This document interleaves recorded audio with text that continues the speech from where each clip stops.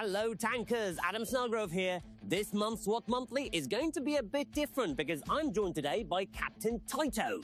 You might know him from the World of Tanks Twitch channel. Over to you, Taito.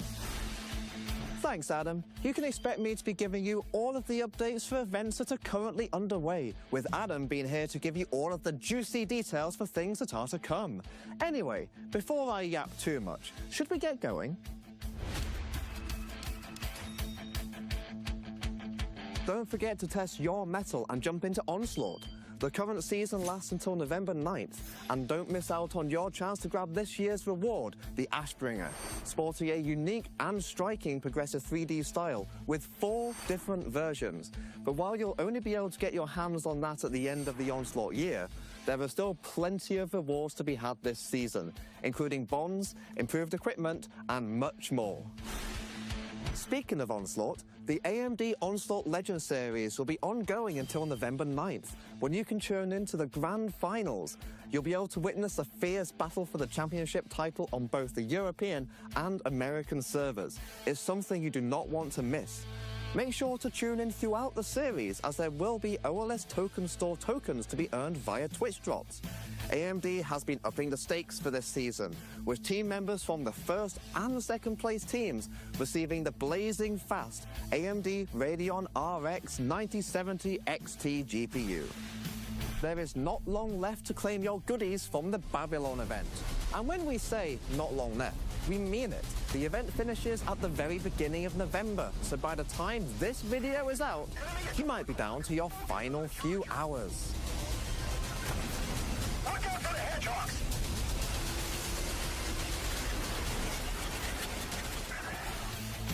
Taito, I know that you're keen, but don't go taking over the whole video just yet. You'll see more of Taito next month, but for now, let's keep going. So, after OLS, there'll be the biggest offline tournament of the year.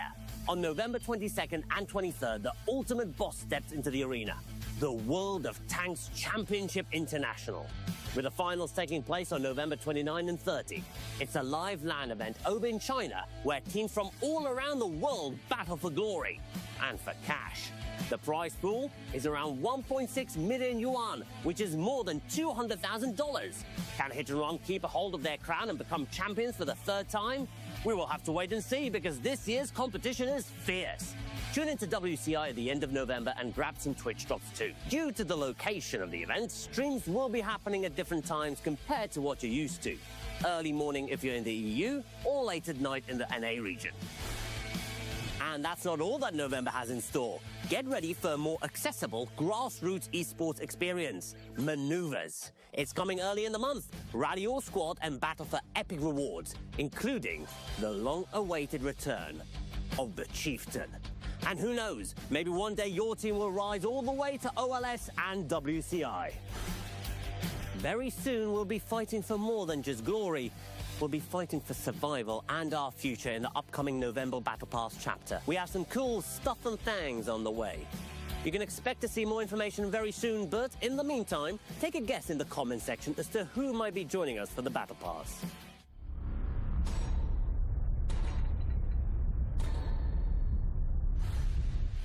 Steel Hunter returns in mid-November. You can expect more fast-paced, jaw-dropping action while players fight it out to be the last person standing.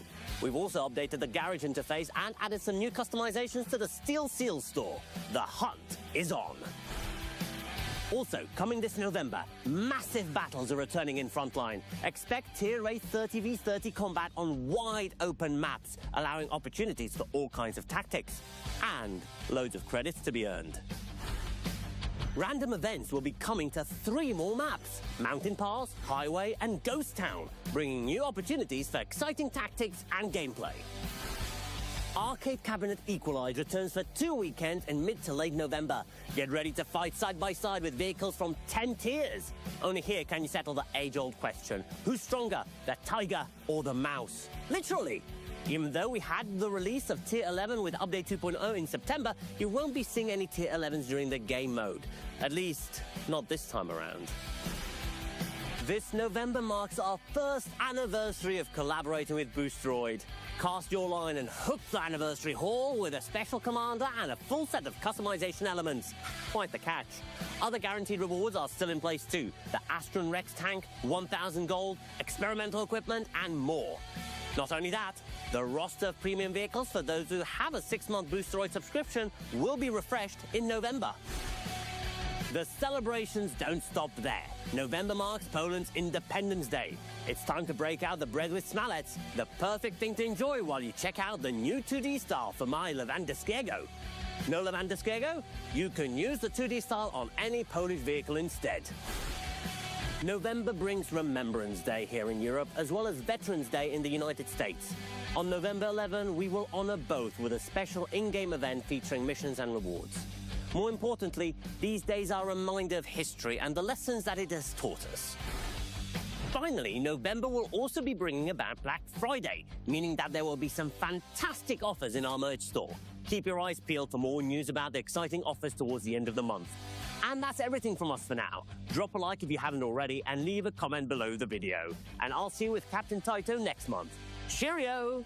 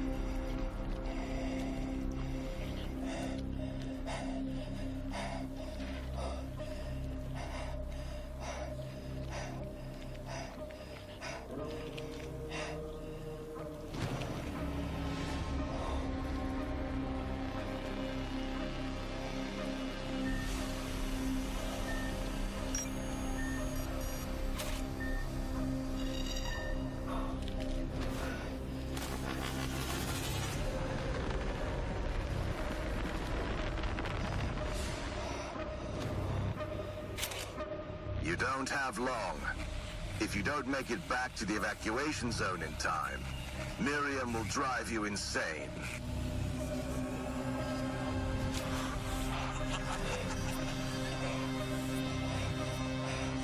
And you'll stay here forever.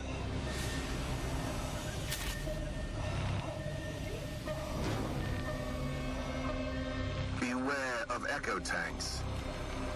They are more aggressive than usual. Something's driving them up here from below.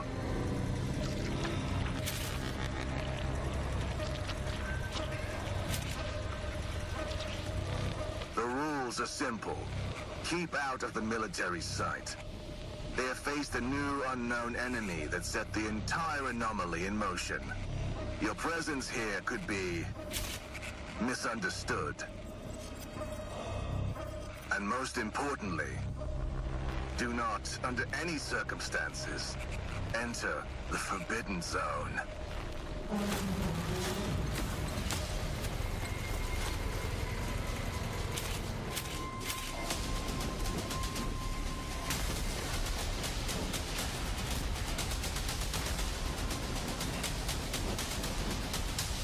Damn it! Enemy at 12 o'clock! Focus on the charger! Look out for the hedgehogs! Where the hell are you all fighting in from? Who's trying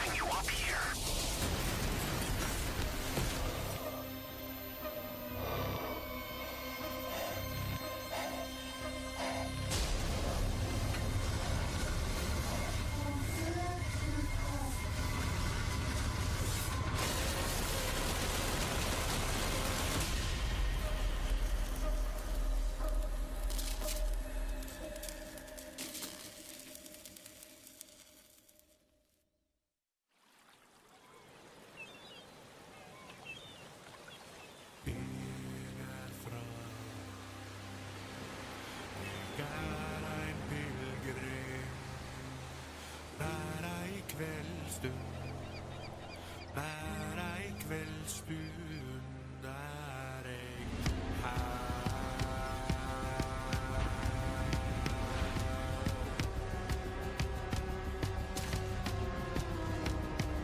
Stäng icke vägen, för dig vill följa Guds folk till strid, över berg och bylja. Vägar framåt, ägar en pilgrim, bära i kvällsstund, bära i kvällsstund, är ej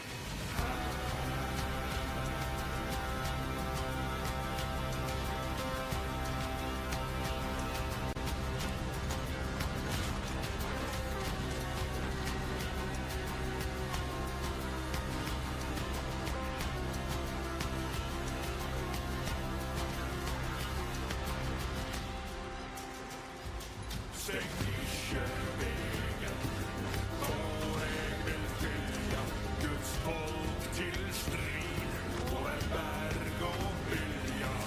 Vägar framåt, ägar en pilgrim, bära i kvällsstund, bära i kvällsstund, är ej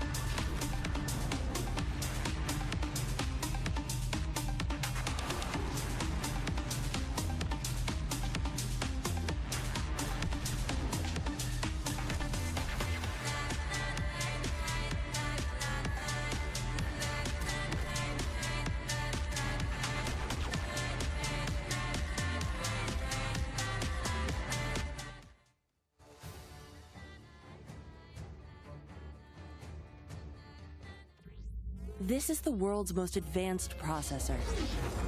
In entertainment, its rendering speeds render other processors obsolete. Powers cloud services for billions.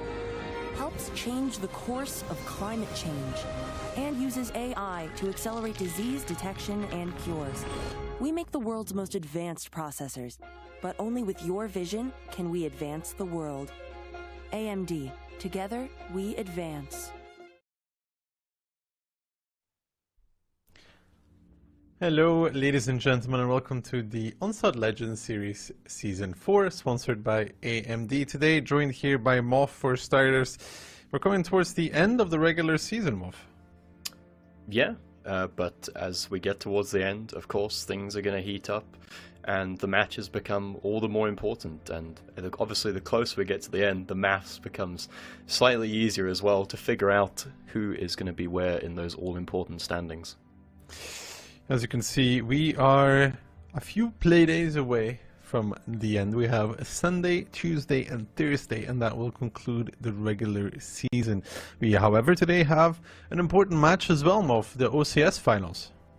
Yeah, and that's a big one as well. For those of you that have been interested in some more competitive water tanks, watching the Tier 2 scene, as I like to call it, CTR have been the dominant force there for the majority of this season, but it really does all come down to this. It's the most important game. It doesn't matter how good you've been, you've got to make it count. Indeed, sometimes you can fall right before the final hurdle, but it would be a very cool thing to have a Czech roster in the OLS, and the teams currently in OLS are going to be competing for this prize pool, which can still increase until the finals, just shy of 50,000 euros. Yes, a very, very handy lump of cash for the winning teams, and everyone, in fact, because, of course, 7th and 8th place, I believe, they got a fixed amount for that position. Yep, there it is, 1,000 euros, even for the bottom two teams. So their efforts did not go unrewarded. No, a little bit for everybody, giving them a taste of what it's like to be a winner, even if they dropped out in phase 1. Now, we haven't seen it yet, Mov, but next week we're also going to be seeing the OLF. Yeah, the OLF, the North American variant of this competition, we should say. Of course, for the EU competition in OLS, the winner and second place will both be picking up some nice GPUs, of course, AMD being the major sponsor for this event. Thanks to them for providing those. So yeah, getting to the finals is important, not only for confidence for prize pool, but also for those GPUs. The bundles that you can still buy right now to support. The only one you can't is the Oracle that's been replaced with the Elite, which has exactly the same without the ability for the style to be upgraded.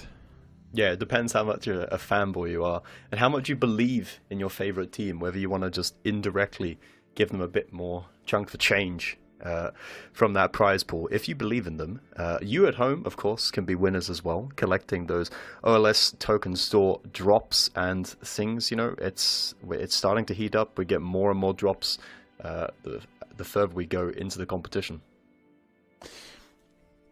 Yeah, those tokens, especially next weekend, keep an eye out for those. Big weekend there, and this is what you can use them on: a Lansen C style WT, TD34, 85M, Object 143D style, 2D style, premium days, consumables, and reserves. You would think that by now I would have looked up what the name was of the style, but yeah, I still have not. I was just thinking that. I still don't know what it's called, but again, I think I said the exact same thing last time. It looks like peacock feathers. Anyway, here's the standings. You can see Vortex, Kirilo, they were both eliminated in phase 1, and that left us with just 6 teams remaining. But those points carried over from phase 1, and as you can see, they're all important, because if you want to qualify into those top 4 positions for the playoffs, it's tough to claw your way back. Indeed. Now, the question is, what can W still achieve? I don't think their points are correct, by the way. Yeah, I think you're right. They should be on 30. Actually, the points table as a whole isn't updated, because I think Hit and Run and Mafia both respectively should be on 24, maybe? I think that should be correct. But here is the schedule that we've got for today. It's going to be the Ukrainian derby first up, Yogurt against Cashback. Then we got the ultimate Polish derby. I can't count how many times that matchup has happened, and it's usually always proves to be a banger. Yeah, it might even be a deciding matchup here between Hidden Run and Mafia for who gets first in the regular season. I mean, it's not over just yet, but the winner of that one will, depending on how they win, you know, if it's a clean win, put themselves one entire match away. Now, that is going to be hard to overcome for any team, especially when you need to win 2 in other teams' cases to even get past them. Yep. But that remains to be seen later today. Right now, we're going to focus on the Yogurt Pots against Cashback. Cashback, clearly the favorites coming into this one. The Yogurt Pots are currently that 6th place team at the bottom of the leaderboard. Unfortunately for them, they took kind of a massive blow in the last play day. The defeat to W, which was the other team jointly on the bottom of the scoreboard. That's put them in a bit of a rough spot, and pretty much from here on out, they need to win every single match. Yeah, for them it's a giant mountain that they need to get over, but if not that, well, they can use it as practice for future matches to come, even if they would not make it to the playoffs, right? Yeah, and that's a very good point. And they still got that 5th place to fight for as well. It's actually really quite important, because for those of you that don't know, 5th place automatically secures you into the OLS next season, which would be season 5. If you get 6th place, you have to play a relegation match, and that would be up against the loser of the OCS playoffs match, which we're going to be later today. Yeah, so that 5th place is very important, but for them, then they probably won't weaken to just lose out the rest of the season. It's going to be interesting to see how that one ends up. But Cashback needs the points if they want to sneak into that top 2 position. They're at, I think, 18 or 19 points right now. Correct, 18, so 6 behind. Whoever of the top 2 loses their match is then 2 points if Cashback wins this. And then who knows, right? Then anything is still possible. Cashback could still very easily become second. Yeah, and, you know, it's not... Primarily, the goal should be getting that top 4 spot, but the higher up in the table you go, it's going to benefit you because obviously double elimination bracket. Highlighted player, we have done all manner of glazing for this guy over the years in OLS, and he's, you know, his average damage is obviously a bit lower, which is to be expected because he literally only plays RHM. Well, not only, but almost exclusively. So you're never really going to be focusing too much on the raw damage output. No, it's he is a RHM player, but he also plays other specific tanks, such as Fush B. You see him quite often on as well. So community prediction 10% for Yogurt. They're counting them out of the season altogether. Yeah, it seems like people have written them off. I think people have seen enough of the show to get an idea of where this team is at, but one point that I wanted to bring up, it's actually something that you've said in the past, is that Cashback, they usually have a bit of difficulty getting over the fellow Ukrainian teams. Yeah, they do. This is also why I've predicted at least 2 rounds for Yogurt, I think it's like 4-2. Simply because Cashback does really struggle with their Ukrainian counterparts. It was historically very hard for them. I mean, they lost against Weekend. They lost against Yogurt in Phase 1 as well. So, you know. Phase 2, a different picture, though. They absolutely wiped the floor with Weekend, nonetheless. But here are the pick and bans coming in. Cliff going to be the first one picked by Yogurt. A bit surprising, to be honest, this pick and ban in general. Because if you look later down the line, I know I'm jumping ahead, but Yogurt actually banned Siegfried Line, which is very strange to me. Because I think they've played it 7 times during the OLS this season, so it's one of their more popular maps, and I think we can both agree they had some quite memorable games, even against Cashback in Phase 1, where they actually were able to overcome them. What do we make of these maps? So Cliff, Moro, and pretty fast kind of matchup, no? Potentially. Potentially. I mean, there's always the possibility to go fast and slow, change up the tempo of the map, depending on what kind of strategy you want to play. But it is going to be Cliff coming up as the first map. I remember Yogurt, they're actually... Oh, here's the predictions. Yeah. You went with the 4-2, which is understandable. I think Keyhands is probably the best middle ground.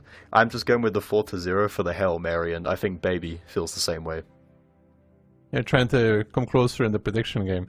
Honestly, I think Yogurt will take some rounds here. I don't know. That's how I felt. I could be very wrong, but you know, I don't even know if Phil filled out any predictions, which I guess makes us automatic winners. You know? Yeah, we should just disqualify him from the whole event, and then we should split up the points between us. Equal distribution. Anyway. No, I don't think so. I think we give a distribution based on the current points.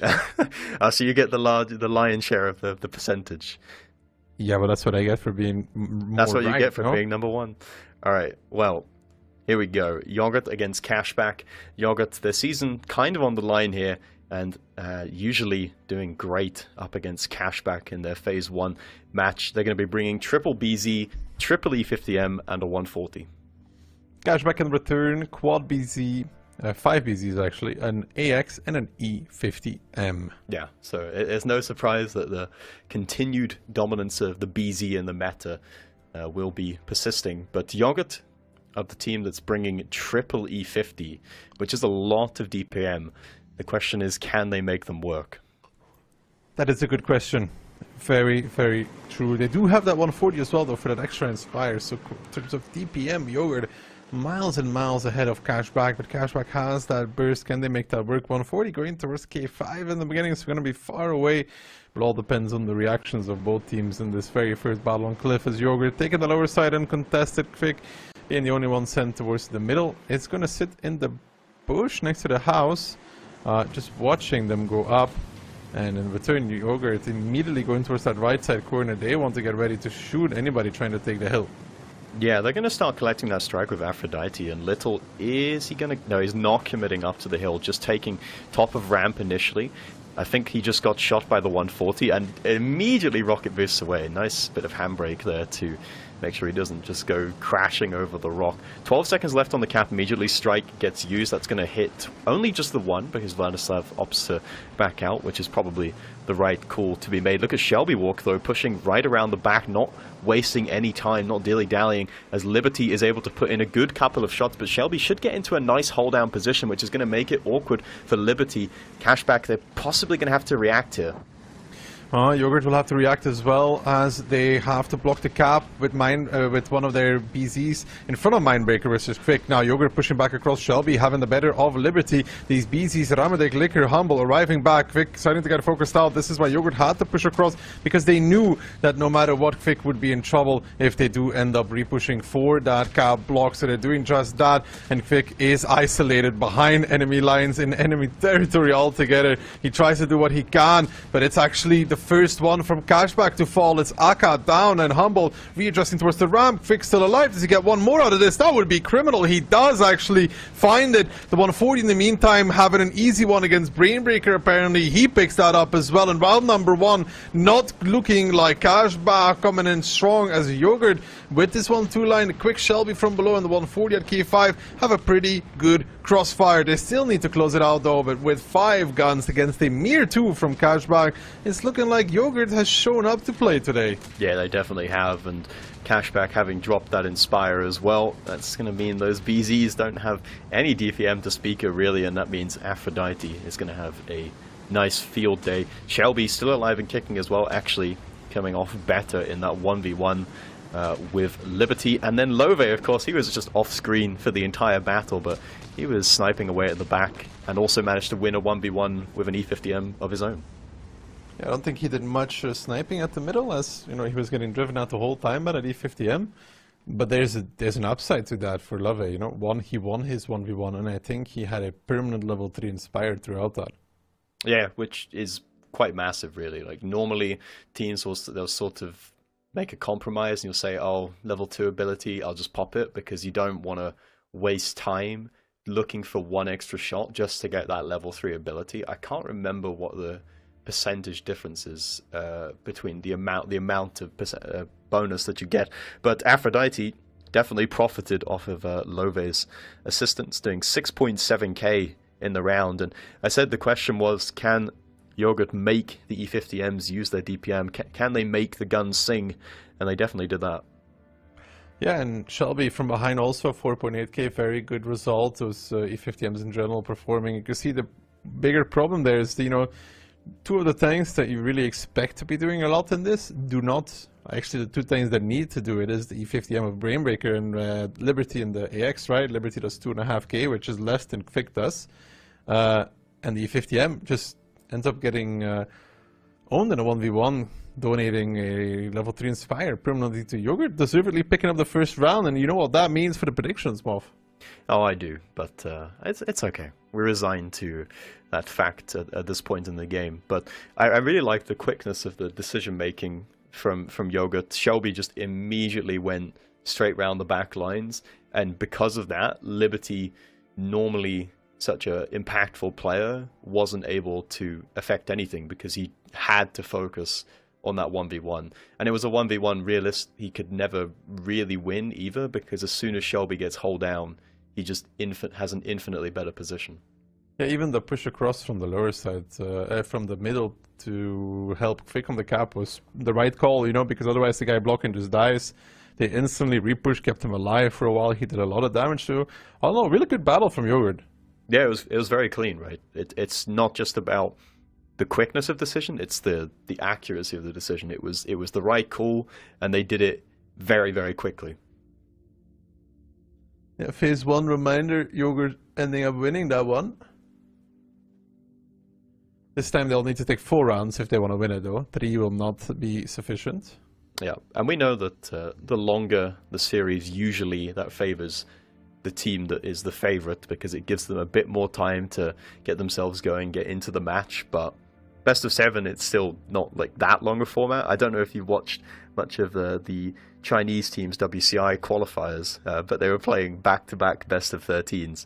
There was this one team called Alpha Ash, and they played like 25 rounds of water tanks in about 3 hours. Yeah, I mean, at least you're warmed up, right? Yeah, they were pretty exhausted though, I think, and they lost 7-0 the day after, just for what that's worth. Well, I saw that as well. It was like, I was going to look at the result, I'm like, oh look, it's 7-0. Interesting. Yeah, could potentially have been over a 2-hour match, and it was pretty much done and dusted within an hour or so. But none of that. I mean, Yogurt and Cashback, they don't want to talk about WCI. They have no stake in that, unfortunately for both of these teams. But Yogurt coming back in round number 2 after a successful round number 1. Double BZ this time, still triple E50M, and this time double 140. Cashback in return, 140 of their own, CS63, Mivi and Quad BZ. Well, 140 gets switched, Mauve. It's actually going to be Aphrodite playing the 140, and this time around, it's Love on the E50M, so a little bit of preference there. Bit of switcheroo. Maybe they have a specific idea of where they want the 140 to play from this side, and perhaps Aphrodite just feels a bit more comfortable in executing that role. It's going to be full topside pretty much for Yogurt, splitting just Shelby towards the bottom, and Cashback doing similar things really, just the 140 on the one line, and that's going to be tough for the 140 to get any damage early on to pop that Inspire. Brainbreaker crossing towards Donut in the beginning, just takes one shot on the crossing. Aphrodite changing his mind about crossing. Is he going to get punished for it by the BZs? He might just take one shot from Akka, but that would be about it, so not too much damage taken. What a clutch rotation there from Aphrodite to be like, okay, this is not worth it, I'm not doing it. Turns around, gets out, takes only one shot.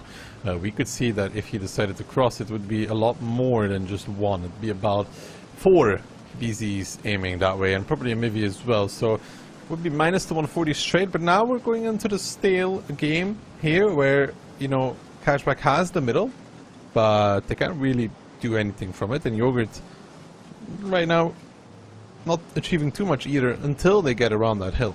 Yeah, and I'd say Cashback is kind of on the clock here, because that hill surround, they don't really have anyone in position to stop that from happening.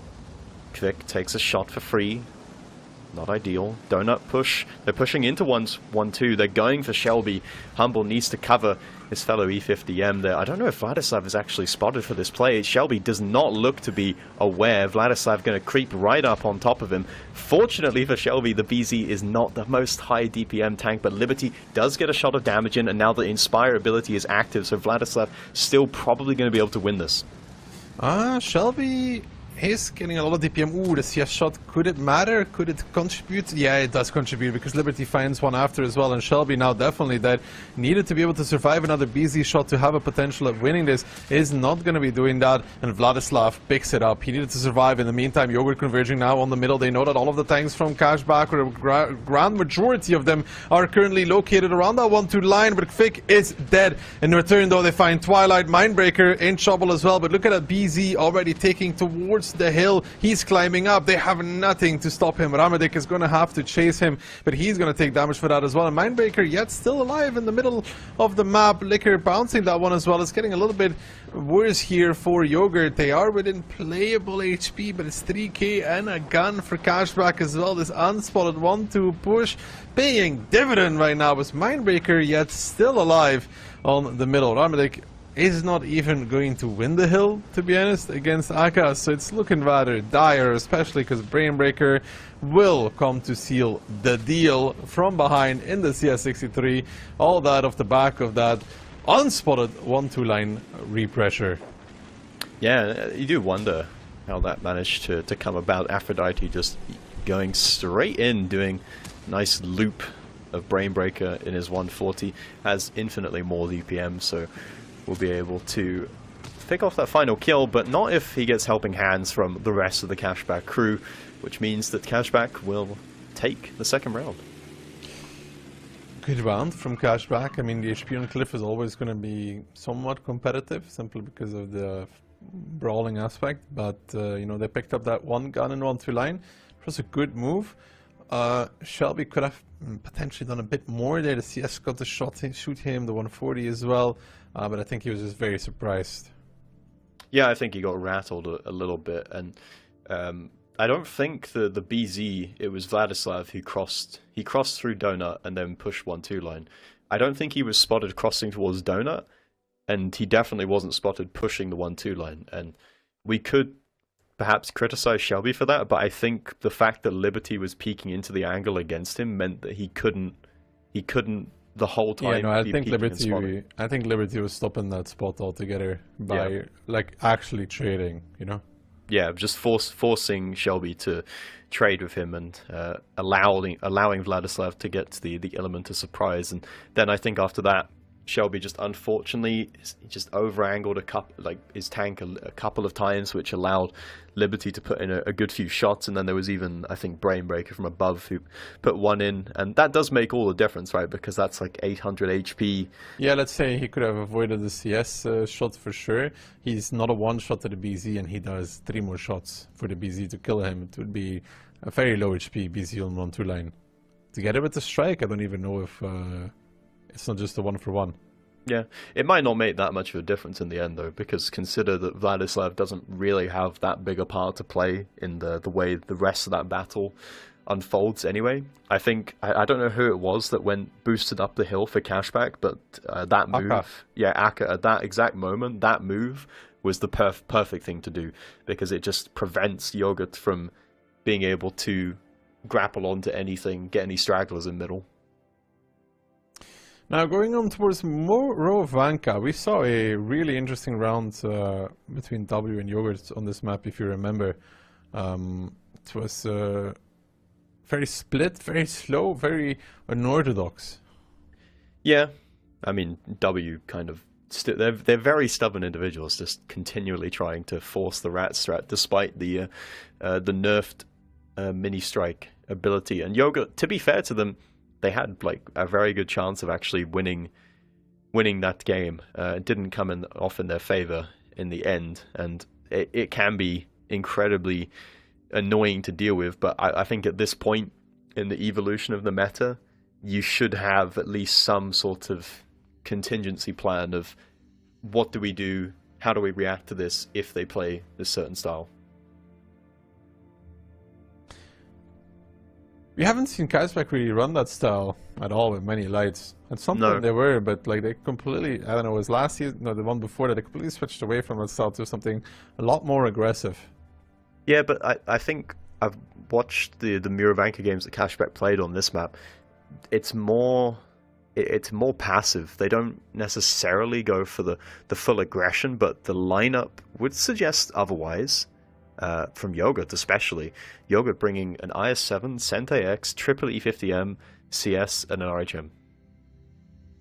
In return, double BZ, triple E50M, a 140 and an RHM Panzerwagen for catchback. So both teams could decide to brawl it out if they want to. However, CS is going middle, you would assume. And how do you feel about AX versus 140 on this map? It's an interesting debate for sure. I think AX, it's more versatile because you are able to play those ridge lines and overpeak into your opponents without exposing too much of your tank. But of course the 140, it's got better camo. It's probably slightly faster. It's actually fairly even in that regard. 140's got a bit extra DPM as well. Of course, baiting radar tower at the start, the CS does a bit of a loop. Shelby is pushing middle solo in the IS-7, and Cashback have exactly the right setup to counter this right now. Double BZ in middle.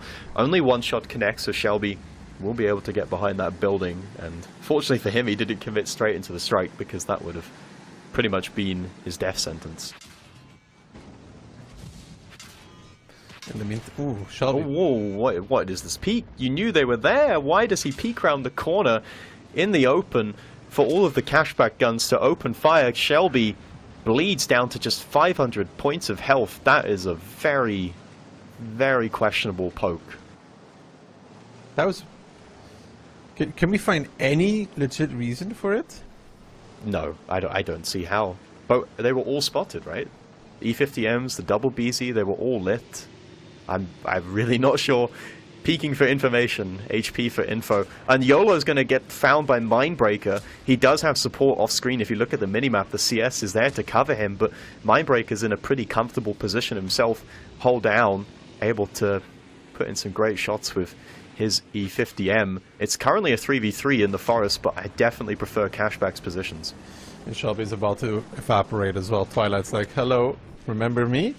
-1 on the side of Yogurt. And look at Aphrodite, star player for Yogurt, isolated in the forest as well. Yogurt now pulling anything and everything towards it. They know that this is the last stand over there in the forest. They have to make that work. They want to have a chance. YOLO taking another shot in the light. Haka and Mindbreaker bailing away, but look already on the 6th line, 6-7 line, the strike hitting a home as well, but Little, Twilight, Liberty, they're all there. Brainbreaker's already behind. Liquor will not even make it into the forest fully, gets shut down on the way there, and Yogurt trying this slow march through the forest, but it's not going to do very much as the entirety of Cashback is there. They anticipate this, they get ready for this, they hit another strike, and it's clean up crew on aisle 2 for Cashback on Morovanka, and all this off of the back of a curious IS-7 peak. Curious is one way of describing it for sure. Cashback Creative. Creative decision making. Cashback 12,000 HP remaining. Yeah, this is a pretty non-starter of a battle. If you're Yogurt, that's kind of one of the rounds you just want to forget it ever happened, and you're like, that was great. We didn't play Morovanka 1, let's try in Morovanka 2. Yeah. You might want to try a no-blame culture, but that would philosophy would definitely be tested given what Shelby went for in that situation. You know, it's entirely possible they could lose the round anyway, but the way that Shelby bleeds his HP, he could live for at least another minute if he's full health, right? Mm-hmm. Yeah, for sure. And that means the BZs can't rotate into the forest earlier. And the repush was kind of a disaster anyway. They got striked and they were getting farmed as they pushed with the light and the CS, so I don't know that even if Shelby doesn't throw away all of his HP, I don't know that it necessarily changes everything. I don't know, like, it's hard to say how the game would play out, no? Yeah. Hindsight 100. Watching instant live action replay of the final kill going down there. Cashback, I mean, that was a great highlight for sure, and another highlight as well. I mean, look at those tanks; they look amazing. One more highlight? One more? No. One more? We should do these instant replays more, so we can see the refresh our memories as to exactly what just happened. But there isn't really anything else to say, is there? I mean, perhaps Yogurt, if Shelby doesn't go down to such low HP, they don't panic and feel like they need to push so aggressively in the forest. I mean, if Shelby doesn't die there, it's a different game anymore. You can't really say how exactly it was going to play out, simply because they were forced to go forest. Now, it was that, or they're all dead anyways. Yeah, and sometimes you've just got to go all in to try and salvage something out of a situation, but when you go all in, sometimes you lose it all, and that's what happens. I don't know. It was just, I'm still trying to think about the peak and if there was something that, would explain it, but I haven't figured out anything yet. It seemed like a caller's peak, a leader's peak, but I don't know, and I don't think that Shelby is the leader for Yogurt. I don't actually know. But it just seemed like that sort of peak, doesn't it? Where like the leader is pinging the map and not really paying attention to what he's doing with his own tank, and then he just sort of mindlessly peeks into all of the guns. The caller peak is what this is, guys. Is just an excuse for the FC to make bad plays and blame it on leading. Well, when you're the first dead, you can usually give That works better in calls. 15v15 than 7v7 though, you know? It's very harder for your team because you make up a far lesser percentage of the total number of tanks on your team. 7v7, far more is required of you as a performance and damage output. Anyway, Yogurt, they will try and wipe the slate clean from that last one and think of fonder times from the Cliff games. They're going to be bringing double BZ, double E50M, 140 Foshby, and an RHM. In return, they're facing off against the 140 for 3U, RHM, W50 CS, and BZ. Shelby going towards the middle again. This opening, we've seen something cashback-esque from this as well. You know, going with his BZs through the 4 line. Shelby going middle, taking a little bit of damage. Might actually fancy the fight against Aka this time around, though. They're looking towards the 4-3 of Twilight first, and then maybe Shelby will opt to fight, because Ramadik and Liquor, they're arriving, and Aka, I think, is in a lot of trouble for this one. Shelby, however, again, taking the brunt of the damage, missing on that shot as well. Takes another one from the BZ. I don't think Shelby's actually going to live for this. He gets striked 150, 396. No. Aka will not roll, and Aphrodite will finish, but still, Shelby not too hot for that one. Down to 17 HP, but still alive, still shooting, still contributing, potentially, in this one. Foshby now coming from behind as well, trying to cover Shelby off from a repush from Twilight, and Twilight wanted to go for it, but Humble will stop that one. Aphrodite now on the outside, getting some shots versus 4-3U as well, but he's the one taking all the shots for this as the RHM from Liberty, together with that 140 of Mindbreaker, and Liberty to finish off Aphrodite. Yogurt is even in guns, but they have that low HP Shelby, which is gonna die against Liberty any second now, and they need to convert onto something in return, and it seems to be Vladislav, but at the same time as well on 1-2 line, that E50M of Brain Breaker, and a lot of pressure. Liquor now wants to finish off Vladislav. Shelby still not dead, so they haven't used the strike on him yet. Liquor, can he find a kill? No, he bounces. That's a tough one. Little says hello and picks it off, and Ramadik dead as well, and yet again things fall apart for Yogurt so very, very quickly. Yeah, just pain and suffering watching that. It's not what you want to see. Humble activates his ability as he backs off around the corner. I don't know how much of a heal he's going to get from that, but I don't think it's going to matter at all. It definitely isn't going to matter. Love is unable to isolate Little in the 1v1 here. That might have been something to grapple onto, but grasp onto, but nothing is doing. Mindbreaker is over pushing towards the middle, and that just leaves Love and YOLO in a pretty unwinnable situation. Vladislav looking for the shot, and he will get it. Puts Love down to a one-shot as he just looks to save his points and try and farm a -4 round.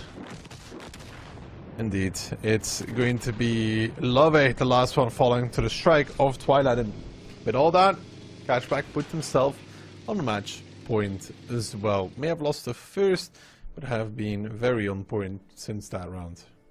Yeah, and it looked almost textbook from them, really. And I would almost describe the Aka push in towards that mid strike. It's almost as though it was a bait for Shelby. It's like, oh look, it's a CS. You're in an E50M.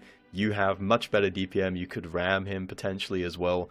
It was just too tempting for Shelby to resist, when maybe, I don't know, maybe he doesn't even need to push in that situation, or because I think he hesitated initially.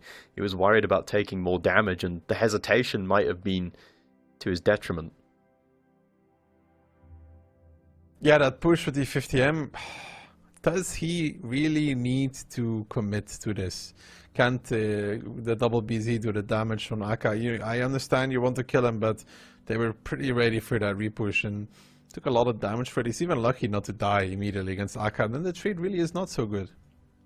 Yeah, and they could have even just, because the BZs will get some sort of angle on him, and then they could have peeked from the wider buildings where I think Aphrodite was, and they, tag teaming, they could have picked off that CS a little bit more easily. And even though he did survive the 1v1, he might as well have been dead, because he's on 17 HP. He's in the middle of no man's land behind one building. If he pokes, he dies. So he was basically just a dead tank walking. It's indeed, on 17 HP, not contributing anymore. And I think it also, because he was 17 HP, the Foshby then comes in to try and help him against that 4-3 that was pushing forward of Twilight, and he ends up exploding for that. No, it's not the first beat. It was Aphrodite in the E50M on the buildings. Yeah, it's just like in the last round, right, where you just you put more and more resources in to try and save the situation, to try and protect your buddy who's low on HP, and then as you just sink more resources into it, you just get deeper in the hole, right? Yeah, for trying to save, you make these moves to try and save, and it ends up costing you more. Because like Aphrodite, yeah, he gives some shots to Twilight, but then he just dies, and it's like, well, you saved Shelby for a moment longer, but in return, you're dead. So, what have we really gained? Yeah, we could praise Cashback as well for the way they set up, because the positions they had, especially the guys who were sniping more towards the forest angle, they do make it as difficult as possible for Yogurt to get that kind of steamroll going that they want, because you want to crunch on middle and then just be able to keep over pushing with that momentum. But the positions that Cashback had were like pretty passive. They didn't really allow them to get picked off for free.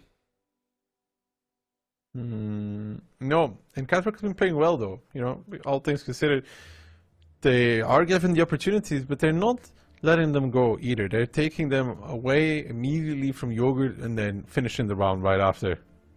Yeah, and I think that first round that we saw where Yogurt made the right play, that's just kind of one that you just have to accept, right? Sometimes you will just get outpositioned initially in a round, and there's not much that you can do about it. But Cashback, they definitely want to make a statement in this one.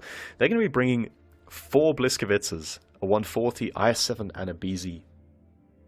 In return, Yogurt double BZ, Type 5, 140, Fush B, double E4, a different style. The Bliskas are very powerful them off, but how do you utilize them well on Ensk? You just yeet straight into your opponent. That's all the Bliskovitzer is designed to do. Go aggressive. But I think we've seen this before from Cashback, and they are actually spotted. They like to go behind this building in B8, but the Bliskovitzers are already spotted, so is the trap kind of already sold? They know where you are. Yeah, so, I don't know, the Bliskovitzers are holding the field. They're a very difficult thing to push into, though. It can be. It can be. But of course it doesn't have a turret, and it doesn't have great gun arcs, so sometimes holding an angle, holding a position with a Bliskovitzer can be a bit awkward, especially if they need to try and peek around the corners of those buildings. But Yogurt, they're showing presence here on the field as well. They've collected the mid-strike with Shelby. They've got Licker and Love in the hold down right now. Doesn't look like they want to push into this at the moment, but Little's position in the IS-7 is definitely very committed at the moment, but I think he's definitely emboldened by the triple Bliskovitzer who's backing him up. Vladislav taking 3 shots from the Fush B on 1-2 line. Will take the info, but that was costly. YOLO finding some good shots. Vladislav will find the radio tower, but this has been not the greatest of trades for that Bliskovitzer. Also had to pop the ability, of course, which is the more annoying factor there for that Bliskovitzer. Yeah, because when you want to push into the fight later on, you would ideally like to have a tier 3 ability fully available. But he will collect the strike, collect the radar, and then just cut his losses and retreat back here. 15 seconds left on the cap, of course, but it's not really that much concern to Yogurt, because they have a strike, of course, and there it goes. Mindbreaker does get reset.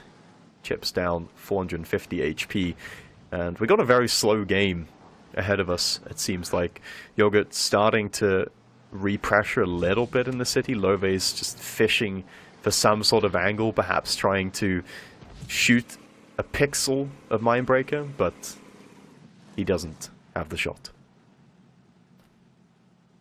They have another strike though. Single cap pressure is not enough to really be worrying, because the strike always comes back on time to reset Mindbreaker. They're looking for these angles, but they're not finding them. The BZ just small enough, and Amadik trying, but should give up on that one. And the repressure coming in now, the Fush B pushing up 1-2 line. Vladislav did hit a shot against it, so ability back, almost level 2. If he uses the strike, it will be level 2. But Cashback now starting to pressure Shelby, and with these tanks in the forest from Yogurt, it's not looking that good actually for Shelby. Doesn't have a driver either, boosts away, but no medkit seems to be available for that BZ.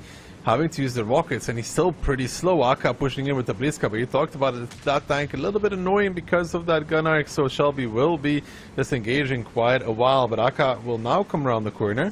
Does he find the shot? He does find the shot to get it with the 140 as well. Shelby is tracked. He doesn't have a repair kit. Brainbreaker peeking out now as well. Ramadik is the next one in trouble. Shelby getting tracked again. They have found that BZ. Do not let him escape. And now Yogurt trying to come back in. But look at the minimap. Look at where the tanks are from Yogurt. 2 on the cap, 1 in the north, 2 in the south. They're nowhere near Ramadik. The strike comes out, but that is only a little bit of damage in the grand scheme of things. As you lose a full HP type 5 in return, it's not going to be worth it whatsoever. Ramadik is dead, and together with Ramadik, the hopes for Yogurt for a continuation in this match is dying off as well. They've got 5 tanks left standing. Yoro now leading the charge into Mindbreaker with the ability popped as well. Brainbreaker will not be on time to actually pick him off, but he might get him on the fadeaway. He does. And 4 tanks from Yogurt, but double HP from Cashback. It's been clean. The timing was there. Hit it perfectly when Yogurt was repushing the city, picking up the points as well and keeping the pressure onto Hit and Run and Mafia. Yeah, a nice clean win, get it done and dusted from Cashback. The repush timing was pretty much picture perfect for them in order to secure the round, and Yogurt, like you said, they're just so split across the map, and then scrambling to try and get back to support their teammates, just not in position in time. And again, I would question why they're surprised by that, because the Type 5 Heavy of Ramadik should be spotting the crossing on rails, and they spotted the Bliskavitzes in the initial phase of the game, so they knew that's where they all were. They knew there was triple Bliskavitza there, they knew there was an IS-7, so they shouldn't really have been. It's surprising that they were caught out by that, and they didn't have the guns anywhere near in position to cover. That's a surprising factor. Even Shelby looks a little bit surprised that the I-7 was so far on zero line, you know? And it's like, they knew that the tanks were in the field, so maybe a bit of miscommunication there, a little bit of oversight, but what matters most is the points, and the points are going home with Cashback. Yep. And that's 4 points on the board, right? So that'll put Cashback up to a nice 22. And I think at that point we would definitely say that they are locked in for those playoffs, and certainly going to be hunting down the top 2 Polish teams if they can in the final play days. I think it's the pressure, right? Like they're talking about the play days. Cashback still is 2 play days after this, right? Because you were mentioning it, is that they're still playing Mafia. They've already played Hit and Run, and the other opponent that they're playing is W. So it could be honestly 2 very, very important matches, especially that last one could be very, very important. Potentially. I mean, as we're getting closer, the overall significance and of the points distribution. Sure. And there it is. Some teams more than others, right? You know, for W, playing last match against Cashback, for Cashback it could be the decision, the difference between being like top 2 or not. It's not like you, ideally if you're W, you play against a team that doesn't have anything to gain anymore, you know? Yeah, you want to play against a demoralized, eliminated team. Or a team that's so high up in the rankings that they're like playing completely default because playoffs is coming. Yeah, that's a good point as well. And especially, you know, playoffs coming plus WCI in the future. If you have a match where it doesn't really matter whether you win or lose. I'm looking at Hit and Run and Mafia, for example. You know, you're right. They're just going to play defaults if they can, or they'll try and save as many strats as possible for the more important matches. I think that's where, you know, looking into the future already, depending on what happens, is that for W, it's almost worst case scenario of playing against Cashback, or could be worst case scenario almost.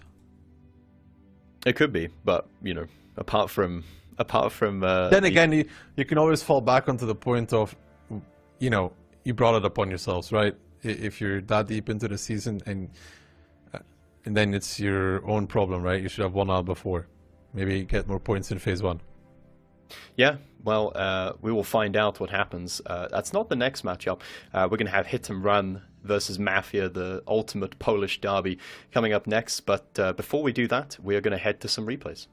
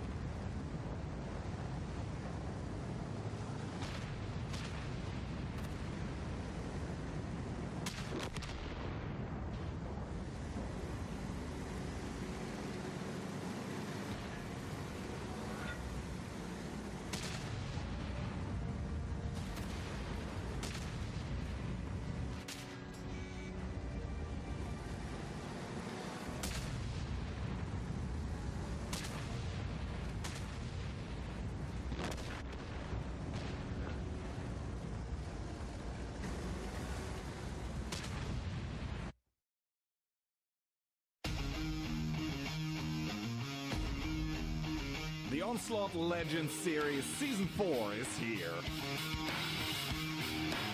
But Liberty finds Jockey, and Ketsai, the last one for his team, will not be able to pull the 1v3. Onslaught Legends Series champions will be Cashback. They do complete the Cinderella story. Finds Akka and it's Twilight and Liberty left wondering because it's not going to be the Ukrainian team of Cashback. It's going to be W from the pits of hell coming through the lower bracket.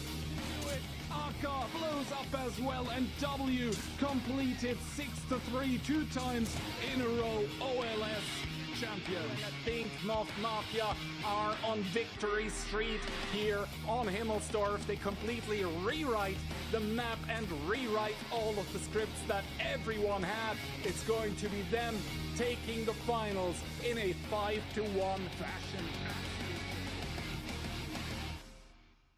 Tune in to the action, September 30th through November 9th.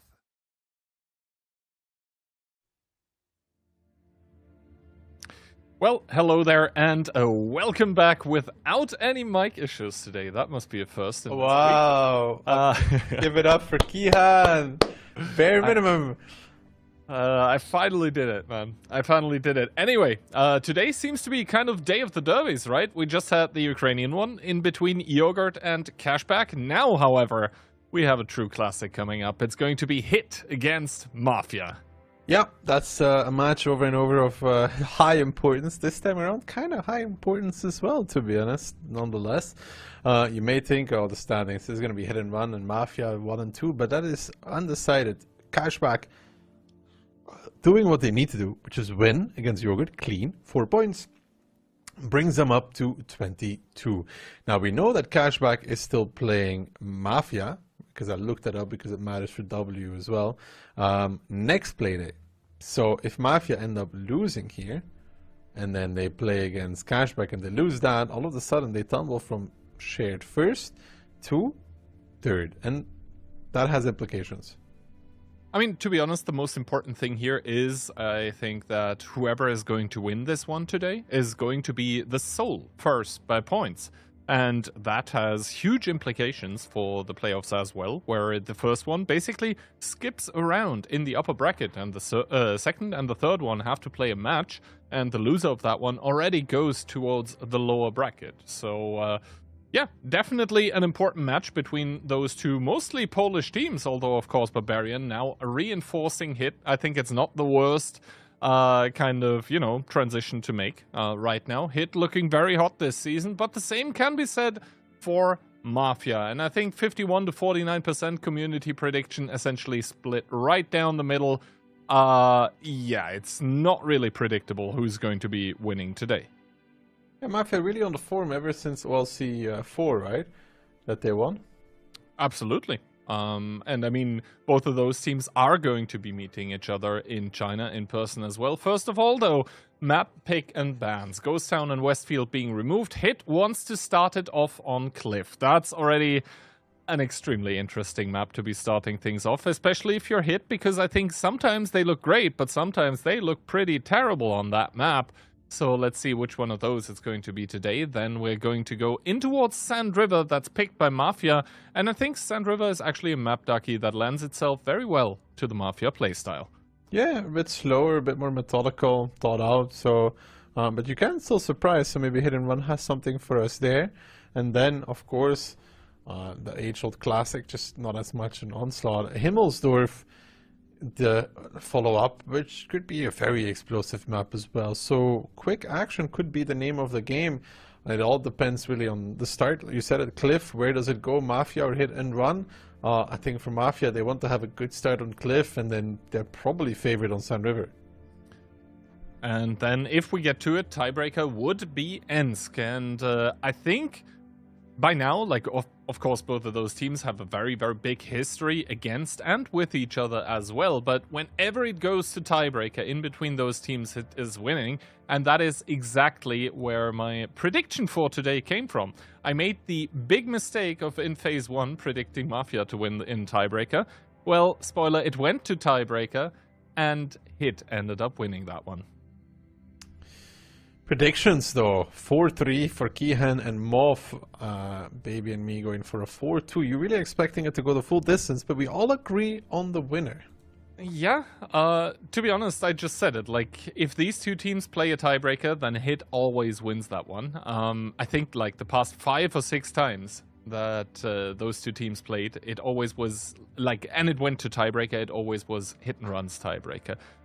Let's see. Cliff is going to tell us a lot about how this match is going to progress, though. Quadruple BZ for Hit and Run together with double CS and a 140. In return, double CS and a 140 in Quad BZ as well. So both these teams mirror matchup. Yeah. So it's going to be entirely down to how the teams are going to split up, what the calls are going to be, because the tanks entirely the same. There is the huge possibility, of course, that both of those teams train against each other and with each other. So a lot of mind games possibly as to how the splits are going to happen. And Mafia is not really doing that much of a split. Everyone driving towards the middle for now, whereas Hit are sending double BZ and 140 towards bottom side. What is the better move will be shown later on in the game. The hill might be taken by Conrad. Kono getting across without taking any damage. That's all important things to keep into consideration. Conrad just going up towards the top ramp, not committing further. T-Sec taking a shot, taking another, taking one more even, so good shooting. But Mafia is on base today. They're pushing across straight in towards this 1-2 line. The 140 trying to clear D1. I'm not sure what he's looking for from the side of Hit and Run. The strike gets put, and Mafia opting to back off. They dodge the strike altogether because they see the BZs crossing over. So honestly, that move of Panther and Ketsai is going to cause Hit and Run a lot of damage that they could have done with the strike and the commitment from Mafia.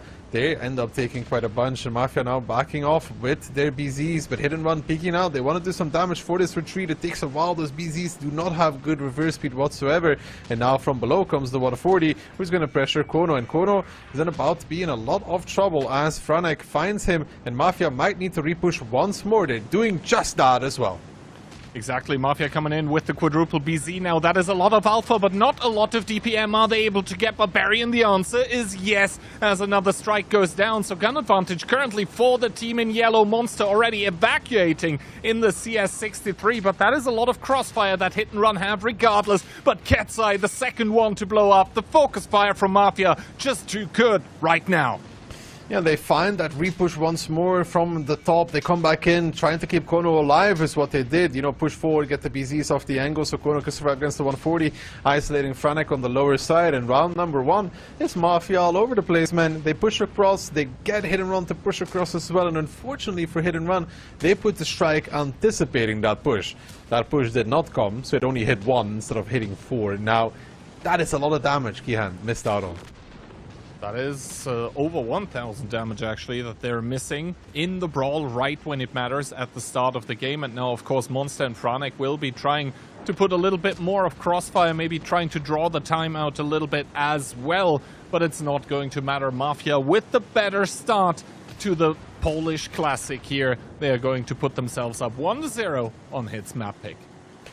And if anything, if they don't care about the placings that much, it's a very good practice. Yeah, there's no better training than live matches. So Mafia picking up the first cliff, very good for them, because normally I don't think you would associate Mafia with like a great cliff team, but this one, you know, they're very quick, very snappy, pushing across, forcing the moves.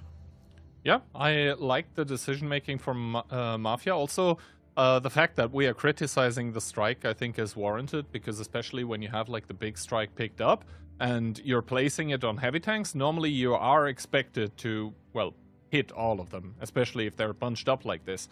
And yeah, the damage that you deal early on in the shootout is, of course, always the most important damage. And I guess Hit just missing out on that. And then, of course, the execution of the push by Mafia just really well done. There were 2 kills coming out from the team that was pushing, which is not always a given. So great job here.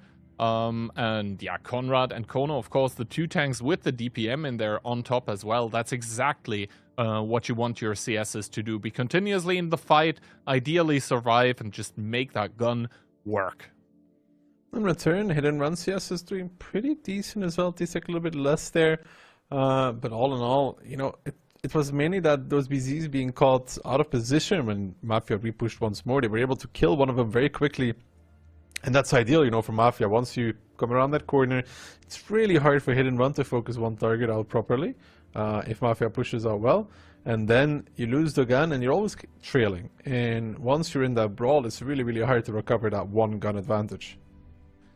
Now, I still think, though, that this could have been anyone's game. It was just that Mafia had the better calls in the game and the better focus fire, but both teams are thoroughly capable of taking rounds off of each other.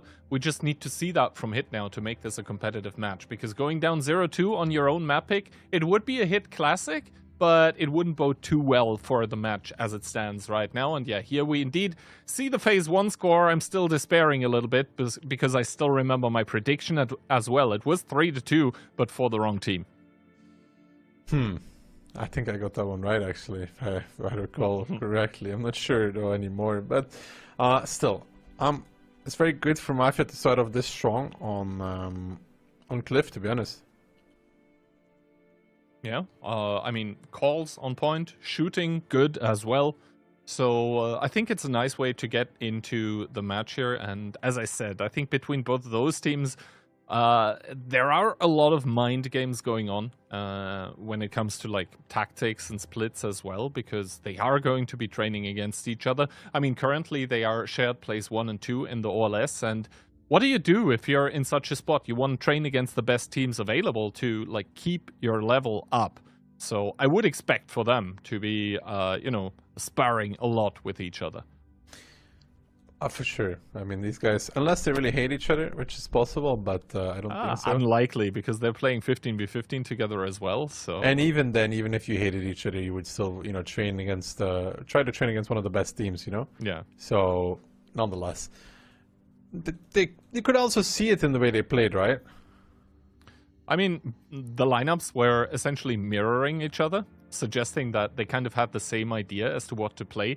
And that is, I think, a very important thing as well, is that you're bringing lineups with which you can do multiple things at once, with which you can react.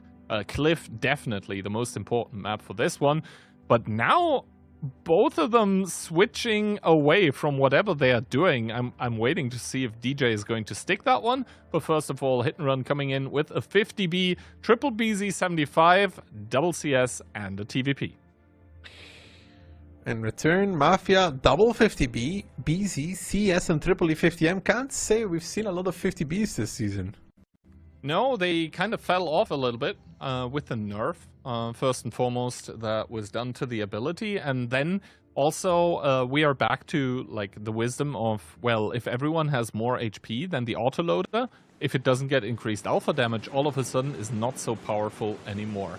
Talking about autoloaders, I'm also not a super big fan of the TVP in Onslaught, actually. I think Cliff is kind of the only map where you can really play it in competitive, but you're kind of baiting your own team and the opposing one, as well as DJ and T-Sec push in towards the 1-2 line, but they're going to be met with double 50B and the 50M coming in as well. T-Sec down towards 1200, DJ taking damage. They need to evacuate.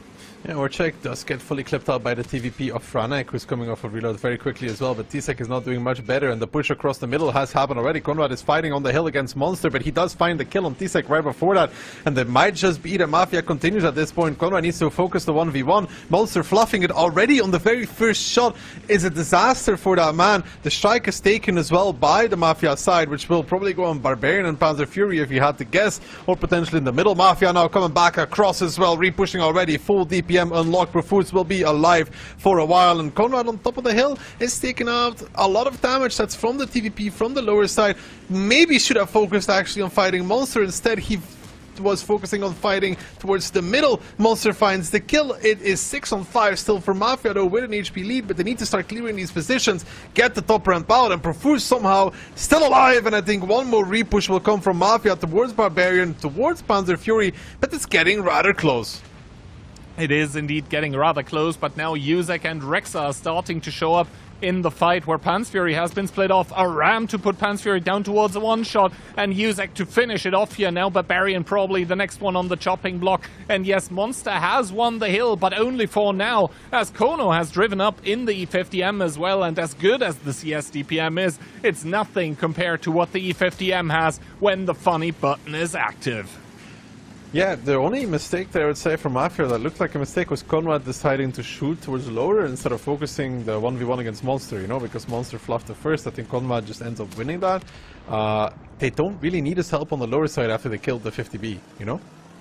Yeah, and now we have the tank that is known to bait the own team and the opposing team as well, but Franek is not going to be baiting anyone anymore here as Yuzek to come down and finish it off with the ram. So Mafia school hit on their map pick. It's going to be 2-0. Really solid stuff from the boys from Mafia. 2-0 on Cliff. I would not have written that on my prediction. Nope, but this is sometimes how the cookie crumbles, right? Mafia with a very, very strong opening into the game, and Hit kind of left to pick up the pieces, and it comes back down to what I was alluding to before the match started, right? Hit, they can be an extremely strong Cliff team. Sometimes it looks great, other times looks terrible. Today we saw the latter from the team of Hit, but of course this is a best of 7, so no match point yet. And yeah, for Mafia, I mean, everything going exactly how they wanted it to. The E50Ms continuously in the fight. Rexa here getting to do 3 clips. Ojek, I mean, only not even 2 clips, but the thing is, the tanks died so quickly in front of him that he just didn't get to shoot, I guess. He also took the TVP clip in the beginning, so he had to play a bit more careful, you know? And yeah, T-Sec, I mean, didn't even get to shoot. And what are you supposed to do? You're being pushed in towards the 1-2 line by your CS63. You find double 50M plus 50B there. I guess the best case scenario for him would have been to, like, stop, do his clip, and block the tanks going up so the CS can leave. But, of course, in that moment in time, you're trying everything to stay alive. I don't think blocking would have done much, though. They would have just driven past him. No, just turn the turret and fire out your clip. That's it.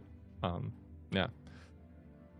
Well, this leaves us at Cliff being already completed. Those were 2 pretty quick rounds, and now we are going to Sand River, where most likely we're going to have a little bit of a longer game.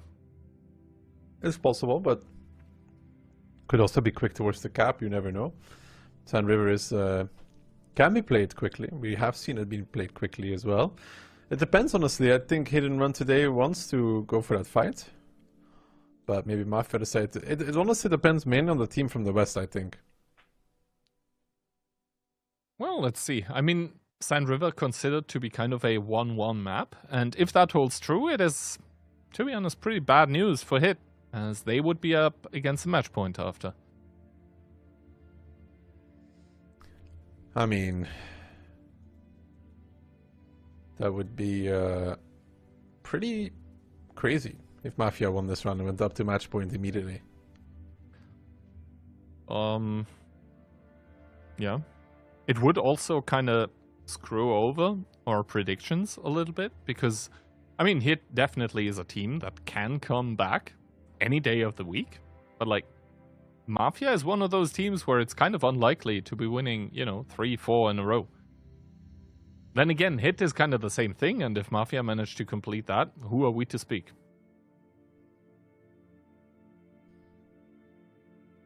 Who's playing from West first, do you know? I can check in my cheat sheet, actually. I mean, guys, Ken also has a cheat sheet for like 2+2 and 5+5. Of course. I mean, the first one is 5 if 2 is large enough, right? And the second one, I just need to scroll a lot, so I'm not sure right now. But let's see. Okay, so Sand River Hit picked to start from west. Okay. If Mafia win this round, 4-0. Might be the case, right? And that would be scary for any team that would have to play Mafia after. But first of all, Hit and Run, of course, wanting to avoid this. Quadruple BZ75, WE50M, and the 140. In return, Mafia, BZ, Mivi, E50, AX, double K91 and an RHM. So, not really a brawling lineup. Not really. Mafia wanting to play the controlled and long game here. Those K91s over time as well, especially on a map like Sand River, can be extremely useful. You now have the fully rotatable turret, you have pretty good gun depression over the side, and, well, the DPM, and also the gun is, like, super accurate as well. Let's see if they're going to be able to make good use, because Hit and Run, they don't want to play the long game. They have a lot of brawling tanks. They're sending those BZs towards the cap immediately, so let's see if they're able to force the Mafia tanks close. Well, like we said, Hit and Run today, looking for that fight over and over again so far. They're taking a little bit of damage, one shot on each one of the BZs. Buildings already being destroyed by Orchek. That's a quick K91, you know, that ammo, it loads it very fast, so shell after shell being pumped into those buildings. Now one shell getting pumped into Barbarian, actually. Monster taking some as well. Monster taking some more. The crossfire is there. They cannot sit on this. They will not be able to make it happen. Monster Barbarian now opting to go towards Kono. He is going to get stomped here in a second by the double BZ. How much damage from Mafia can there be for this? Already some coming in towards Monster. Fuel tanks damage as well. Down towards 1k. He's still pushing over. Wants to help Barbarian with Kono. They need the shots from Monster as well. Monster down towards a one-shot, pushing Kono out of the hold down altogether, but Kono will not miss this. He doesn't miss on that range with the Mivi. Finds another shot. Monster dead. Kono falls against Panzer Fury in return, but Barbarian now has this long march in the K-line yet to go if he wants to go fully safe. And when we look at the result of this, one tank down for both teams, but it's a 2,500 lead for Mafia. I mean, T-Sec's still in the cap, but that one is going for 30 more seconds, and I mean, the K91s, they are able to generate strikes over and over if they're getting this many shots.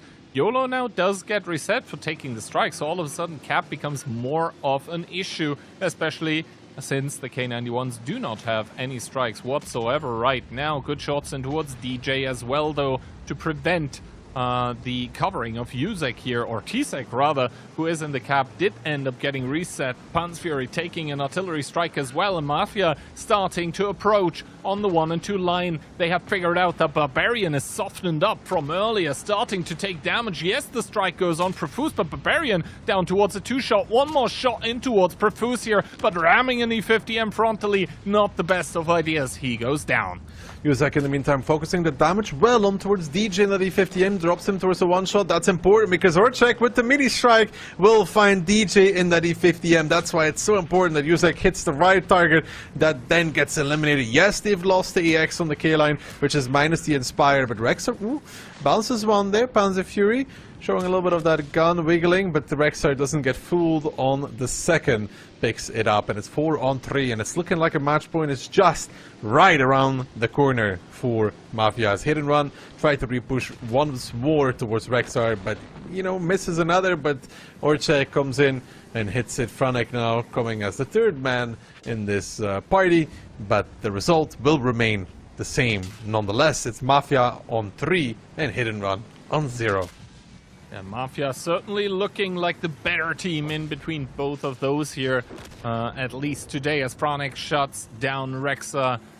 He is the only one remaining, and of course his whereabouts are known, and he's playing against double K91 that have crazy DPM, and of course YOLO in the end game with that RHM completely unbeatable. So Franek put into a basically unwinnable situation at this point in time, and for Hit and Run you have to start wondering, where did it all end up going so wrong so quickly? Everywhere from the beginning, I guess. They're even a bit, I mean, not lucky, but Mafia at a point didn't have any mini strikes to reset with, and they didn't have the big strike either because YOLO got reset from it. So they had to put Yuzek in to the cap. If there was a mini strike available, there was a plane from YOLO, they would have reset as well, and they would never have been even losing Yuzek. And I think the situation is even worse than for Hit and Run. But even with this, forcing Yuzek close, I mean, they lose Barbarian on the K-line, and they lose the E50M. They lose the cap, which was some good shooting from Yuzek, good mini strikes as well. You can see how useful they can be. You know, a target on that sub 250 or sub 150. It ends up dying. Power of the mini strike. And I mean, the stun as well, right? If you're in a 1v1 and some, like the K91 helps from across the map with a mini strike, stuns the tank as well, that is DPM advantage.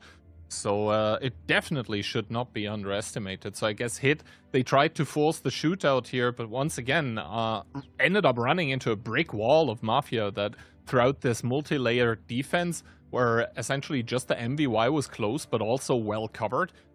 Hit had to completely sacrifice Monster to get the MVY out of the game, and after that, you know, the second BZ75 in that same approach was also killed because he was kind of low after, you know, killing the MVY. So essentially it was a 2-for-1 trade for Mafia at the end of the day, and this leads us exactly to the scoreline here, 3-0. 3-0 is well deserved at the end of the day for Mafia. They have been playing a astonishing amount, or a good amount of World of Tanks, and they are performing, going good repushes, but especially what's bringing them across the finish line right now is the openings. I feel like 2 out of the 3 battles we just witnessed are won on opening. Cliff 2 won on opening because of CS50B on lower side. This game won on opening to have all of those tanks aiming at the cap, doing some damage. Quick shooting tanks as well with mini strikes I think is perfect for this because they are able to kill the buildings so quickly. So I feel like it's kind of won on opening as well. Good strategic preparation is half the battle, right? Absolutely, and it feels like Mafia, they're just reading what Hit is doing right now. If you're saying like lost on opening, on the other side, on the flip side of the coin, you could see say Mafia is just, you know, winning on opening, and then of course both teams, but especially Mafia right now, are demonstrating that they do have the player skill that once they get an advantage, they're not going to let go of it. And I think this is kind of how Hit are right now trying to dig themselves out of this hole, is like very aggressive openings to try and get the advantage, but Mafia are just too well prepared. Yeah, so far Mafia has shown they really want that #1 position, and it's looking like they will get it as well. But it's not over. Yeah, I mean, for me, it is kind of a weird thing to see because, well, for you it's good. You bought the Mafia bundle, if I recall correctly. Well, guess which one I bought. Yeah, well, you know, Kian, next season, just ask me which bundle I'm getting. I just do the same, you know? Mm-hmm. That way we're either happy to get it or sad to get it. Yeah, I mean, so far I have been sad all 3 seasons, is all I can say. But well, maybe this season is going to be the wow, that was deep, you know, like oppressed sadness boiling up right there for a second. Pepe hands. Anyway, though, Hit and Run, they are not looking too happy today either, at least so far. Quadruple BZ, so they're not giving up on the idea of these tanks together with a 140, an STRV, and Ketsai with his comfort pick of the T100. Mafia in return, 113, double BZ, 97, W50M and a 140. Kihan, the 113. Yeah, I don't like it. And I've been a hater for essentially like 10 years. Wow. Straight. What? Wow.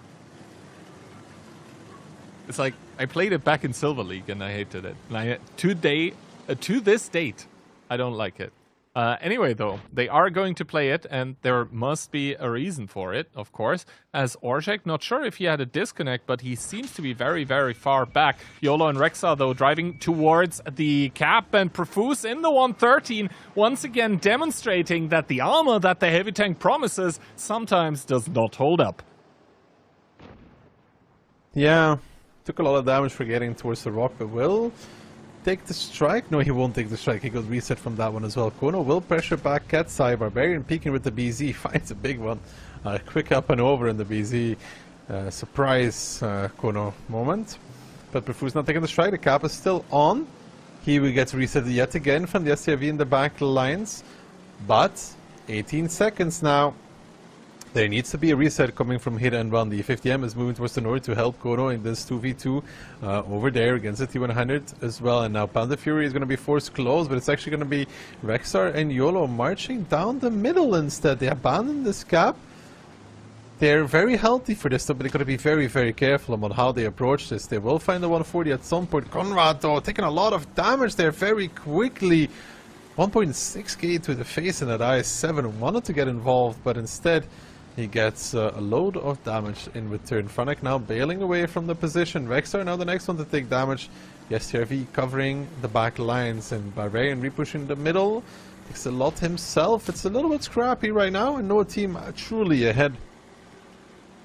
I mean, you could argue that Hit and Run currently are ahead at least a little bit when it comes to the HP, as Rexar takes another one in the middle of the map. YOLO trading it out with Barbarian here, who does have the HP disadvantage, but DJ and Pansfury from the back lines are looking for some shots, are not going to get the connections, at least not the penetrating ones, as Orzhek also arrives to start DPMing down on towards Barbarian. DJ and Pansfury coming in, but Barbarian has already fallen, and it seems like he cannot get up. Orzhek now behind the rock as well, able to stay safe. So I feel like the SRV is actually having a pretty good impact on this battle, because Hit and Run is up 4,000 HP. Yusek now driving to the open as well. The strike coming in as well to pick off YOLO just about below the 450 marker, and Hit and Run come back in and start cleaning up. Mafia trying what Hit and Run tried, trying to execute it in a bit of a different way, but the result is going to remain the same. Nonetheless, it's going to be a Hit and Run victory on San River, and I'm actually very curious to see how much the STRV was able to contribute. I mean, we will definitely see in the post-game stats, but yeah, Hit and Run, finally a breath of fresh air in this matchup here. They're going to take their first round on San River from East, nonetheless, and so now, I mean, the question is, was it down to the 113, or was it just down to the calls that Mafia made that were, well, losing them HP left, right, and center, not only on Profus, I think it was trying to take the strike. I don't think we can really blame the 113 for this. I would like to. Really good damage from the SRV, though. Yeah, Monster coming out with 5.3k, and I think that's always the problem with picking the SRV is, do you get it into the fight? Is it able to contribute? And I think here we were able to see that it was definitely able to do that. Ketsai as well with 2,000 assists was probably able to keep Profuse perma-spotted in the middle of the map as well. And yeah, Kono top damage, but at the end of the day, it just felt like Mafia, after the initial opening, where they put a lot of pressure on towards Hit and Run with the cap attempt, after that, as soon as Hit was able to kind of, you know, check the cap pressure, Mafia seemed like kind of headless, right? With pushing in towards the middle, trying to push the dried out riverbed, but driving into crossfire again and again. So, yeah, good for Hit. And, I mean, Mafia, they get another try at the match point. I mean, they had a few spare key, you know, so they could make an attempt and see if it sticks, and it didn't end up working out, but not in danger yet, you know. Even if they lose the next one, it's okay.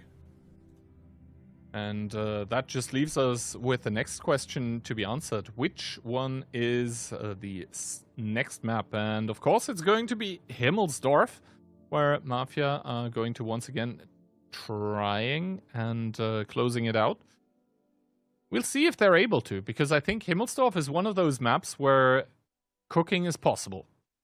Yeah, for sure. There's a lot of possibilities in what can happen, but mainly I think we see cap plays, right? Towards the cap or along the 1-2-3 line.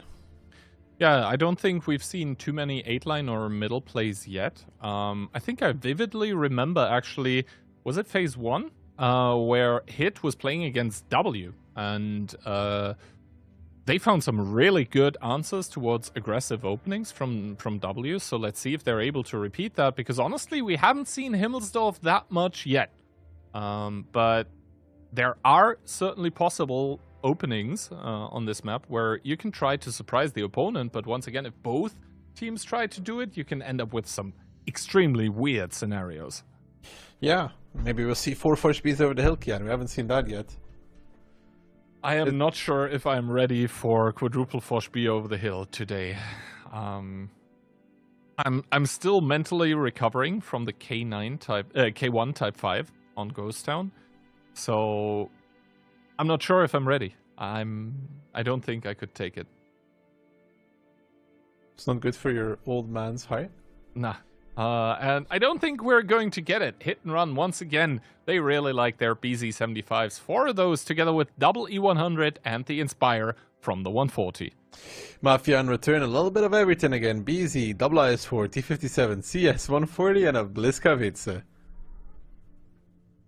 So, Hit and Run really coming out with those single shooters and the absolute sustain in the fight. Whereas Mafia, they do have that one little autoloader of the T57. I don't mind it personally. One of those in the mix, you can really punish some tanks with that 1600 Alpha in the clip. And also the Bliskavice, I don't mind it personally because you just get so much DPM. First of all, though, Hit and Run opening up with the triple BZ in towards the middle of the map. T-Sec and Fronic covering the 2 and 3 line, and the double E100 marching down the 3 as well, as the triple BZ finally has been spotted, but they don't really have anything to jump upon right now. Pansfury also abandoning the info tower.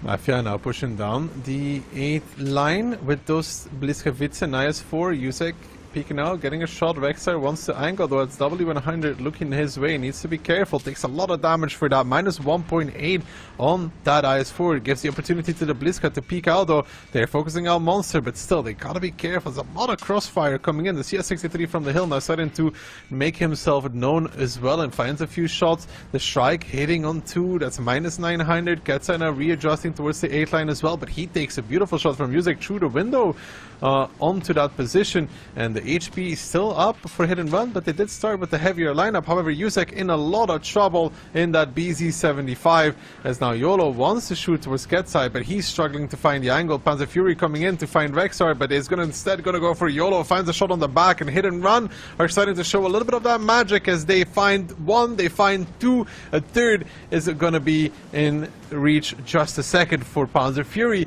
and after that it's looking like they're going to put 1 more on the board at the very least. Yeah, Rexar trying to stay alive, but it's not going to happen against Pansfury, as now Barbarian T-Sec are doubling up against Conrad here. It is 7 versus 4 guns. You also see so many heals still available on the lineup of Hit and Run. They're not really able to use all of them effectively right now, just because they're all so charged up. And Fronic indeed charging as well, just at the opponents, trying to hit Conrad through the window. And Hit and Run, they go down 0-3 against Mafia, but now they're starting to close the distance. They're going to get the second one on the board, and for Mafia, the alarm bells should be ringing for winning the match.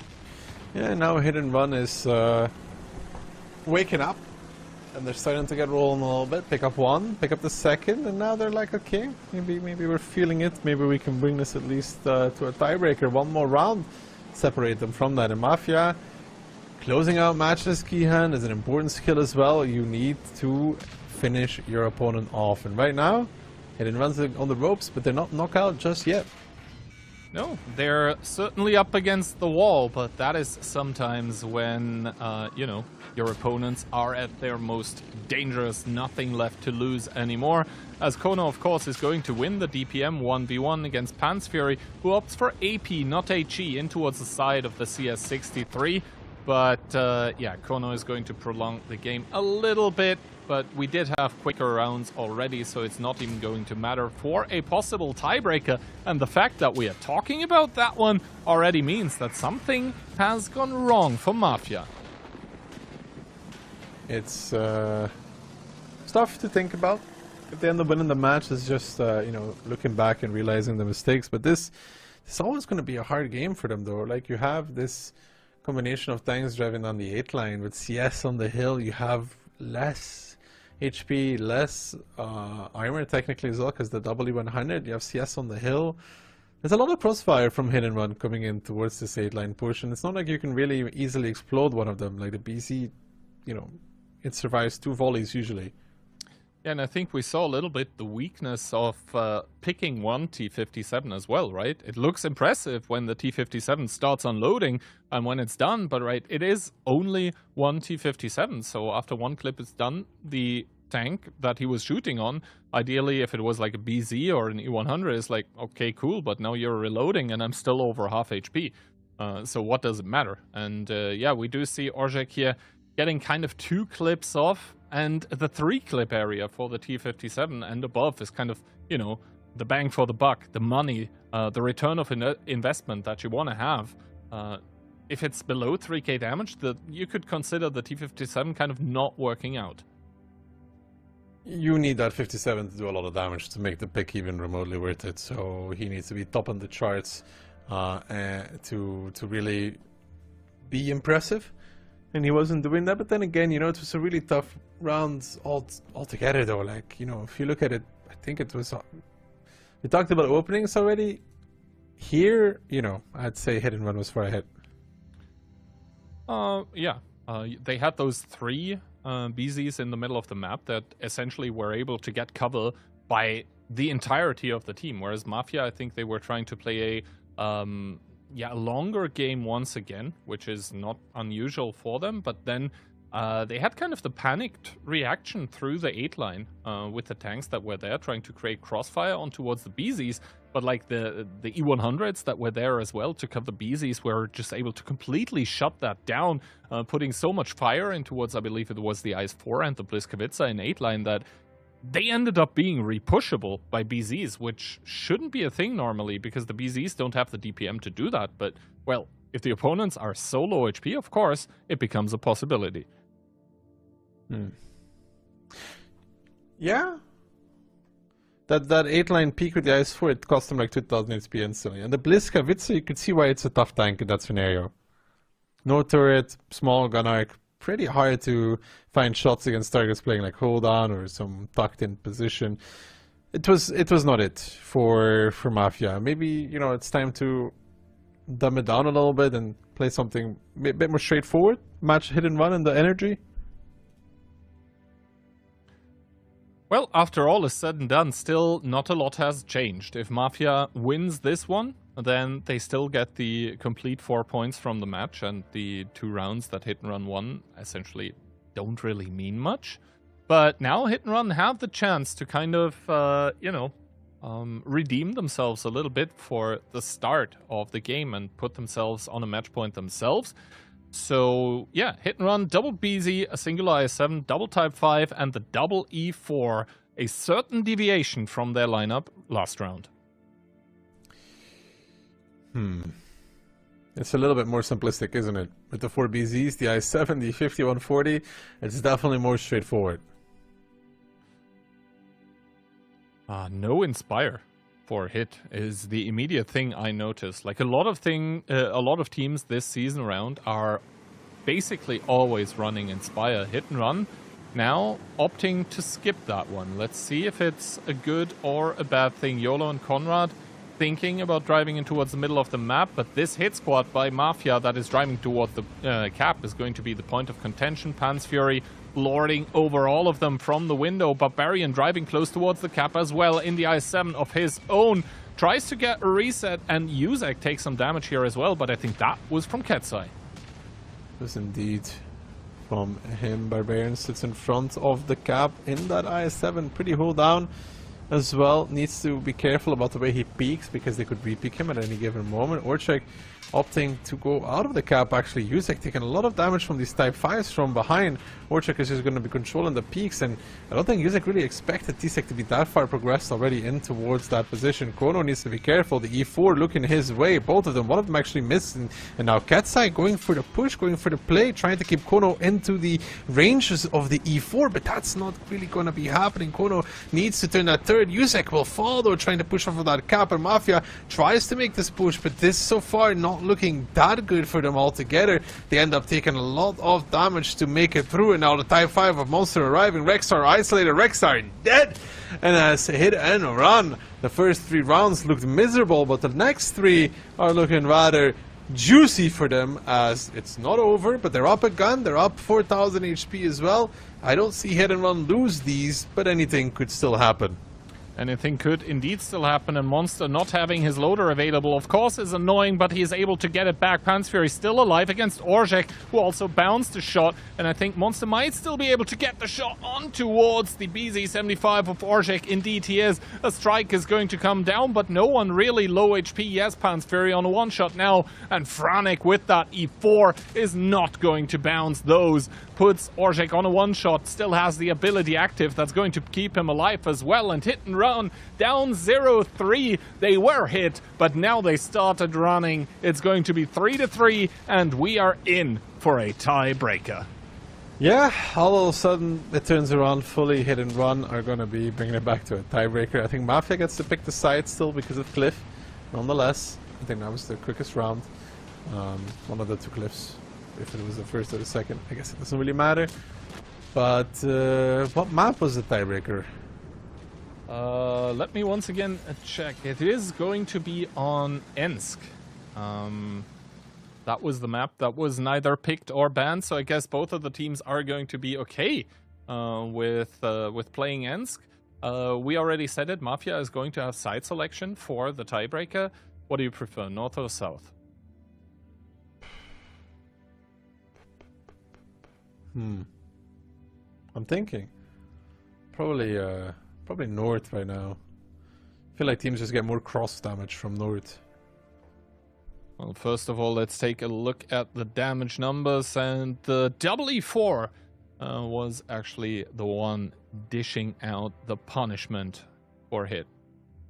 Yeah, double Type 5 as well. I mean, the Type 5 is just such a great tank on small maps like, for example, Himmelsdorf, especially if you utilize it like, for example, Monster did. You could see he was really trying to shape the battlefield with his tank in a way that he was, you know, constantly providing screens and just shielding his low HP allies from the opponents. So basically just creating an isolated overmatch by just putting a mobile wall in the way of the enemy tanks that were covering. So shout out to him for that round. But yeah, hit, they start clapping back against Mafia. So all of the three maps that we watched before are not really going to matter. It's all down to this single round of Ensk that is going to make the difference between those two teams. And it's also going to be determining who is the sole place one on the leaderboard. Doesn't matter that either team is losing a point here. I don't think it matters terribly. Because the thing is, it doesn't matter if you win 3 or 4 points here, you are more than 4 points away from cashback. Because right now they were 2 away. With 1 additional point, they are 3 away. But with 3 additional points, they are 5 away. Yeah, I mean more for the team in second. And the team that picks up 1 point. I mean, in theory, then, if cashback only wins the next match in tiebreaker and you lose, then you would be even. But, well, first of all, these two teams that we see right now, Hit and Mafia, they haven't looked like they're in a, you know, particularly charitable mood to be giving away matches to other teams. So even the assumption that they are going to lose other ones, it's a pretty big one to make. But first of all, the question is which one of those two teams here is getting the victory, actually. And I've said it before, I'll say it again. Hit and run against Mafia, if it goes to tiebreaker, usually it's Hit winning. But usually it's Mentos doing something crazy in the tiebreaker to pull them across the finish line. He's no longer with them, so I think Mafia wins it 4-3. Ooh, Mafia winning it 4-3. You just say that because your prediction is done anyway. I still have money on it, right? Yeah, I've noticed you're starting to catch up a little bit. Maybe, I mean, not really. Let's see. So you had what is it? You had 24 points. He doesn't even care about his own prediction. He just wants mine to be wrong. No. No. I thought you predicted, but you know, it doesn't really matter. So you were 4 points behind. You lost 1 point there, so you were 5 points behind. Then you were 4 points again behind. Today you'll be 2 points behind if you get this one right, actually. I see how it is. I mean, you just gotta, you know, lure people into a wrong sense of safety that the prediction game is won or lost already, and then you super. Yeah, you've been doing that really good across 3 seasons. Well, for this to come through, though, I guess Hit, first of all, have to bring home this round. And, I mean, if you go down 0-3, then you must be feeling kind of bad. But if then you come back to go to tiebreaker, it must feel pretty good. So the question is Mafia able to cope with the pressure that Hit is now putting on? It's a good question. Kehan doesn't believe in the odds of Mafia winning this. He seems to be firmly on the hit and run team. And you know what? It's understandable. I still think it's a 50-50, to be honest. I mean, hit and run does have the momentum advantage. Can they convert that into a round? They'll try. They'll try it with an IS-7, a Type, a 140, a Fush B, and triple E4. And for Mafia, in return, they are trying to break this streak of rounds that they've now been losing, and they're doing so with an IS-4, an IS-7, a 140, a Fush B, and triple E4 as well. No E3s at all anymore, by the way, on Ensk. Those used to be pretty popular in some of the past seasons, but nowadays people just going for the turreted version. So, hit and run playing from the north.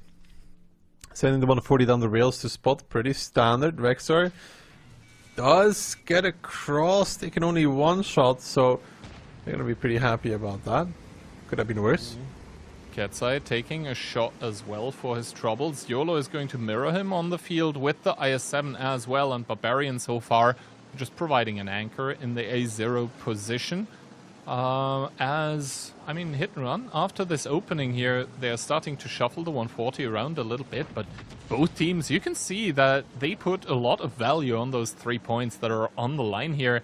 No aggressive openings by either of them. Franek readjusting to B1. He does have support coming his way in the form of an E4. The Type pretty close as well. Kono's waiting at J1. He's not going to get outspotted. He's just waiting for the information tower. But it's a slow and methodical start from both of these teams, but Mafia definitely the one sitting back a little bit more though. Oh, and Rexar was just blinding, so he's unable to punish this move over the E-line that Hit and Run are making here right now. A bit of an unfortunate timing for the player in the IS-4, as Hit and Run have now started revealing their cards, and this means that Mafia are starting to reshuffle the tanks that they have available. E4 being rotated towards the city here. T-Sec with a swing and a miss against Rexar. But they're still very far back, Toki. Like, that's the general approach from Mafia so far. It seems to be very, very back, waiting for a potential move from Hit and Run and trying to work off of the information. That's why they're also falling back instead of trying to pressure out the field. But you gotta be really careful when you play like that though, because one bad position and it's minus a tank. Mafia also starting to creep up in the city as T-Sec sees Kono. Kono activating the ability to not take damage, but as T-Sec only took off the track, that's not really going to matter. Pan's Fury and Yuzek starting to trade it, but Yuzek had the damage reduction ability available, so the Juggernaut is going to make him take less damage. Hit and Run having a lot of information now, starting to push up DJ on the 5 line as Orzhek takes a big one. Rexar now finding a shot into him as well, I think from Monster. So we can take a look at the HP real quick.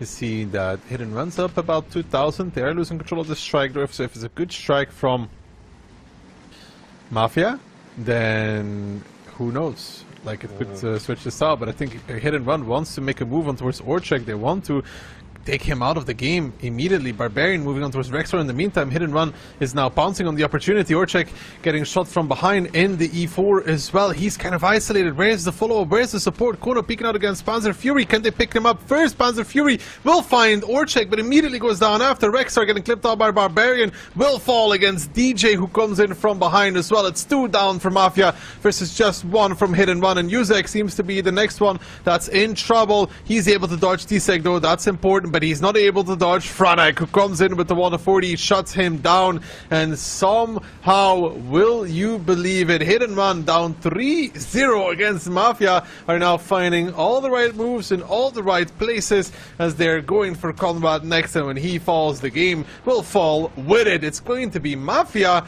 to lose out against Hit and Run, who will be a solo first after today. Absolutely, and Hit and Run doing all of this off the back of a great rotation with the Foshby as well. Remember, he started off with the opening in A0, but all of a sudden he is in the thick of it in the city, able to pull out the clutches where it's needed. And yeah, Hit and Run and Mafia, whenever it goes to tiebreaker, somehow Hit and Run with the better end. Mafia once again defeated over the maximum amount of distance. Well, it proves how close these teams are to each other. After all, a good reset from Hit and Run to bring it back into this. Gihan probably delighted with this result. I don't mind it, certainly, and there are 7 more people who are also not going to mind it. Those are the players on the Hit lineup here who reward themselves with a full-on remontada against the Polish brothers of Mafia. Yeah, 4-3. How many points were you behind, I said? I think it was like 3 or 4, so now it should be 1 less because I believe you predicted 4-2 for Hit, so you're also going to get 1. But yeah. True. So not able to close the distance completely, but first of all, here are going to be the battle results for this tiebreaker here, where once again Hit have the better end. And I mean, Hit and tiebreakers, it's starting to become a developing story, right? Think back to, for example, last WCI. I think Hit had like 4 or 5 matches with tiebreakers in a row, one as well. Before that, they had the battle for China against Mafia, where they also won in tiebreakers. So, but thinking about it though, at the same time, I was wondering about that one point, right? It does make a difference though as well still for the first battle, because Hit and Run only was able to beat Mafia in a tiebreaker. They're 3 points ahead of Mafia, right? Which means if Hit drops a match and Mafia doesn't, all of a sudden Mafia is back in first. I mean, Hit doesn't really look particularly sure, but you matches, gotta think about the possibility, right? You gotta think like it can happen. It could. Then again, if Hit wins, or sorry, if Hit cleanly loses another match and Mafia takes it in tiebreaker, then all of a sudden Hit has the direct comparison victory, so they are still ahead. But yeah, of course, that is all a lot of theoretical jibber jabber about a team that very, very certainly is looking to put themselves in towards the upper bracket finals of the playoffs. But for now, let's head over towards some replay, and after that, we'll be back with more AMD OLS Season 4 action. Take it away.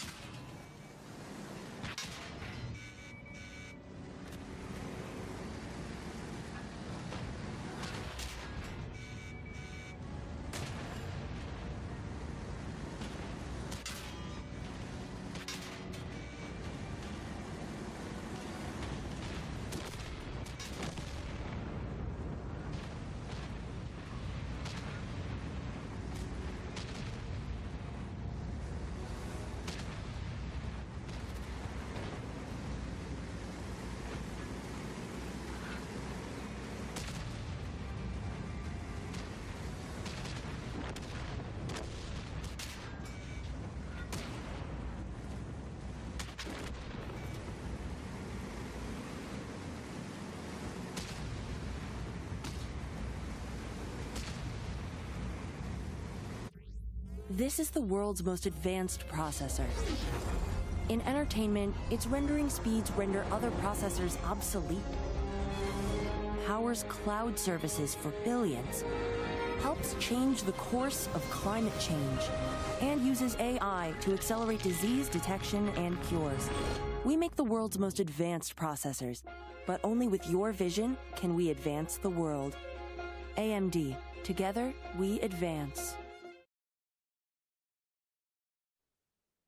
Hello gamers, and welcome back to the Onslaught Legends Series Season 4, sponsored by AMD. Now more probably highlight match of the day. Maybe, but the last one is already a pretty big highlight, right? And I'd just like to point out, along with Kian, I did manage to fortunately get that sneak that prediction in. But it really was such a 50-50 matchup. But when I was predicting it, ultimately it just came down to the fact that I just think Hit and Run's a more clutch team. So that's what decided it for me. And on this occasion, it proved to be correct. But enough of that. You are right. This match is way more important in terms of stakes than the previous one, even if it was the two top dogs fighting it out. Weekend against W, there's 1 point difference between both of these teams, and both of them have looked incredibly rocky. They've been on a rocky road into Phase 2. W more so in Phase 1. Weekend rode that high, and then they've been on the slow decline ever since then. But neither of them look likely to beat the top 3. No, and yeah, the last match was indeed probably the highlight of the day in terms of like gameplay potential, but this one for the standings, if we can win this, I mean, they would put themselves so far ahead of W, which is crazy because they're back-to-back champions, right? Yeah, but if we put a twist on that, you can go all the way back to Season 1. W was, I think, the 5th place team there. Then they went from 5th to first twice, and they could potentially go back to 5th again. So that's quite an interesting trajectory for that team. The turbulent times. Kano against Squeezy, 2 star players for their teams. Both the Inspire players, most of the time. Main tank being the 140. Squeezy's pen rate is actually a fair bit better. It's 10% better, but this is over quite a large number of games, right? Saying Squeezy is just better? I mean, he might be baiting more because the win rate is 46%, but obviously that's the team's win rate overall, so maybe he's just making sure he connects the shots better in the end game. Kano could just be doing more blind shots, Yeah, could be the case. I mean, maybe. No, it's pen rate though, so it would be shots that actually hit. Anyway, 47 to 53. It's pretty close percentage as the last one, right? Yes, that was roughly the same as well. Yeah, somewhere in this line, indeed. Yeah, I mean, community doesn't really look like they know which way they want or think this one's gonna go. Just slightly giving the edge to W, which is what the line of thinking that I'm on as well. But maybe the map will help us make our decisions.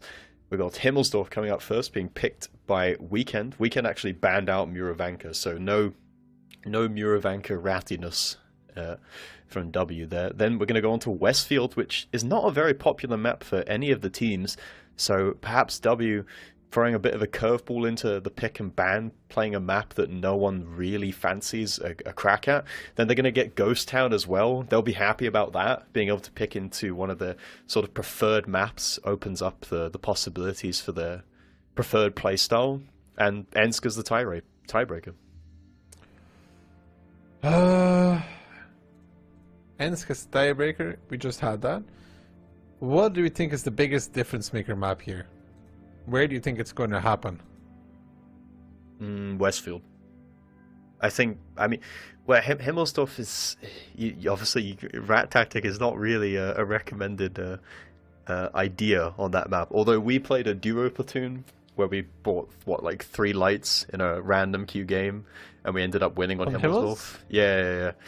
That was an interesting experience, but I don't think that W would be able to get away with something like that. Why not?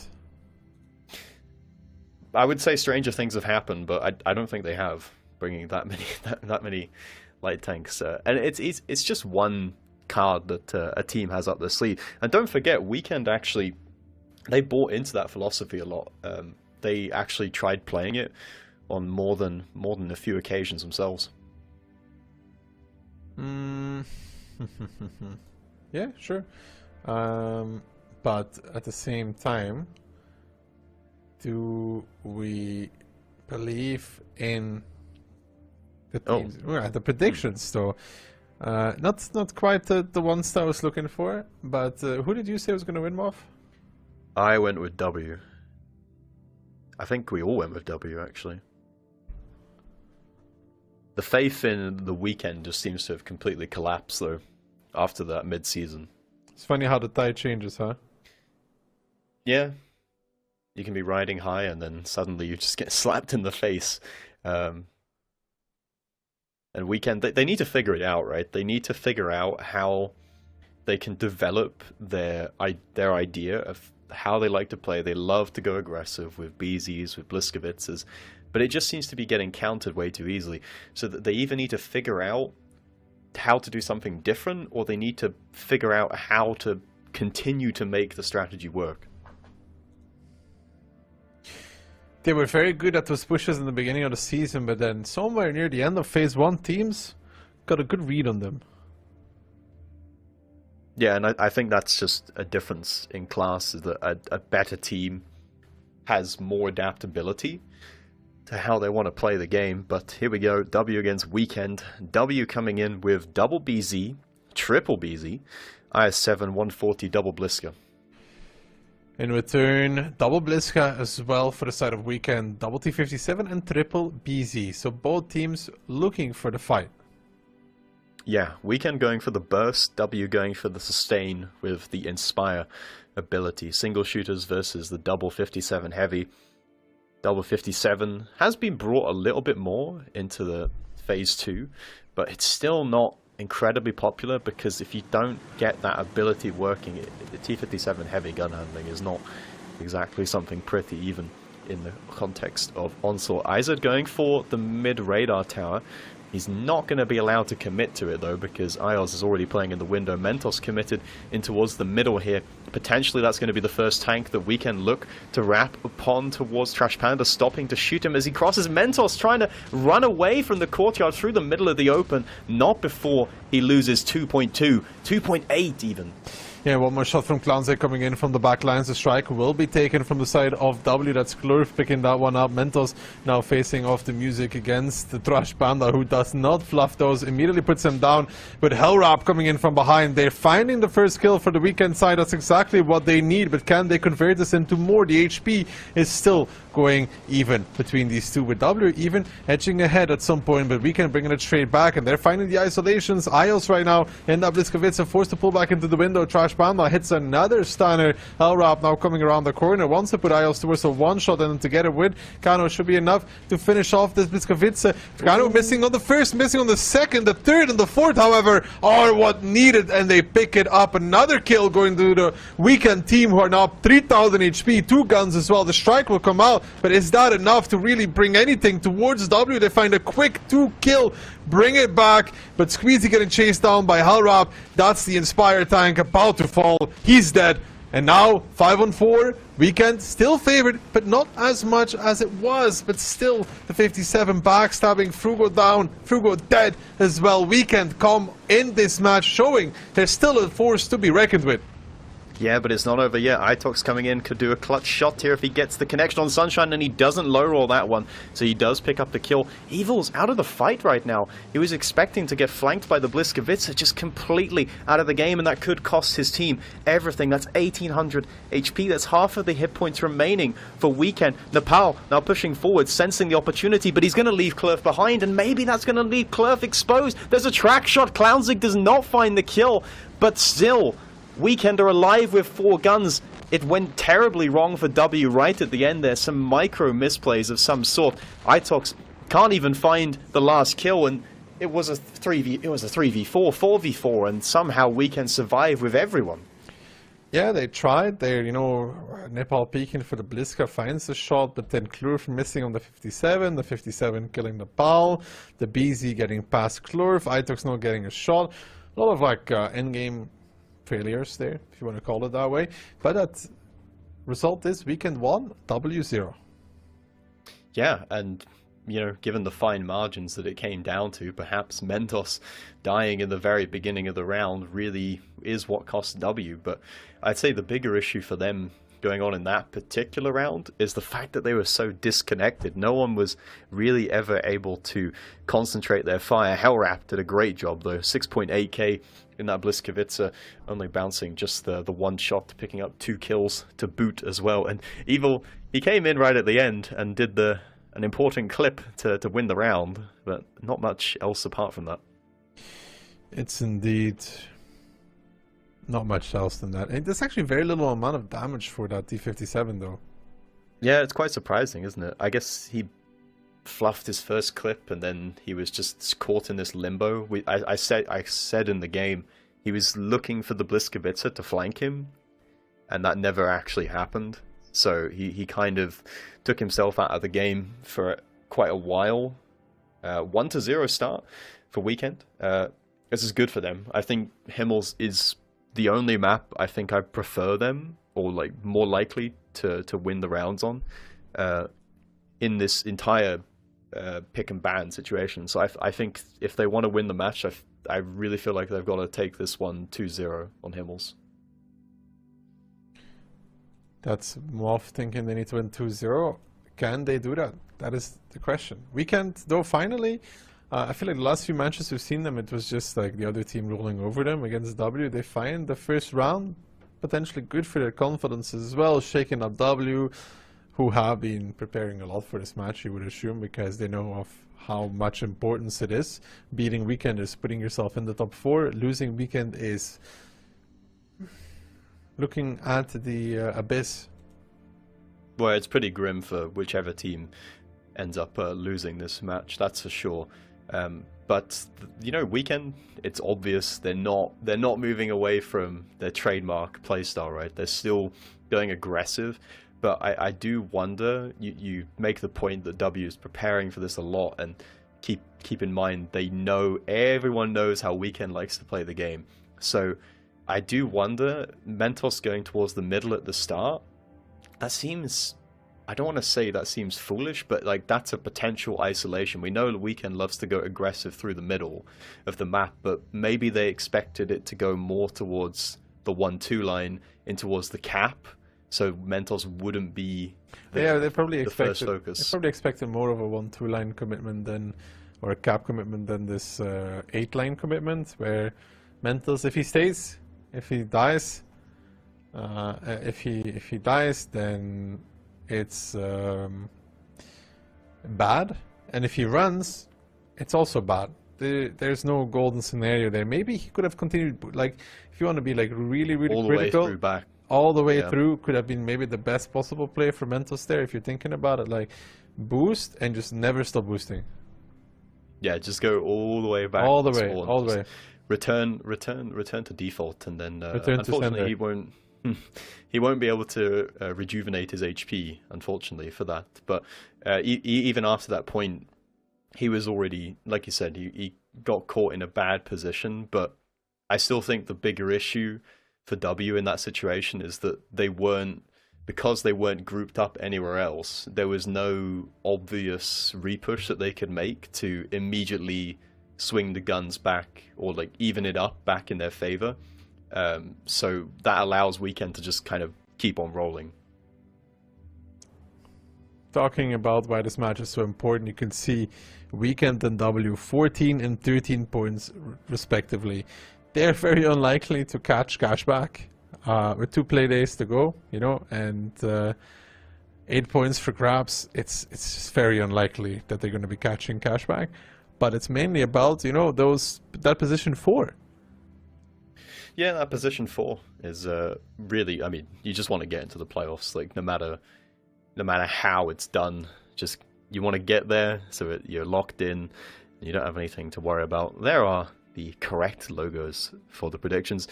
No surprise though, we are still all going for W, and only Kihan thinks it's going to be like extremely close, predicting tiebreaker. But I mean, we're already in a bit of trouble if we can pick up the second rounder. No, we're perfectly on schedule then. Maybe. I mean, I said already, I think Westfield and Ghost Town favors W, so they could very well 4-0 that, but this is not the championship form of the W from the two previous seasons. But like then again, saying championship form, they were definitely not in championship form in those play. Yeah, even in season 2 and 3, they only really like pull it together right at the end. So it's never really been a team that dominates their opposition. Can they do it? Question remains. Weekend. Easy. Double 57. Double type 5. An E50M. And a Bliskovice. W bringing triple BZ, IS7, E50M, 140, and a Bliskovice of their own. Weekend again opting to not go for the Inspire tank. Kano does not get to play his trademark 140 that he's had so much success with earlier in the season. They don't think it's necessary. It is interesting though, because that 140, that Inspire in general, it's very, very good for the brawl. Yeah, but we saw Hit and Run do that as well. They played without the Inspire, and that worked perfectly for them. On this very map, in fact, as W goes straight into the cap, triple cap underway, and at the moment, Weekend, they don't really have anyone in position to do something about this. They're going to have to push into the courtyard, capture that mid-strike, not before Itox gives them a passing shot of damage. The hill is being taken by Kano in his E50M, but he's going to take quite some time to get up there.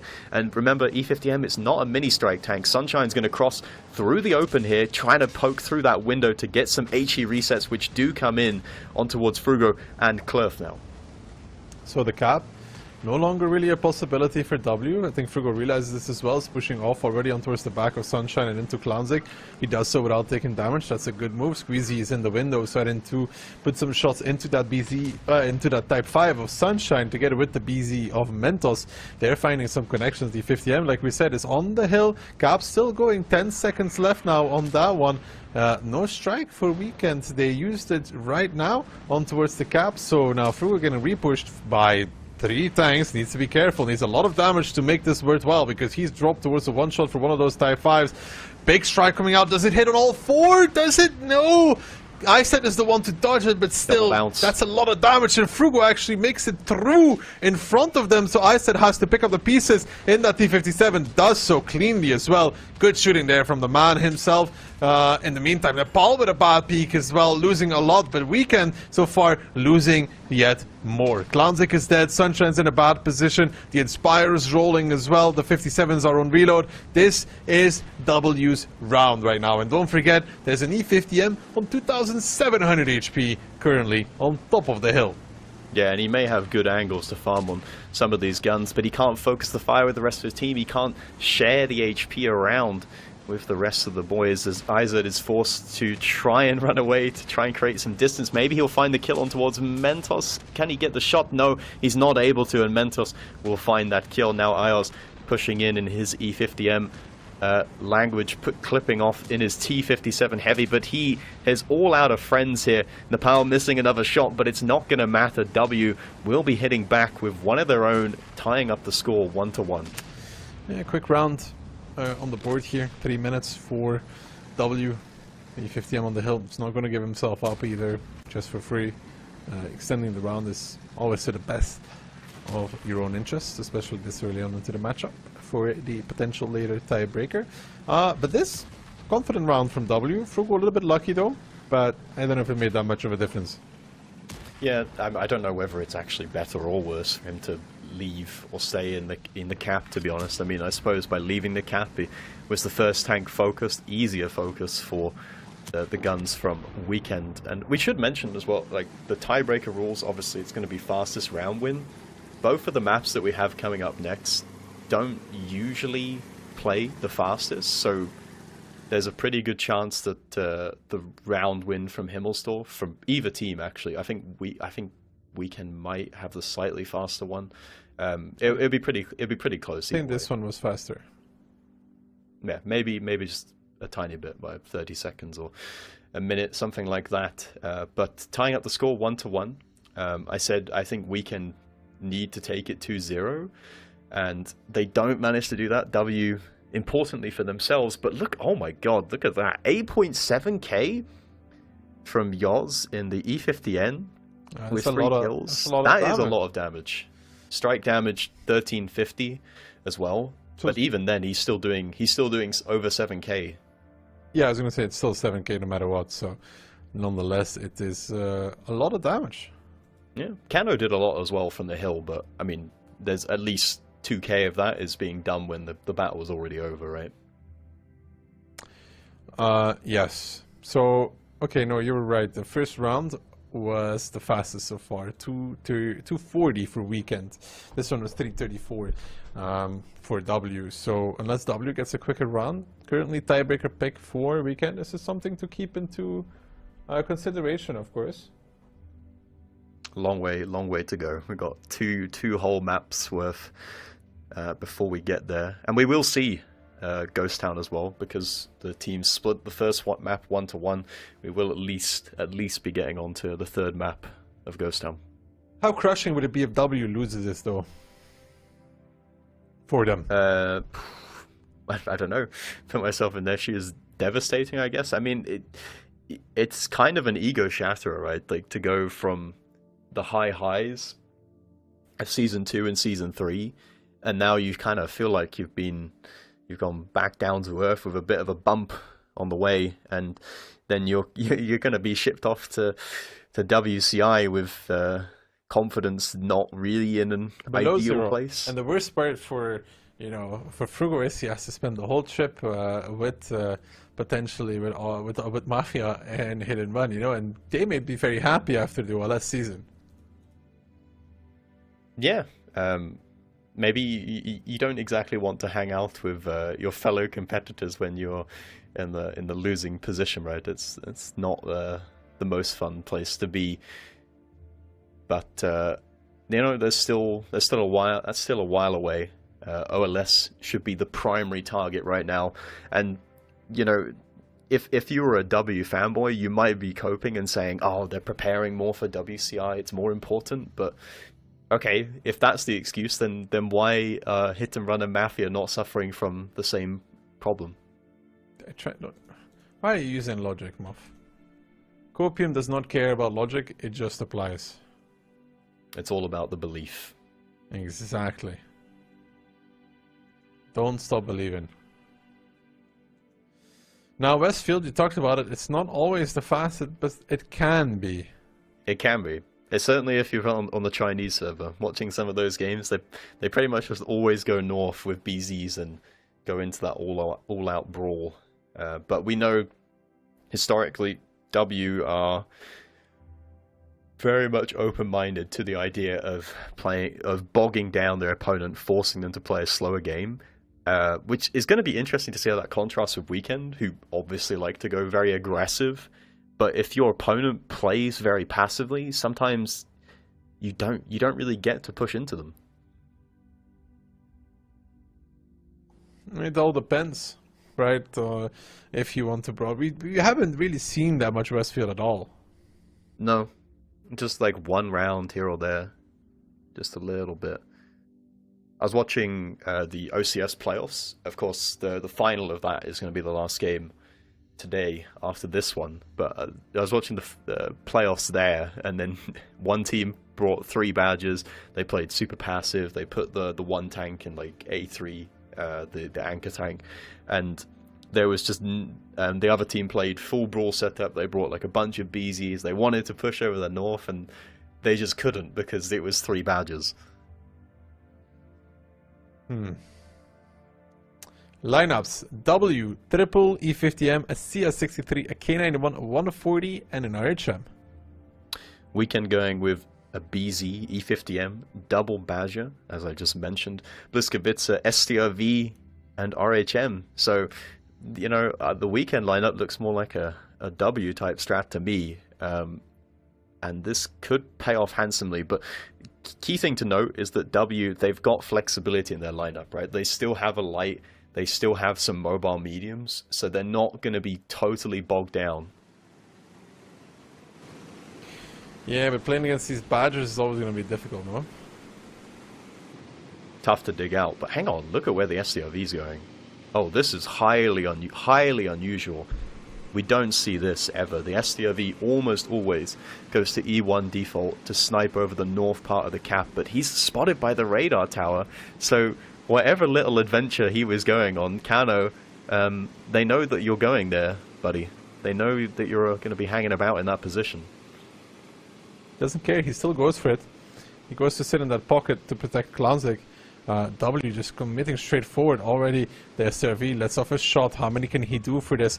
The second one about to come out potentially. That's another one there. 530 on towards Frugo. Now he's put it out in the SRV. Starting to get peppered by those shots from the back lines, by the E50Ms, planing out as well. He's not really trading it as off that well. He's hit 2 shots so far. The plane disappears. Kloof has another one though. Itox on the lower side. And now Weekend is relocating though. They're keeping his SRV alive, and Itox, I think he's gone a little too far in that E50M, pushing alongside the buildings. They want to pick up the SRV, but has this been a bait all along? Has this been exactly what Weekend wanted as they find Itox's first one? Frugo, the team captain, they're still trying to shoot this SCRV, and he's still not dead. Klur from the K-line trying to protect the overpeaks against Frugo, but the SCRV still alive. Another plane is what they need. He's spotted once more. 598. He gets spotted out. Finally, the SCRV falls, but look at Klur in return. He's not getting up from that one either. He's dead. The dreams from W on Westfield 1 are shattered as well, as we can keep that SCRV alive for so very, very long. Oh, it works out perfectly. Kano, just the ultimate bait. They even knew that he was there, but they still wanted to force it because W so desperately want control, the south control of the map, to get the surround on their opponent, and they try to force the engagement, and it does not pay off even slightly. IOL's now just wasting a bit more time. We said Westfield possibly going to be a slower paced game, but if they can get these final 2 kills in decent time, this is probably going to be the quickest round that we've seen so far today. Nepal is the only one to support Yoz now in the K91. He's on full HP. Strikes come in. That's going to delay just a little bit of time as Nepal looks to farm some late game damage here. But talk about that SDRV position. It's not known for being a tank, a very healthy tank, and trying to anchor these positions, but he holds on for so long. And most importantly, he baits them into really bad positions on that lower end, like H3, H4. It's not very good for them, and they end up losing, and it's 2-1 for Weekend on Westfield. Yeah, they put it all in to try and kill that one SDRV, and they lose it all. Itox, like you said, committed a little bit too far, and then he ended up being crossfired not just by the SDRV, but he was getting shot from the little pocket above in the back of the turret. It's actually Evil who comes top damage in the Badger, surprisingly, for his team. But there's Kano doing 3.9, and it works out beautifully. I mean, how much did he bounce? I didn't see that. If we could go back, that would be so very lovely, but I'm not sure. Oh, we are going to be able... They only blocked 2 shots, but yeah, I guess... No. Non-penetrating hits, got to count those in as well. So 4 shots in total. Some of them might hit the track, but they're still, they don't count as a bounce damage. So if we assume that's like 4 shots from the E50, that's like 1600. Yeah, and, especially in a competitive match, like that makes all the difference, right? Because he could just go, the 1600 block damage, he could just get deleted immediately, and then W might actually be able to make something happen in that round. But Weekend pick it up. They steal a point from their opponent's map with a sort of WS kind of strategy. I mean, W is always the team that's sort of gained a reputation for cooking up something highly unorthodox, highly unusual, but I just love the fact that Kano commits to it. I mean, it must be a planned idea, right? Because taking the radar tower is pretty common. They weren't in any sort of position to prevent that. So I love that they plan that he's going to go there, even in spite of the fact that he would get spotted. Yeah, he was spotted. The scary factor is if you get replay driving there. Klurv didn't opt for that. He could have hit it. I don't know whether it could have been the timing as well. I mean, we'd have to watch it back to see exactly where the guns are, like whether they would even get. They would blast them crossing. So maybe they mistakenly thought that they could just kill him quite easily, and that ended up not being the case. Well, it's 2-1 for Weekend. They win the next one. It's match point, and it's. I don't want to be a doom thinker, Moff, but I think then it's not happening for W this season. Great for Weekend though, and this is just the sort of resurgence that they needed, right? They needed this kind of this mental bounce. It's not over yet, but like you have to admit, from this match to the last one that we saw, I think they lost 4-0, clean sweeped, absolutely wiped the floor with by Mafia. This is like way better. It looks more competitive, but is that because W's not as good? You know, they're not a top team anymore. Well, they've always been a playoff teams though, Moff, but first they have to get to the playoffs. They're going to try and do that with a bad double CS, triple CS, a Forge B, an STRV, and an RHM. Weekend going with triple BZ, E50M, 140 Bliska, RHM. So still, you know, triple BZ, very aggressive, want to push into your opponent, but I like the adjustment that they have flexibility. They're not locking themselves into playing for North or locking themselves into just going for a straight up push. They still have Sunshine in the light as a fallback. Split from both teams. Sometimes north, sometimes middle, but look where the STLV's going. Yeah, he's also going tree line straight. But they have a lot of CSs though, a lot of mini strikes as well, a lot of potential to fight. 140 is opting to take the information tower. Be huge for Weekend if he was able to take it. Be really huge actually for them, because they got all the info, they see all the rats dispersing between the buildings, trying to stay safe, running away and moving towards the K line.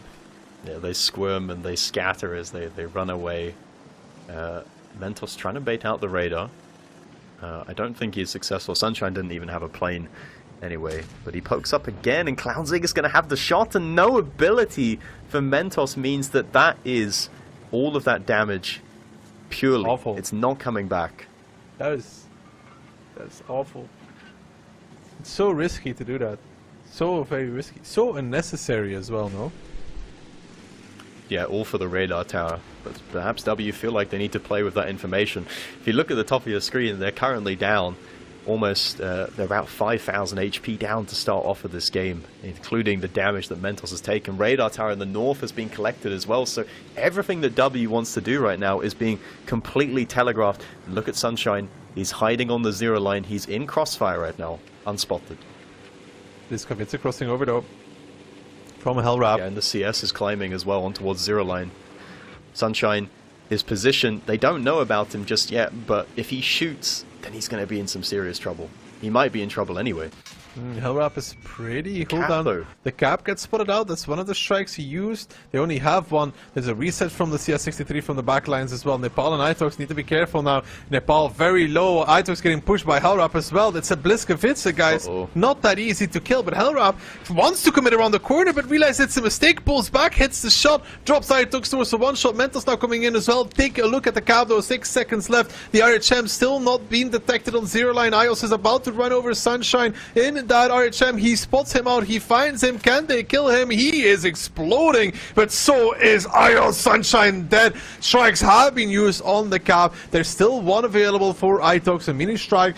The plane will be used on towards that cap, and now there needs to be a reset from Frugo, from Itox with the mini strike. Can they get it? Klurv might need to do it, but he doesn't want to in the RHM. Where is the reset? 1 second, they miss, and Weekend caps it out.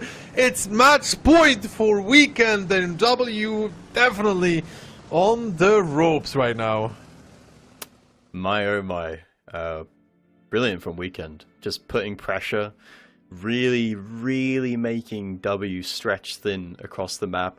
Really just putting the pressure on, putting to the test just like how good they are with their positioning and communication to make a rat tactic work. And they just put pressure in all the right places to just stop it from happening. They force W to make a bad trade for every move they want to make. I mean, damage, there's not much to talk about. No, it's not particularly relevant. I think the best thing that Sunshine did was not shoot, to be honest. That's definitely high impact. The fact that he didn't shoot for so long, they didn't know exactly where he was. And then eventually when they did push him, Yoz had to sacrifice his life for it, right? An entire tank just for the RHM. And that matters as well, actually. Wait, oh no, sorry, I was thinking Yoz was playing an RHM. I was going to say they kill the light, which means that they can't play in the cap, but that is not going to be the case. Weekend, match point. W need to save two match points just to get us to tiebreaker on Ensk. Yeah, they need to win out on Ghost Town. And right now, I wouldn't want to be on their team speak. No, there's definitely going to be some disgruntled gamer noises coming out from that camp. But, you know, to be fair, if there was any map that they would be likely or more likely to get a 2-0 sweep on, it would be Ghost Town. But the confidence in this team, the name value that they had in the past, in the previous seasons, it's eroding. All of that like previous stock they built up, it's going down.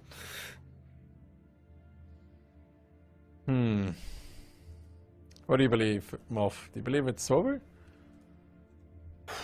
I don't want to count out a team like W, but I think it might just be. I think Weekend, they're not averse to playing a very light setup on this map either. And remember as well, the last time these two played in Phase 1, W only won the round on this map because Sunshine drove out in the open right at the end of the round.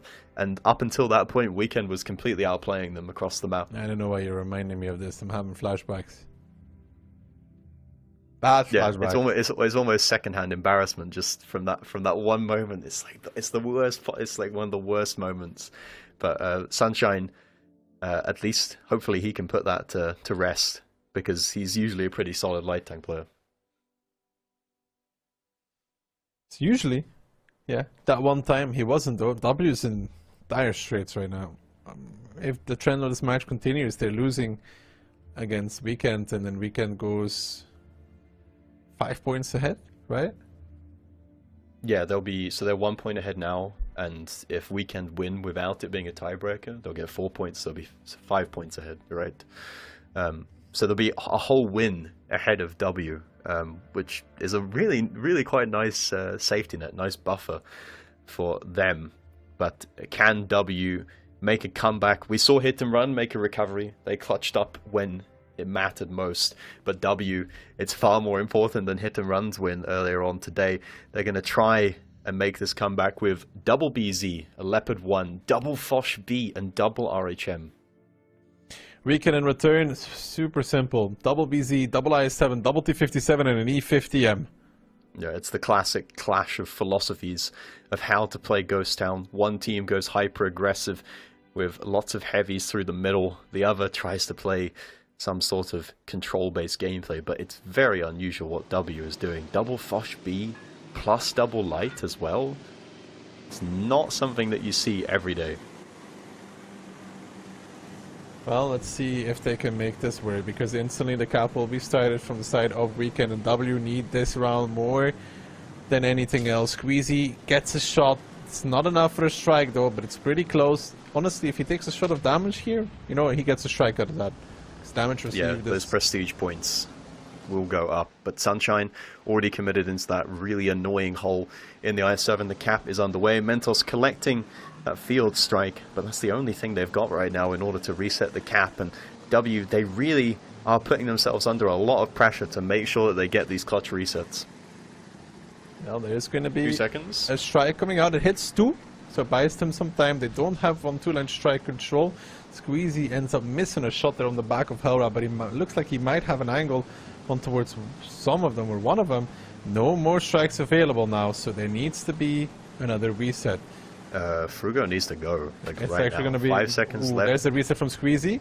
Gets a artillery strike out of it as well. Nepal activates the ability, starts clipping out as well. Is facing the music, taking some damage for that, but not that much. The resets are coming through, so maybe the Fush B is very good at that. You know, peak, pop ability, heal, reset. Yeah, that was very, very good ability timing.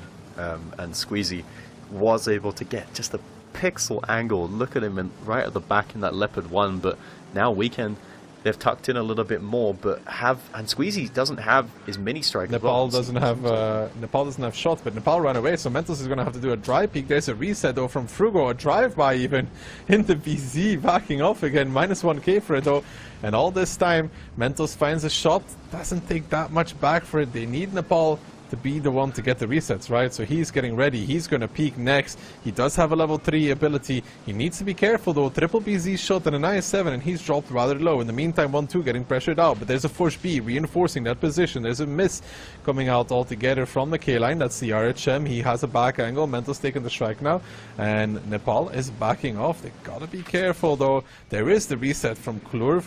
They're really doing a good management here of time, and Evil now realizes he's in trouble. There's a Fush B behind him. Ios will run. Evil will push, try to find the RHM, but Itox and Ios run into each other. Now Weekend in the meantime pushing off on towards Nepal, on towards Mentos. They're abandoning the scab. They're going for Frugo as well, who's boosting away on 1-2 line. Itox will win the fight together with Ios. That was a guarantee. Nepal now backing off with the ability, but him and Mentos are in a lot of trouble there. Nepal now trying to run, trying to go forward, jumping off the cliff, will escape, but they're going to keep focusing him down in that Fush B. You can run, but you cannot hide. He blows up, and Mentos the next one. After he falls, the HP will still be heavily favored for a Weekend, but can W in the meantime do damage from the back lines, pick up some strikes, pick up some objectives, and do not get caught with Squeezy, because look already, Clownstick and Hellrap, they're moving towards that Leopard 1. Yeah, it's all about how much time W can buy. Mentos just trying to stall it out for as long as possible, giving his light tanks the best possible opportunity, the rest of the guns, to try and clutch up in this game. But Weekend are making some quick moves across the map, and it looks like Squeezy is not going to be able to escape in that Leopard 1. He has been caught and found by Hellrap and Clownzig, as you rightly mentioned. Mentos still just alive in his BZ-75, but eventually Sunshine finds the kill. Squeezy still is caught in this position. Itox is covering, waiting in the Fosh B, waiting to clip out, and Hellrap goes for the peak, puts in a good one to Squeezy. Squeezy is on a knife edge right now, just dancing between the two, trying to hide both IZ. Itox is pushing, he's pushing in the Fosh B, and he could pick up both of these kills. He gets spotted out now. Hellrap, realizing what's coming, is lining up the shot. Itox, if he times the ability well, will heal most of his back. He pops it now. Hellrap and Clownstick don't have a choice to go for it. Itox is going to ram as well.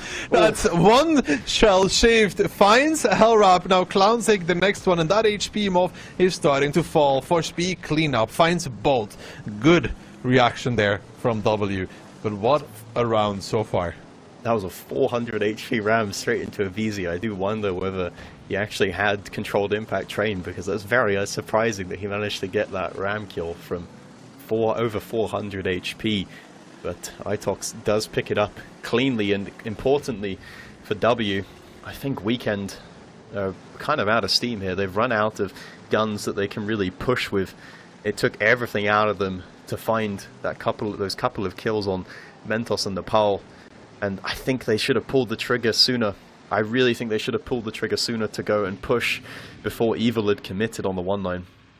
Yeah, now you can see 4 things left from Weekend, but they have no lights. I mean, they have less HP. It is over, isn't it? Basically. Yeah, basically. Like, you know, the HP is still close, and technically it's a 4 versus 5, but if you just look at the bigger picture, the type of guns that Weekend have available to them, they can't do anything. The only thing that's available is to cap, and W have plenty of options for resets. You know, the funny thing is, I think Nepal ran the wrong direction. Normally you'd say the French guy knows where to run away, but you know, he ran towards the strike. Wouldn't it technically be better for him to just pop ability and run towards the sea line? Because we saw him go. He's got buildings closer to him, so he could get behind them. Yeah, and force them out in the open towards the Leo. Oh, Hiles though gets spotted, and that's a misstep. He places the strike, but that is the strike. That is the primary way that W is relying. Itox still has a strike. They still have another one. You're right. Okay, but still, that's a cheap tank given away. IOS, it's almost becoming a bit too common that he's throwing away his light tanks by just trying to take away too much map control, taking things for granted, and gets called out by Kano in that T-57 Heavy, who's got 2 kills in the round so far. It's just a one-man cap at the moment with Sunshine, but if they can stack it with one more guy, then Itox, he's going to have to poke himself because they don't have a way to spot. Actually, Clerf uses the plane, so they will be able to reset that cap. Sunshine is the healthiest of the weekend tanks remaining so far. They would have very much liked to have used it on perhaps IZ instead, but resetting the cap is more important. I mean, if they had the second strike Moff, you know. Yeah, if only, but... If only. Weekend again, they're going to stack the cap now. They know the strike has been used. Glorf is far away though.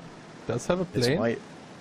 This might be their last opportunity, but Itox is still... He's going to be able to peak with tier 3 ability here. It just depends whether he gets blown up for this play. His gear, he's going now. IZ needs to poke out in his T-57 and activate ability. Itox, the damage is significant, but he just gets away. He's just about able to back off in time and start the heal cycle. Gets a couple of resets, a bit of damage. Now, Frugo's closing distance. Squeezy's flanking from the one line. Clerf is coming closer as well to get other reset angles. I mean, there is a tier 1 strike available for the side of Weekend. One of the 57s even driving off, wants to push away that Archam in the south, but look at Itox, he's back to 1.4 after that heal. Sunshine takes a big strike down towards a one-shot, 249, it's Squeezy. Moving on to the artillery strike on 1-2 line as well. Sunshine that to Klurf, and now we can really say the round is closing. Yeah, and Itox again holding on. IZ tries to go for a peek, but Itox was ready for that one. I think he even managed to poke just before the first phase of the ability, and he will clip out on towards Trash Panda. No one can stop him now. Clerf finds another kill on towards Kano, and finally W stabilizes, and they will eventually pick off the last remaining guns. Unbelievable. Was a very close round for a long time there in terms of the cap. It's always so like... It's so close, you know, in these scenarios, managing that cap. Yeah, it really is a fine line between genius gameplay and an absolute facepalm. And you know, it's surprising that they're so willing to keep playing in this fashion, because it's such a risky way for things to go down. You've just got to be communicating perfectly all the time. Who has what strikes? Okay, I'm going to plane this, I'm going to strike that, and you not only that, but you need to be accurate with the strikes as well. There's so much that can go wrong in so many different ways, but I still think that Weekend can win that if they just push a bit earlier and perhaps Evil doesn't get caught on the one line. Yeah, there's a few things there, right, that could have gone different, but I still think that, for example, Nepal was able to run away better than what he did as well. He ran towards the strike instead of running towards his team. Mentos is always dead. Just abandon him, no?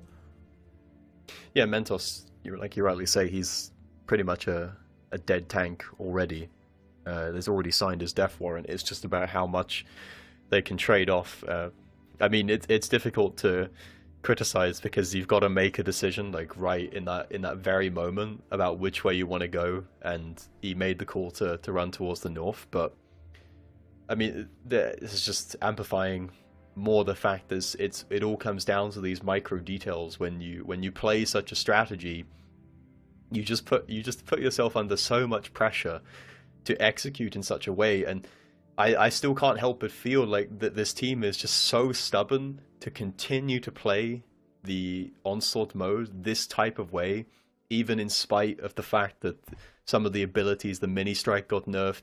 They really just still want to build their entire identity around, I mean, if this playstyle. Normally that's one shot from Squeezy would be enough, right? For in the beginning for a strike?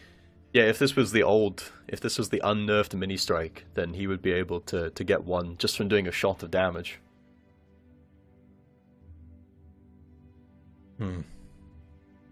Well, it's 3-2 now.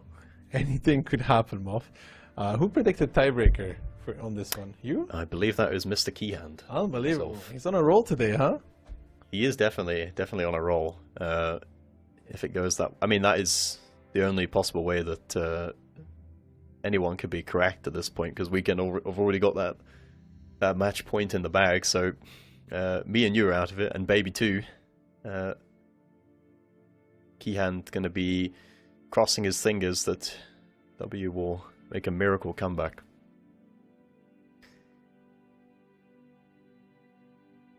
So, we saw one round of Ghost Time off. What do you think? Yeah, just more of the same. Why not? Do, I mean, do you think W has it now for the tiebreaker in them? No, I have no certainty of that whatsoever. But they're not going to do it again. It doesn't look like they're going to go for highly gamble strategy. They're going to go in with triple BZ, double IS7, a T57, and a 140. In return, 4 BZs, an IS7, an E50M, and a 140. Seems like a fight, Moff. Yep, heads up brawl in the middle of the map. Possibly going to be on the cards here, and W maybe counting on the fact that Weekend would make some sort of adjustment to like account for the way that they're playing, but Weekend, just as stubborn as W, sticking to their guns of how they want to set up in this fight. We've got 3 heavy tanks boosting towards the middle of the map to go in towards that cap circle, but are they going to call it off? They look like they wanted to go towards the outside, but they are in fact going to go in towards that cap. We've seen it so many times before. Triple tank already in. Good damage though initially on towards the W tanks by this side of Weekend. Flash Panda and Sunshine taking some back as well, but they have 1 2-line strike under control. Look at the 140 though on 0-line. Kano there. It's going to be so annoying for the W side. I mean, he's coming in slowly as well, but he's on the side. They don't have any strikes, so they need to reset. There is a BZ coming from behind. They realize that as well. Trash Panda gets the reset, but at what cost? Takes a lot from that. The BZ peeking gets a reset, but now when we look at the fight, Trash Panda down towards 943. The BZ from behind as well, getting clipped out by the T57 heavy. W trying to bring back that HP. 10 seconds left. Evil will be able to take the strike, but that one getting reset from the backlines as well. Itox instead of pushing off. They have 2 seconds left though. Is it going to be a cap out? I said, oh, he left. He left the cap for some mysterious reason. W wants to take the fight. They don't need no cap apparently. I said, had to peek anyways. Will go down towards a one-shot. Confusion along as W abandoned the cap for the fight instead, but even that one, they're currently winning, and this E50M on 1-2 line is so far away right now from the battle, from the engagement. Frugo shut down Trash Panda. He was low from the beginning of this round, and Itox, the man who left the cap, is the one to die on the W side, his very first one. And Evil trying to get into this fight. Still, I said, taking the strike as well could do something, but look at the damage from the T57. We talked about it. It's impressive in a short span of time, and the strike gets taken, but that one would need to hit a ton of tanks to make a real difference. It hits Ios and it hits Frugo, but it's still a 4-on-6, and Kano getting chased down, and the full HP 140 is not going to help it. And what else then a tiebreaker will be the result between W and Weekend. It's not all over just yet, but it's looking extremely likely. Yeah, Kano is not going to be able to escape in that 140. W will not allow it as he tries to get back around the corner. Actually, they will allow it, so it's still a 4v3 situation here, but there is absolutely no health remaining here for Weekend. It's just Evil in the cap. Kano cannot help him out. W, they've got such little HP remaining, but they've just got enough to get it over the line. That moment when Itox left the cap, I think he realized that there was going to be a reset at the last second anyway. There was a BZ. If he stays with Frugo, I think the cap. Well, maybe, but it's definitely not something to look back on when you end up winning the round regardless. And we will get our second tiebreaker of the day. It happened between Hit and Run and Mafia. Hit and Run clutched up in the end, and it's kind of a going a similar way right now. So Weekend gets to decide the side actually. The first Himmelsdorf game, you know, the fact he let Kano escape is the difference between picking the side and not picking the side. Because they won this last ghost round in 2 minutes and 45 seconds. they lost the Himmels in 2 minutes and 40 seconds. Well, fine margins. Fine margins will be the deciding factor. And Weekend do have the side pick. I think it's Enska's the tiebreaker map, right? So if we were to make a prediction as to which side that Weekend want to take, do you think they're going for south or north? North, I guess, for the better crossing damage still. Well, I think they were going to go for north because I think they might go for an old reliable Bliss. They pick south. Okay, so never mind that. But I thought they're gonna. Still think they're gonna go for like an old reliable BZs plus Bliskovitzes and try and go for a decisive push. Stick to what they know. I don't know. I have no clue who's gonna win out here. No. As long as just so long as we don't see W bringing a 5 type 5 strategy, HP Pinata through the middle, yeah, I think it's anybody's game. But if I asked you right now, who do you think is going to win? Oh god, I don't know, dude. I'll say W, because my original prediction was that they would still win this match, so I'm going to stick with that. And you know, there is some logic in the fact that Weekend, they've been in like a couple of these situations where they look a bit shaky and they don't clutch up in certain rounds. So maybe W's the more clutch team when it counts, and that could favor them. I don't know. However, it's not over even after this match, Tomov, for neither team. They both need basically like a flawless record or both lose everything. Yeah, and this isn't a flawless record either. Because it's in tiebreaker, they only get 3 points for the win, right? So, if, let's just say that W did win this, they would only be going 1 ahead of Weekend, correct? Because the Weekend's 1 point ahead of them right now. Weekend would get 1 additional point for losing in tiebreaker. So W would they would jump ahead by just 1 point if they were to win this match, and Weekend would jump up to 17 if they won. Which would still, like, that would still put W within striking distance, because they'd get 1 more point as well for losing in tiebreakers. They go up to 14, which would still put them in the hunt within 3 points. So, like, you know, we said that this match could be quite decisive for both teams, but whichever outcome, it actually doesn't decide anything. However, W winning this would make it a lot closer. It would make those last 2 play days for both of the teams very interesting. It's not like W has the easiest run either. They're playing Mafia. I don't know who's the second team they're playing against anymore. Well, have you know, his interesting point. Have Weekend played against Yogurt yet? Because if Yogurt, we consider Yogurt to be the weakest of the bunch. Right? Let me see. So match day 11, Moff. Wait, am I watching the right thing? You tell me. Yeah, no, I am watching the right thing. Okay, so match day 11, it's Weekend versus Yogurt, right? And Hit and Run versus W. I know which team I'd rather be playing. Then on the match day 12, yeah, it's Weekend versus Hit and Run, and W versus Cashback. So I mean, I think we can both agree that Weekend still having Yogurt to play is a potential bag of points. I think the odds of Weekend winning one of the 2 matches is higher than W's odds of winning one of the 2 matches. You know? Yeah. I think we can both agree on that. At least statistically speaking. Yeah, but you know, Yogurt, they're not, you know, don't count them out. They like an upset win.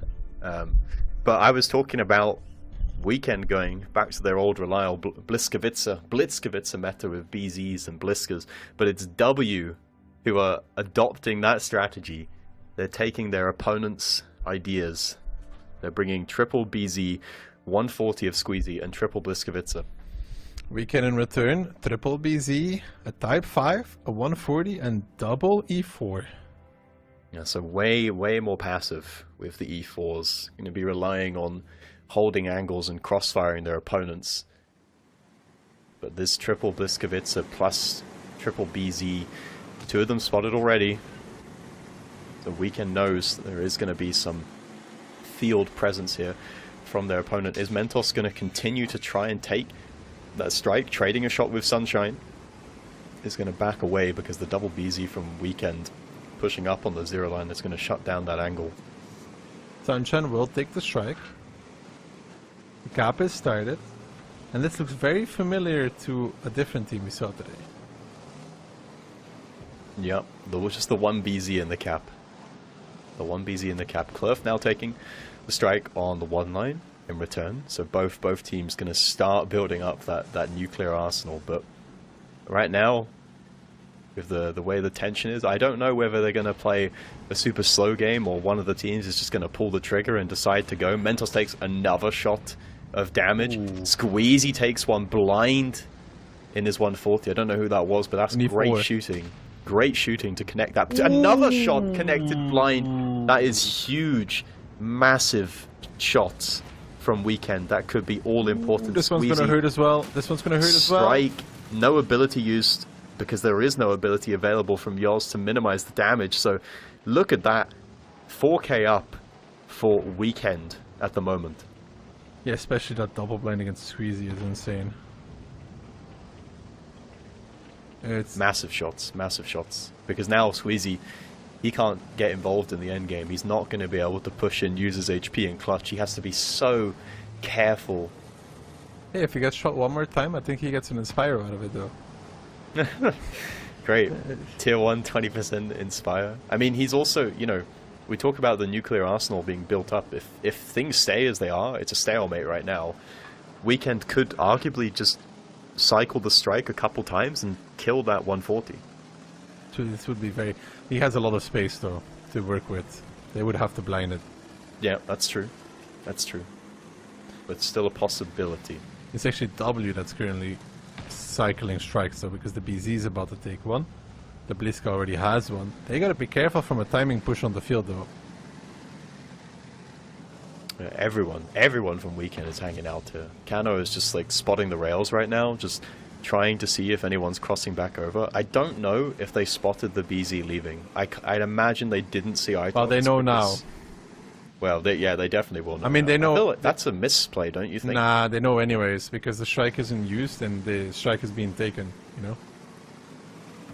Well, 2 tanks are known about, and the radar tower is used, so double W, if they didn't know already, now they have confirmed the positions of Weekend, and Weekend is still very passive here, and they've got to be careful not to like get completely surrounded. They don't want to get themselves closed in on. They're really giving up a lot of map control right now. I think they're already banking... Oof, big shot on against I said. Banking a bit too much on the... Mentos took one back as well though, on the fact that they're ahead in damage dealt. Maybe. I mean, they're just gonna have to be waiting for something to trigger them to push. But would them pushing be to their detriment though? Because W are all set up in these defensive positions. Sure, Mentos is low, Squeezy is low as well. If they went for that push, they could very well delete a couple of guns very quickly. Another strike on Mentos. That's going to put him into 2-shot range for those higher alpha set. 2 shots for the strike guns as well. 2 shots for the strike, no? No, 3 can count. Evil gets spotted out though. In the south, Klurv getting spotted out as well together with Kano. Itox and Klurv putting some pressure, putting on the surround, and is there a reaction here from Weekend? That's the question. I mean, what can Klurf and Itox really do though? Because they're just having their angles held by Evil. I don't know. I mean, you almost wonder, like, Weekend at this point, they could just send the double BZ back across. They could just go and repush Itox and Klurf right now. Lanzik takes 2 to the face though. There's another player, Hellrap, taking one. Oh my god, the damage. Ooh. I was gonna say W bringing it back closer by doing their number on the Type 5, but immediately Klurf takes like 3. And that is enough to... Ooh, Mentos is dead. Ah, he's gone. He's dead. And that could be critical, right? He's dead. He tries to boost away, but he won't. And that means that the kill advantage is with Weekend. So on tiebreaker rules, if things stay as they are, they will be winning, which means W are the ones that have to make a move. Strike in the field is open. Strike in the city is open, though. They have 2 available, but there's no good targets right now. Yeah, no one is low enough from Weekend. Everyone's up over at least 2k. Kano is the lowest in that 140, but he's also probably the least likely to be able to get hit by a strike. The fastest moving tank of the team. Itox is moving back towards the middle of the map, but it's obviously Klurf and Klurf and Itox that both have the strikes, and they're the only ones that can go and recollect it from the city. So they can't continue to build it up right now. Maybe Frugo's going to try and rotate back across the A line, and he is going to do that, but they are leaving the city, the field rather, incredibly weak. Well, might be a last-ditch effort for them, because Frugo taking the strike will give the information to Weekend, right? They will know everything there is to know. They'll know that there's 3 tanks out. Instead, though, Frugo starting the cap. Ooh, this is interesting. We didn't expect. I think they could have done this a long time ago and keep Mentos alive that way, though.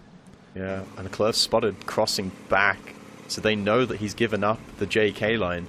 They know that they can re-pressure in towards their own spawn. So I don't know if this cap attempt is realistically going to happen. Sunshine does have a strike, but he will only be able to reset 1. Klurf is going to hold the south angle, but that little wagon there, I don't think he's spotting the cross actually either. Difficult. I don't know if he can spot through that. I don't think he spots them because of the wall. Well, Trash Panda's going now, and you're right. He doesn't see him at the moment. He does not see him. 13 seconds left on the cap. He spots him out now. Klurf puts in a good shot of damage. Activates ability as he tries to back away. Trash Panda misses the shot on the move. 5 seconds left on the cap. Strike comes in, and it is going to hit as well as the same time. Frugo takes a bit of damage. W still pushing in the north now, and there's a scuffle going on towards this 8 line. It's a sort of 2v2 going on right now. The Pals push forwards into that strike, fighting it off against Sunshine, but W are down 6,000 HP, Daki. They're down more than that. Frugo now dead altogether in the middle of the rails, and the play of dreams from W. They needed this win to really have some control over their own fate, but the way it went, the way Mentos died for free, absolutely nothing in return. A chasing game, and Weekend, when they needed the most, they come back swinging. Sure, it wasn't too pretty, but what matters most is the 3 points against their direct competition for that 4th place position. W is going to lose out and now are left with their own fate undecided. They need Weekend to slip up, or the back-to-back champion will not be making it to the playoffs of the OLS Season 4, sponsored by AMD. Weekend extremely happy, and W worrying times. Yeah, they're going to be in that pit of despair, but adulation for Weekend. This is a great win for them. Not just for the points, but also for their own confidence. They've really had a rough time of it as we moved into Phase 2 and at the back end of Phase 1. So this is a really important win for the morale and for the points. Yeah, for Weekend it's great. You know, they pick it up. It's great for us as well, Moff, because, you know, Kihan doesn't get it right. So small victories across the board. No, great stuff for Weekend. And we talked about the play days, Moff. Weekend has the easier road into a secure top 4. Yeah, they don't want to rest easy. They don't want to. All they have to do is beat Yogurt. Yep. That's all they gotta do. That's it. But sometimes, you know, if the task is simple and presented in front of you, maybe that's when you fumble the ball. Bro, it's so hard for W though, because listen, not only does Weekend only need to beat Yogurt, right? who, I mean, Yogurt is still going to be fighting because they might take top 5, you know, important slots. So Yogurt is not going to give it for free, sure. But let's say Weekend doesn't win against Yogurt, right? It's still counting on the fact, because Weekend is now 4 points ahead, but direct head-to-head win. Yeah, means that W needs to win both of their matches. Yep, head-to-head win. I mean, W needs to beat Hit and Run and Cashback, and they need Weekend to lose twice. Yeah, and on the form that we've seen, this iteration of W, it does not look likely at all that they would be able to achieve that feat. But you know, there's possibilities. Like, who knows? Anything could happen in these last few playdays.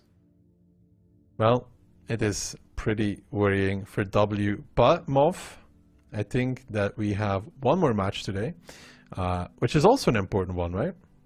Yeah, it's huge. I mean, it's the tier 2 of World of Tanks. It's going to be deciding a brand new, well, not a brand new team potentially, but the next team that's going to be in Season 5 of the OLS, the OCS playoffs, the final between CTR and Lotus. Sorry, almost forgot which team it was going to be there. CTR have been like really dominating in that lower division, but it you know, they don't want to fall at the final hurdle. This match is all important. The final hurdle is sometimes the hardest one. Will CTR be able to do it? I think we can all find out together after a little bit of replays.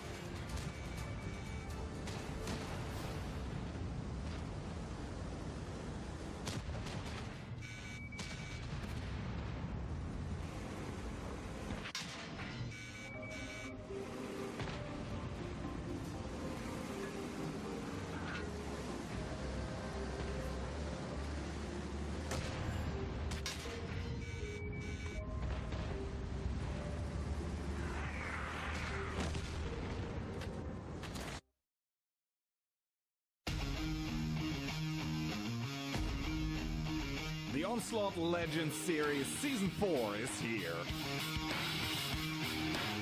But Liberty finds Jockey, and Katsai, the last one for his team, will not be able to pull the 1v3. Onslaught Legends Series champions will be Cashback. They do complete the Cinderella story. Finds Akka and its Twilight and Liberty left wondering because it's not going to be the Ukrainian team of Cashback. It's going to be W from the pits of hell coming through the lower bracket.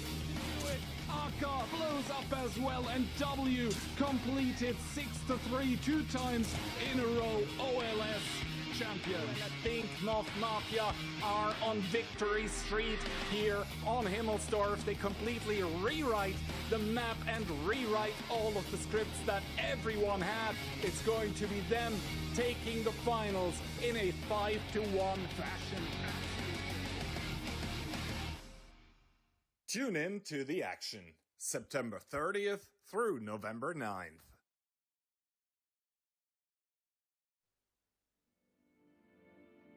Well, hello there, and welcome back to the last and final match of the day. First of all, we'll have to speak a little bit about what just happened, Domov. W losing in tiebreaker to Weekend. That actually has quite a lot of implications. Yeah. It definitely puts the former reigning champs, or two back-to-back reigning champs, in a very, very tough spot, a bit of a pickle. They did get just the 1 point from losing in tiebreaker, of course, which means they are still in the hunt. They are 3 points behind Weekend, their challengers, for that top 4 spot, and all importantly to get to those playoffs. But as me and Daki discussed, you know, Weekend, they've got the easier run-in. They've got potentially some better games, better opportunities to pick up the points. I mean, W no longer with their fate in their own hands. That's the big takeaway here. But there are two teams that definitely have their fate in their own hands, and it is the two teams that we are about to see. It is CTR versus Lotus, and there is a definite favorite here. CTR, they've already had 2 appearances on the past 2 Sunday streams, where basically they did end up winning Champions Rising 1 and 2. They were also top 1 by total OCS points, meaning they are coming in as the top seed of the OCS here. Meanwhile, Lotus had to win some matches yesterday to come into this spot. It is the Onslaught Champions Series Season 4 playoffs, and whoever wins this match is qualified for OLS Season 5. Yeah, Season 5. It's a big deal. A lot on the line for both of these teams. Getting into that Season 5 of the OLS is a pretty big deal. And what is also big is the percentage of people from the community that think that CTR are going to be running away with this one. 79, let's just make it 80% in favor of CTR. Lotus, I mean, people at home might be more familiar with Lotus as a name, given that it was a team that was actually in the OLS in Season 3 and played before. But the reality is, if you look at the players in the roster, it's not anywhere near the same team that used to be in OLS. No, a lot has changed since the Lotus times in OLS, but maybe they can be writing the start of their very own news story today. But of course, CTR are going to have a say in the matter. Just quick reminder for everyone, basically the OCS has 6 qualification tournaments, single elimination, and CTR won 5 of those. And this is what happened yesterday. A bunch of 5-2s. Collapse beating Crew, Lotus beating Jesters, and then Lotus stomping Collapse 5-2. So, yeah, this leaves us with Lotus to battle against CTR today. Yeah, and just for context, like CTR winning 5 out of 6 of the regular season playdays. They're open qualifiers for OCS, so anyone can sign up, but basically the equivalent of what they have done in OCS is what Hit and Run have done in the OLS, right? Hit and Run are top of the leaderboard. CTR did the exact same thing, and that's why you see that they didn't actually have to play through these quarterfinals. They didn't have to play through these semifinals. They just get to slot in. They are the final boss that Lotus managed to battle their way through. to play in the end. But as I've alluded to, and I said multiple times already, this match is everything. It does not matter one bit how you performed in the regular season, how many like regular season play days you managed to win. It's this or nothing. Well, it's not or nothing. The loser of this match will get to play in the relegation game, which is where they play against the 6th place team in the OLS, and then the winner of that still gets to qualify into Season 5. All right. Obviously, the easiest route to OLS Season 5 is just straight up winning this match, though. And because it is kind of important, it is not going to be a best of 7 like we just saw in the Phase 2 of the OLS. Instead, it is going to be a best of 9. And while, you know, the difference between 7 and 9 might not sound that big, it actually is quite a step up in terms of pace when you're playing such a match. Because, like, even if you're winning 2 maps straight, you still haven't won the match. You need to actually get to 5 points. And well, getting 5 points, that can be quite the journey. Yesterday, a lot of 5-2s, so quite the one-sided matches. What do you expect from today? I expect, and I predicted as well, CTR are going to win this convincingly. I put 5-2. The only thing that I think could potentially stop them in their tracks is if they get in their own head about it and worry. It's like, oh, it would be really bad if we were to lose this match. That's the only thing, like, mentally that I see stopping them in this matchup. Yeah, I mean, they have looked very convincing so far. Although I said they won 5 out of 6 qualifiers, you know, the one they actually did not win was the last one. So maybe the form is trending downwards. Key detail as well. Which team was it they lost to in the 6th qualifier, so they couldn't get to the final? I didn't check that far. Was Lotus. It actually Lotus? Oh, yep. No. They lost that 3. They lost it 3-1. So the earlier stages of each playday are like in a lower format, so it was best of 7. And Lotus actually managed to give them a bit of a bloody nose in that one. But here we go. The map pick and ban for the mini marathon best of 9 that we've got ahead of us. Westfield is going to be the first map that's picked by CTR. An interesting choice. Like with OLS teams, we said not many teams really want to pick into it so much. We did see that in the last match between Weekend and W, and Weekend pulled off quite a handsome 2-0 on that map. Then we're going to go on towards Ghost Town, also a map that we saw in the previous matchup. And then we're going to go on to Sand River, which is guaranteed because it's the best of 9. We will at the very least have 5 rounds of play. Pilsen, the 4th map, if we need it, and Cliff as a tiebreaker. Indeed, Pilsen, we didn't see it too much today, but earlier in the OLS season, we definitely got to see it. And yeah, Cliff has been played today as well already. But yeah, starting off on Westfield, we just saw a pretty, I would say, ingenious strategy by Weekend, really playing W like a fiddle there with that STRV. I think it is one of those strats that works exactly once, to be honest. And also it's quite the gamble, because like with the STRV, going there, you have a tank completely out of game. Imagine what happens if the other team is just pushing top. Then you end up looking kind of stupid, but it is a gamble and it worked. Yeah. Now, would it work again? I don't think so. That's the most important thing, that it worked. And, you know, there's all kinds of like different reactions and adjustments. It's not like that would be the only play that they have with an STIV. I still found it quite a unusual thing to do. Not just because we haven't seen it before, but just the fact that it was an STIV that you're willing to commit there. I wonder if the profile of the tank and the shape of the terrain in that little pocket means that the STIV can actually like hide decently well from anyone that's training their gun on towards it. Our predictions, well, they're pretty boring. Let's say that. We all went for 5-2, apart from Baby. He went 5-3. I mean, Baby's predictions today, I don't think he wants to really speak about them, so let's discard it and say everyone just went 5-2. And I think that is paying tribute to the way that CTR has been showing up during the OCS season. They just have been the team that's realistically been dominating, but they need to reconfirm that today. So let's see what we're gonna get. CTR, the favorites here in the matchup, opening up with triple BZ, a Type 5, an E50M, a 140, and an RHM. Meanwhile, Lotus are rocking a BZ75 Type 5 Heavy, E50M, double Badger, Bliskovitzer, and an RHM. Both teams playing with a light, which I want to say that's like standard practice, but there have been a couple of times where teams opt to play without a light. But I think it's just really important to have as an insurance policy, because you don't, if you play without that light and then you just get surrounded, there's really nowhere for you to go.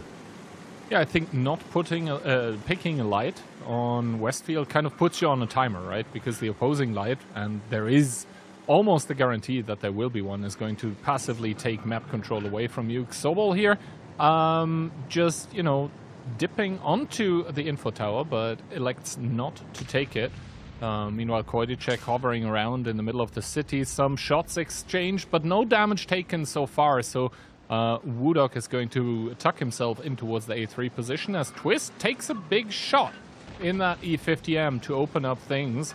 And yeah, Sokol, I think, trying to prepare the battlefield a little bit, is starting to destroy houses. Botjan's the same for him. Both teams kind of trying to shape the environment here. Yeah, just trying to destroy those buildings so they've got a clearer field of view, being able to snipe through into the little city. But I think we're in for the long haul in this one. I mean, given, just look how far away both of the RHMs from each other from a potential 1v1. I mean, even look at this, Bokians is turned away. He's actually committing friendly fire. He's shooting back on towards the fellow Badger. What he's doing is just knocking down some trees, but that doesn't seem to be helping Bosic, because he still gets shot by Woodog. I mean, cap has been started now, so CTRs, after a very slow start, are beginning to dial up the pressure a little bit. And, I mean, it might just end up working here, because Lotus so far has been unable to take any kind of artillery strike tower. Now, finally, Twist is going for the info. He was reset the earliest. Sokol also starting to pick up the strike. And the info once again gets denied, I think, on towards the E50M. Woodok, though, does take the northwestern info. So finally full information available as Lotus put Botjans in the Badger on the cap to halt that one for now. And Sokol once again attempting to take the artillery strike in the middle of the map. Twist again with the info tower attempt. Is it going to go through? He goes off again. I think he was trying to bait it out at that time, trying to bait out a plane, potentially from Koidicek, but Koidicek doesn't have a plane anyway. But of course, Twist isn't to know that, and really, the stalemate to the north isn't going to go anywhere, is it? So it could all very well come down to this RHM 1v1. They've got the exact same HP. They've both got that Bond HP boost on the tank. I wouldn't be surprised if it was HP, Low Noise, and Rammer between the pair of them, but you can see how passive Koidicek is, and you can see how passive Sobol is, because he doesn't want to... If you lose that first shot advantage in the RHM 1v1, that could be it, really. Radar finally gets collected by Twist, so information has been gained. And that is now a problem for Koidicek in the RHM, because of course Sobol is going to know where he can and cannot go, and you can also see the shift on the minimap now. The E50M of Lotus is moving up towards the artillery strike tower. So slow and methodical here, as Sokol also wants to pick the secondary artillery strike, and I think this time around he is going to succeed with his artillery strike secured, and that means also security against possible cap attempts from CTR, who are the only team so far to do damage. Yeah, there's no way a cap attempt is going to be underway right now when you've got Bokians anchoring that cap with the Badger. No options there. I mean, I suppose for Lotus, at the moment, they're just building up the strikes, which is, you know, if that continues, that's a pretty big advantage that they have, and CTR don't currently have access to. So if they can build up like 3 or 4 strikes, and CTR have none, eventually when a push comes in from either side, the strikes could make all the difference. Botjan's now starting to peek up a little bit in that Badger to just get more information as to the whereabouts of the CTR tanks. But yeah, so far I think it's fair to say that both CTR and Lotus are respecting both each other and the importance of the match. No one willing to commit to some kind of early mistake. I think, is what we are seeing at the moment here. A slow start to the match, but both teams are... yeah, I think Lotus is even going in towards a little bit of an advantage here right now. Never mind that. Twist taking a big hit once again for taking the info tower. That's going to net. Never mind, it's not going to net Koi to check another plane, but I think over time it should tick up as the middle artillery strike could be ripe for the taking as well. Yeah, and that's like about, what, 3,000 damage that's been done on towards Lotus with no response. Everyone on CTR is full HP. Everyone is full HP. Shot by Woodog here. And there's no retaliation either. Bosick doesn't even return fire on Woodog. Like, he must have a shot. He must have a shot on that BZ, but I guess he wasn't aiming, wasn't prepared for it, and that is almost 4,000 HP of damage with no response. And you could see Botchans now was ready for the peak, but as there was no damage being dealt, I guess that Woodog was just not exposing too much. The only thing that's going for Lotus right now is that they're building up this arsenal of strikes, but if you check the minimap, then basically CTR are very far spread out, and I think Lotus, as time goes on, are probably going to look for maybe the pickup on towards a single tank somewhere to win this way, because damage dealt is just not favoring them. No, and, you know, maybe you do have triple strike, but triple strike is really only compensating for the damage that you've already taken. You've lost every single trade at this point in the match, and triple strike, it's very nice. It's definitely not a bad thing to have, but given that everyone from CTR is full HP, how much impact can it really have? Let's see. I mean, Lotus now reshuffling the tanks a little bit, only leaving the RHM in the south of the map, and basically concentrating the forces in the north, where, let's be real, CTR have also been reinforcing the RHM. Why CTR finally has a plane available to himself as well, as Crazy War sniffing it out a little bit, and I think Lotus are getting ready for the push in the north here. Oh, Woodog this time around not so lucky, immediately taking 1,100 damage, and the aggression is starting by the team of Lotus, boosting over, sending the Bliskowitz towards the pocket here, reinforcing that with strikes, but oh, Jordan is taking so much damage for that. Yeah, he's going on a solo quest as well. No one's going with him. Jordan's completely alone, and he's dead. He's gone. He's out of the round. Woodog, he's not getting focused by Jordan. Jordan kept pushing past. Now Philip is getting crossfired as well. The double medium from the back lines is sniping, supporting Woodog in his 1v1. And now Lotus, this repush, this is not working out for them as CTR look to push back across, back into their opposition. They need to be careful because they do have the double medium in the back lines. That's a lot of HP that's out of the fight right now. And now 3 BZs bunching up at this singular point of contention that is called Philip. Meanwhile, the RHMs have found each other in that 1v1. Not sure who's currently ahead there, but who is ahead in the tanks is certainly CTR. 7 versus 5 right now, and they're looking to maybe pick up Philip as well in that BZ-75. Poopa now peeking the lower side as the RHMs are still dead even on HP, but So-Called taking 1,700 damage. Botchans as well. I think CTR are edging out ahead, double the HP. Botchans picked up too. Yeah, and they realize they still don't actually need to push. They're just waiting for their opponent, the poor Badger, to drive in. Koidasek should be winning that 1v1. Just one HE shell will do the job, but it looks like he's run out of HE, but he'll still have the advantage there. Not that it matters one bit. Still 7 guns alive for CTR, and the push from Lotus did not work. No, and I am not entirely sure what went on with the communication there, because, to be honest, Lotus had a lot of time to prepare for this push and, like, think out everything, like who's supposed to go where.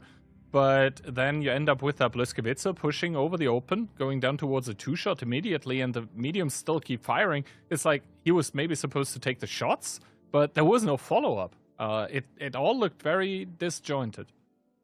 Yeah, but if we look at it another way, if Jordan did focus his gun on towards Woodog, turn towards the left-hand side, maybe they would get Woodog, but Jordan would still be completely exposed to a crossfire from everyone else, so like regardless of who he focused, he's still gonna get deleted there.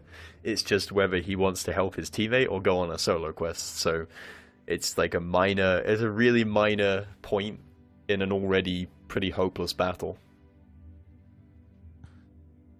And so this is going to mean that the supposed favorites of CTR are going to pick up the first round of the match here. And, well, it seemed kind of tense at some points in time, but I think CTR, they were just very well positioned.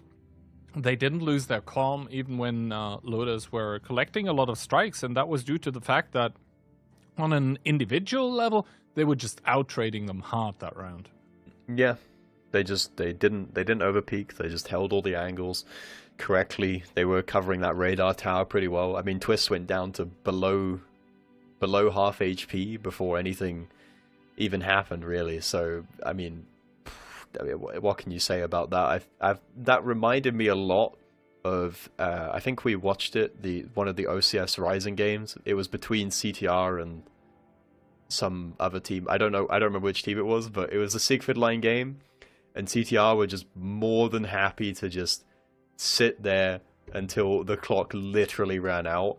And, you know, as much as that's the guys at home would probably not exactly want to watch a 10-minute stalemate, you can't begrudge a team for playing that way if it's the best possible outcome. And it is the best possible outcome here for CTR, who net themselves the first round, right? Like, if you're ahead, why would you Why would I do anything? Why would you do anything that could end up being a mistake, right? Because oftentimes, like, being like proactive, especially in Onslaught with all the neutral objectives, is a good thing. But in matches like this, not necessarily so.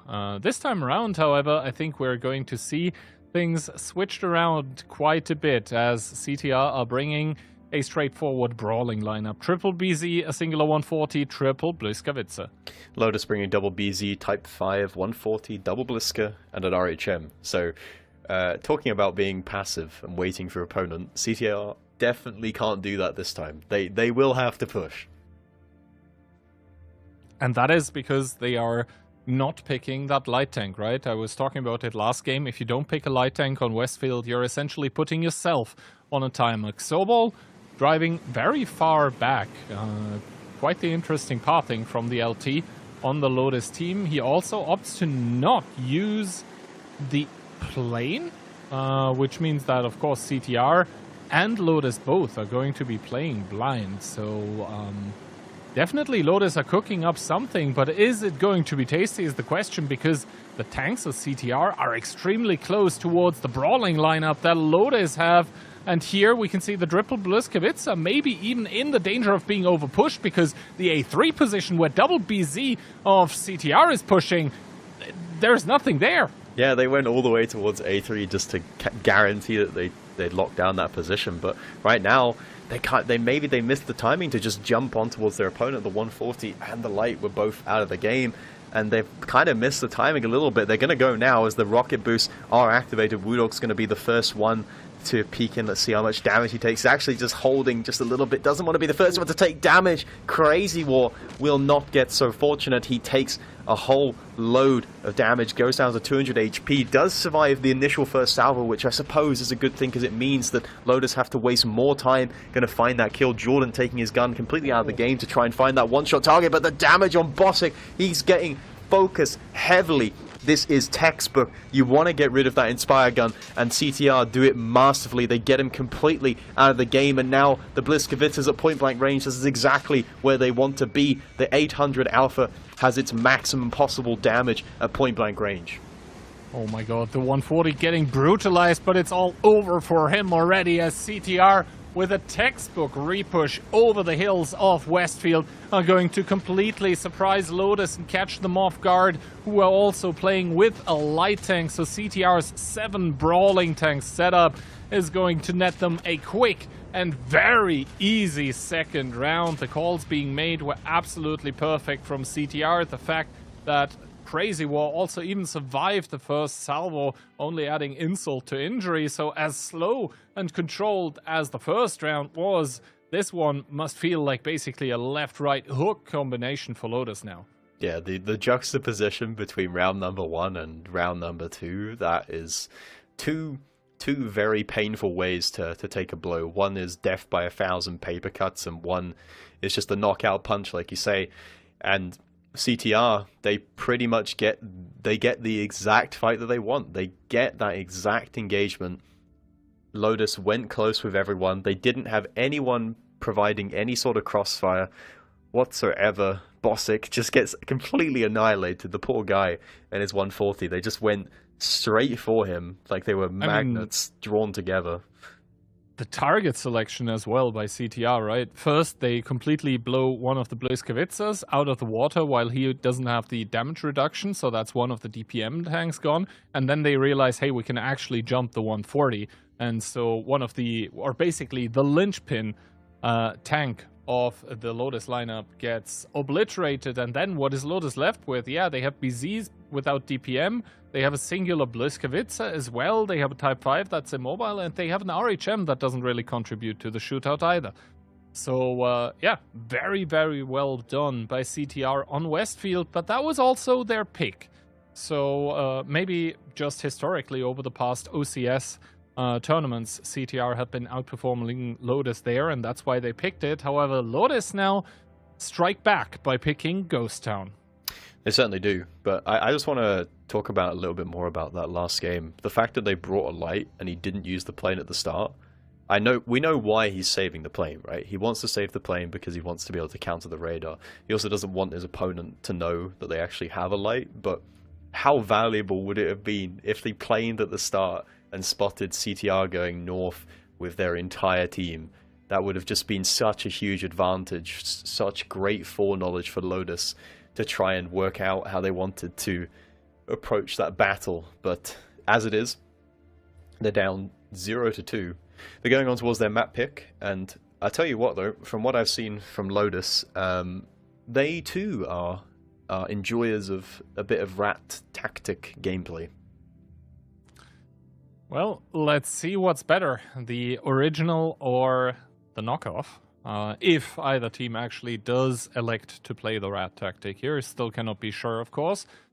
Yeah, but overall, I mean, CTR convincingly on Westfield, and the thing as well is that they demonstrated something that only very few teams really have, and this is what sets apart basically like okay-ish teams from actually good and great teams, is that they're able to play different kinds of play styles, and that is something to be looking for in new teams joining OLS, and CTR so far demonstrating that. Slow play, very well done.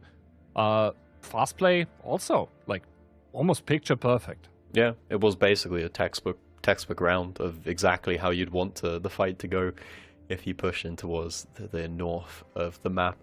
But we'll see. You know, they're not going to have it all their own way, though. Like, there's surely going to be some rounds where Lotus puts up a bit of resistance, or at least Lotus gets an opening that's perhaps more favorable for them. Because so far, literally everything has gone to plan for CTR. They haven't really had to face any sort of adversity yet.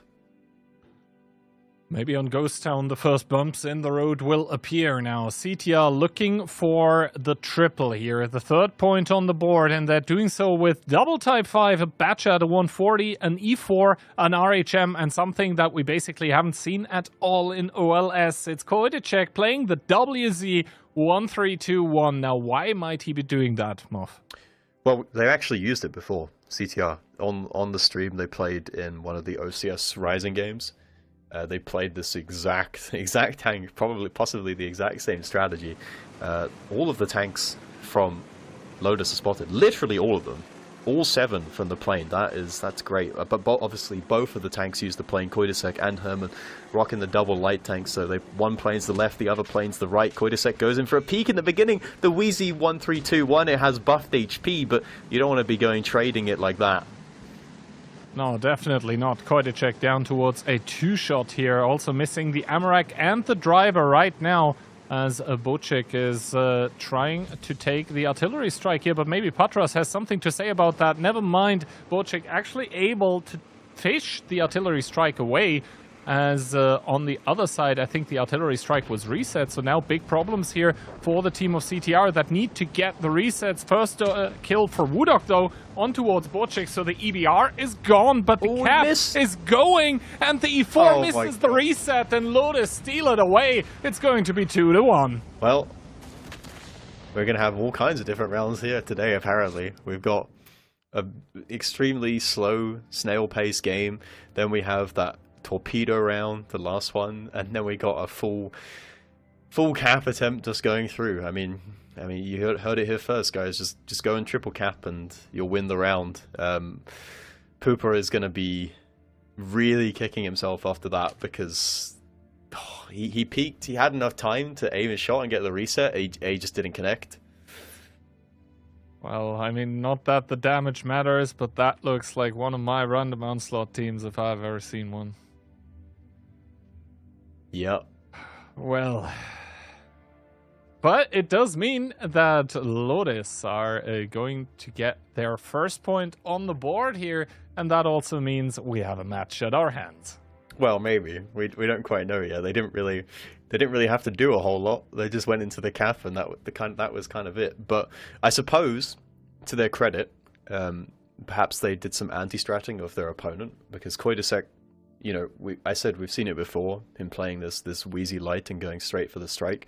The fact that they went for the strike with an EBR, it meant that he got there first, which then in turn meant Koidasek wanted to overpeak to reset the strike, and then took a lot of damage. And that EBR, even though he got deleted, he still collected the strike, right? So, and that strike could have been the difference maker. That could have been CTR collecting it instead and then getting the reset. So it's, you know, details that decide everything. But it happens. That's why it's a best of 9, right? There's still a long way to go. You can't fluke your way to 5-round wins by just capping out every single time. I mean, in theory you could, but unlikely. We'll have to wait and see. There's certainly a very interesting way that this last round just went, but luckily for us, we have another ghost round in store, and maybe also luckily for CTR that maybe want to do better than this past round here. I just checked Poopa's shooting as well. He fired 2 shots, connected 2, and penetrated 0. So that was definitely the missing reset that came in here. And that is always the problem with caps like these, right? Sometimes you just leave it for too late, and then the single shot that is supposed to bring the reset just goes somewhere super unfortunate and bounces. But of course you need to pre-plan for something like this. Talking as well about the match that happened in between W and Weekend, right? Where also W wasn't able to reset on Westfield anymore. It's these details that end up making the difference at the end of the day. And CTR are going to be switching it up. No WZ lights anymore at this point in time. Double IS-4, 1 IS-7, a Batchat, a Leopard, a 140, and an RHM. Meanwhile, Lotus going with a Type 5, CS63, Concept 5, E50M, Leopard, and double RHM. So this is what I was alluding to. Lotus having a bit of a preference. They play Concept 5 more than a couple of times, and I was trying to work out while I was watching the previous playoff games, because they used it in the quarter and semi-final.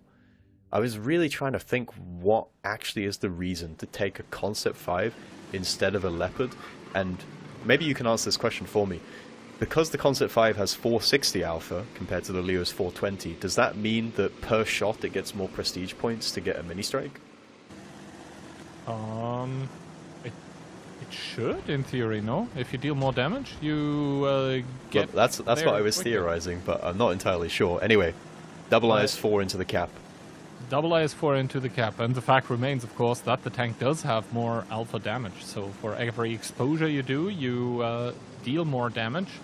But yeah, overall, I think the Leopard one is, of course, the superior tank, as Wudok and Botchans end up bouncing each other, which means that this time around, the cap pressure is on, but onto Lotus. Yeah, and Philip has picked up that strike in the field in the meantime in his CS, and the Leo is currently sniping from spawn. You can see him, that's him just hitting Herman there, doing 421 damage. Strike comes in, only manages to reset 1 though, so that's not really ideal. And they're still going to be on the clock here, 15 seconds. Wakians is the right man for the job in that Type 5 Heavy. He's going to roll up in his Godzilla and try and get that reset, and hopefully won't miss his shot, as he does not. I think that's HE, just to guarantee that he gets the reset. Mini Strike comes in as well. That's going to reset the clock again, back up to 20 seconds. And CTR, maybe they're thinking they want to change tactic here. Let's see, Philip is now in the strike here, as well as over the one line. There has actually been a push by Lotus, and it nets them Koidicek, who falls in the light tank here. So yeah, the cap is ongoing, but at the same time, A1 is a point of contention with Patras in the bat chat currently on the long reload. Xobel, though, getting spotted out in that RHM light tank. Poopa driving after him. Remember, that Leopard 1 also has pretty nasty HE as he demonstrates 520 damage. As Woodok goes down towards a one-shot, the strikes are enough to finish him off. The RHM falls as well. This means CTR are going to be playing without a light tank and a man down. Yeah, they are, but Froley's peeking from the back in the 140. If they can kill these two guys that are close to the cap, then Lotus wouldn't have an immediate way to reset. They've got 3 tanks that have mini strikes available currently, though, but that's not going to matter if Jordan goes down. The strike is going to hit Patras only for 150 damage, just a level 2 mini strike there. Now Crazy Warren Herman pushing out of the cap, but they are going to be exposed in the middle of the open. Froley has gone down. In the meantime, he tried to find that kill on towards Philip, but it's not going well for him. The crossfire is there as Crazy War takes another shot. Bokians will find the kill. 3 versus 4 situation. There's a lot of HP on towards that light tank of Bosick, but that's probably the best tank to have it on. Exactly, and Bochans here still with that Type 5 Heavy is able to finish off Herman, and that means that CTR now are going to be playing with 2 tanks remaining, no light tank on the board. Poopa exposing himself to put Bochans on a one-shot, but yeah, Patras is not going to have a say in the matter anymore, as he is down to 66 HP himself, and cannot really, you know, heal himself through any way, shape or form. And now this means that CTR certainly fighting from a backwards position here. Poopa still full HP in that Leopard 1, can maybe try to make some plays, and to be honest, Bochans is low, Twist is low, but against Bocek in that full HP RHM, that by the way has more HP than the Leopard 1, probably because he's running hardening, is going to shut down any attempts from CTR. And he's on the hunt, right? He's being let loose to go and find that lonely Batchat. Patras is trying to run away, but the Batchat is fast, but it's not quite as quick as and mobile as an RHM. Bosick is spotted now. He will have some idea as to where he's been lit from. He might even blind plane it. He doesn't actually have a plane. Patras lets off a shot now, so his position is known about. Poopa, if they could find the light tank isolation, that could go some way into like opening the door back into this match, but Poopa has been a bit distracted by the Type 5 Heavy, who finds the kill. He does find the kill, but Bosick is going to continue to push, and Patras, oh, he doesn't know where he is. He doesn't know where he is. He has not found Patras. He's so sneaky in that Batchat, and that means that Bosick will not find the Batchat. He uses the plane now. Poopa's pushing in. Where is the rest of his team, though? Where are the other guns from Lotus? They're so far away from this engagement. Bosick now pushing forwards again. Is he going to find Patras? This time, Poopa's trying to stop it from happening, but Bosick will find the kill, and that is going to be the round, surely, because now Poopa is forced to commit into the open. He's getting circled by the light tank, but he's going to take damage from the south from unspotted targets all the while, and he cannot win the 1v3. I mean, a very good attempt here at the end of the day by CTR. Surely that Batchat was running low noise as well, just like the Leopard 1, by the way. But yeah, this means that after 2 maps, both teams are going to be winning their respective map picks. It's going to be 2-2 in between CTR and Lotus. And as good as CTR looked on Westfield, well, Ghost Town, seemingly not their map. Seemingly. And, you know, just to be clear, both teams have traded their own map picks, 2-0 to 2-0, which is going to tie things up and then put us into a classic best of 5 the rest of the way. I don't know if who you would say has looked the better from the 4 games that we've seen so far, because as you say, as strong as CTR looked in map number 1, it was pretty embarrassing the first round of Ghost Town. And round number 2, Lotus clean it up. I think 2-2 right now is a fair scoreline, to be honest.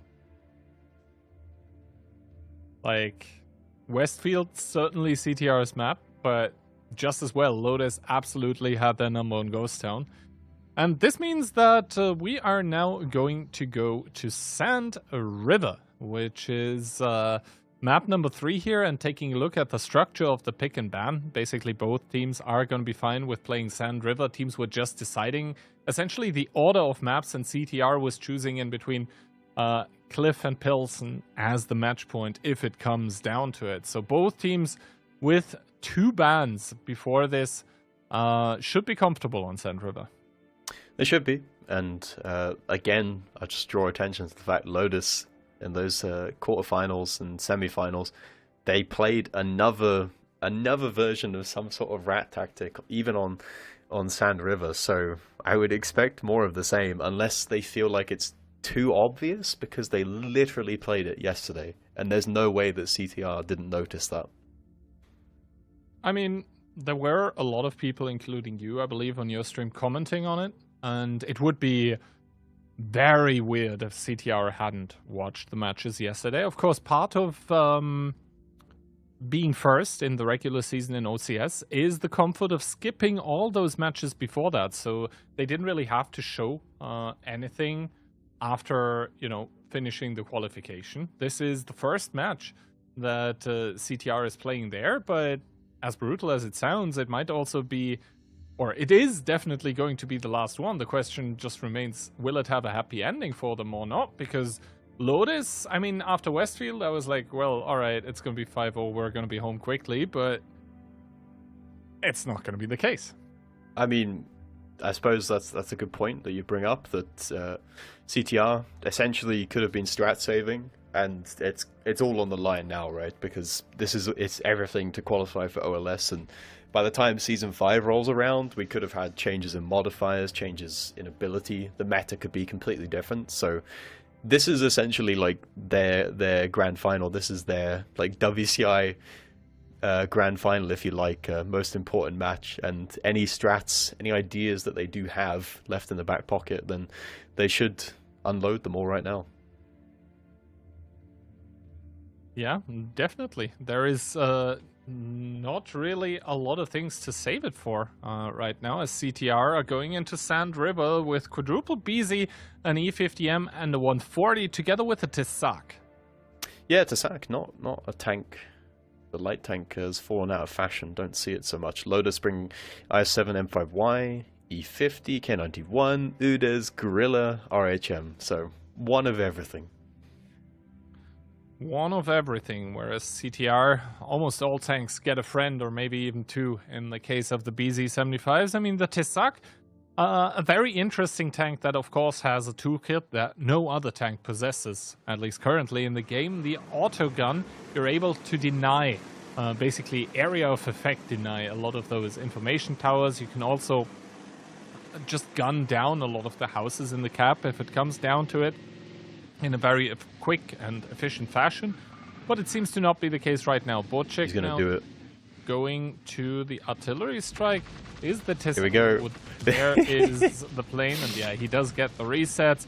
Bocek with the counter damage on towards the Tisak though, but he certainly manages to reset the artillery strikes, and now Lotus need to think how else they are going to do this. Yeah, and it looks like the decision is going to be poor Jordan's going to have to go forwards in that IS-7 in order to block the cap, and now that should be the trigger for CTR to go peek in towards that IS-7, but at the moment, I mean, they do pretty good damage on towards Jordan, but Jordan's actually able to sit on the outside there, just like completely fine. There's no one crossfiring from the other side, and he can even still block the cap right now. I really think that they should just group up, just over-peek him in one go, and manage to find the kill. 1K, that's the Gorilla from the back of the map. The strike comes in as well, and that destroys. Look at all those buildings. They've been flattened. There's nowhere to hide left on the cap, and Poopa is finding out the hard way as he moves back across to find a new set of buildings to take cover. Yeah, the civilians around that mosque are not going to be happy with the outcome of this reset, but here comes CTR over the K-line. and they're driving into crossfire actually. Patras and Crazy War trying to pick up Sokol, but there are Bochans, with the Gorilla boosted Alpha once again, and Patras just melts in that E50M. Normally a very beefy medium, but not when you put it into the crossfire of 3 of those tanks. Sokol still selling his life very, very well over there. He's finally going to get crossfire down as he makes his way up, but in come Bochans and Xobol. Bochans with that Gorilla. He's not going to have buffed Alpha, but neither does he need it as Crazy War drops down. Yeah, the Gorilla aggro peeking back into the K-line is not something that you see very often, but needs must, and he gets the job done. He finds the kill. And now they can just break distance and reset things as well. Both teams still have a light tank left alive. There's a strike that's come in. I don't know where that went or if it even hit anyone in that situation. But with both teams still having a light tank alive, there's still possibilities to play from here. But definitely Lotus, the team, in a slightly more favorable situation. Froley's also stuck here in the K-line. He can't leave in his 140. And that's... Ooh, Bokian's the damage. 1600, he gets spotted out. Spotted on the cross, probably by the Tasak, possibly by Froley in the 140 with Inspire boosting that view range of all of the allies around, and that Gorilla, so powerful and sniping away from the back in the early stages of the round, will be falling. Koitasek needs to be careful though, because he gets shot as well. Going down to low HP in the light tank, in the Tasak, is going to limit his ability to play. Double strike gets used on Jordan, who drops down towards 86 HP, and also Xobol found out he doesn't have so much HP anymore. A good second shot by Froley is going to put him on towards a 2-shot, and all of a sudden, just like that, CTR have managed to turn it around a little bit, as they are now the team in the HP advantage. The guns have been evened up. They need to be a little bit careful with Woodog in the middle that he doesn't take too much damage. But as of right now, Philip is the playmaker as he flanks around in that E50M. And Koidicek finds the kill frontally, mind you, on towards the IS-7. But Woodog is about to be flanked. Yeah, Philip is not known about... Oh, but he misses his first shot. He needs to keep going. Why is he being passive? He needs to drive forwards and try and get this kill, but he does finally activate funny button ability. Twist peeking in the middle, and his Udes perhaps going to be able to try and play hold down. Herman's a one-shot, activates his heal ability to try and keep himself alive. Bosic has taken down Herman, managed to pick up that kill. We're into a 4v4 situation, but Woodog is surely going to be the next one to fall because he's getting crunched upon the angles that they're finding on him. Xobol has fallen. Froley is pushing through the back lines, through the spawn of Lotus in the back lines. Twist now is not going to be able to find the kill. Woodog actually manages to take him out before he goes down, and Bosic bounces the shot as well. Woodog is going to be able to heal to over a one-shot here. He's not going to be able to die, and he gets the reload off to get another kill, and it's a disaster for Lotus. What was a 4v4, they've only got one gun left, and it's Philip who's forced to flee. Indeed, Philip left to pick up the pieces of this push that has gone absolutely horribly wrong in the faces of Lotus here. They had such a jump, but then a missed shot from Philip into a complete disaster. It was essentially a complete train wreck that happened here, and Woodog with yet another kill, staying alive somehow in the strike when he should have been dead 2 or 3 times over. Yeah, quite the twists and turns from that one. Never really seemed sure of who was going to be able to pick up the win there, but in the end, CTR, they clutch it up, and I thought Froley was kind of stuck in the K-line, but that ended up not being the case because the Gorilla really was the linchpin, right? He was the tank that was helping anchor the south, and once he went down, Xobol had no one to cover him, and I think Koidicek, I'm not sure if he spots him, if he's not being inspired by Froley, because even though Tasak is a light tank, of course in Onslaught, he's not going to be running anything like optics. I mean, he might, it's possible, but I don't think he'll be running optics, and Tasak view range isn't great anyway, so it's possible that he only spots him crossing with the help of the Inspire. And this means that once again CTR is up around in the OCS Season 4 Finals. And, actually a pretty hard-fought round, the first one on Sand River here. And, I mean, we have to say, right, the first 2 rounds definitely CTR's, the second 2 rounds definitely Lotus's, but here it feels like CTR actually stole one away from Lotus. Yeah, and I was talking about after Westfield, where it felt like everything was plain sailing. 2 maps into the future, it's definitely not plain sailing, especially after where Ghost Town went. And that last round on Sand River was definitely more of a scrappy affair. And I have to say that this is more what I expected. It's that Lotus would be able to put up a fight, but in the end, CTR team with a bit more composure and being able to tackle the situation as it unfolds in front of them, just being able to close it out better. And also, you know, at the end of the day, putting in the shots that count. Imagine the E50M doesn't miss the shot on the BZ while he has the jump on him. Imagine the RHM doesn't bounce the one-shot BZ after, right? Then the BZ, instead of having 3 kills, he has 0 and is dead before, and then the match might go differently, or the game might go certainly differently. Yeah, I really think that Philip was like way too tentative about pushing forwards there.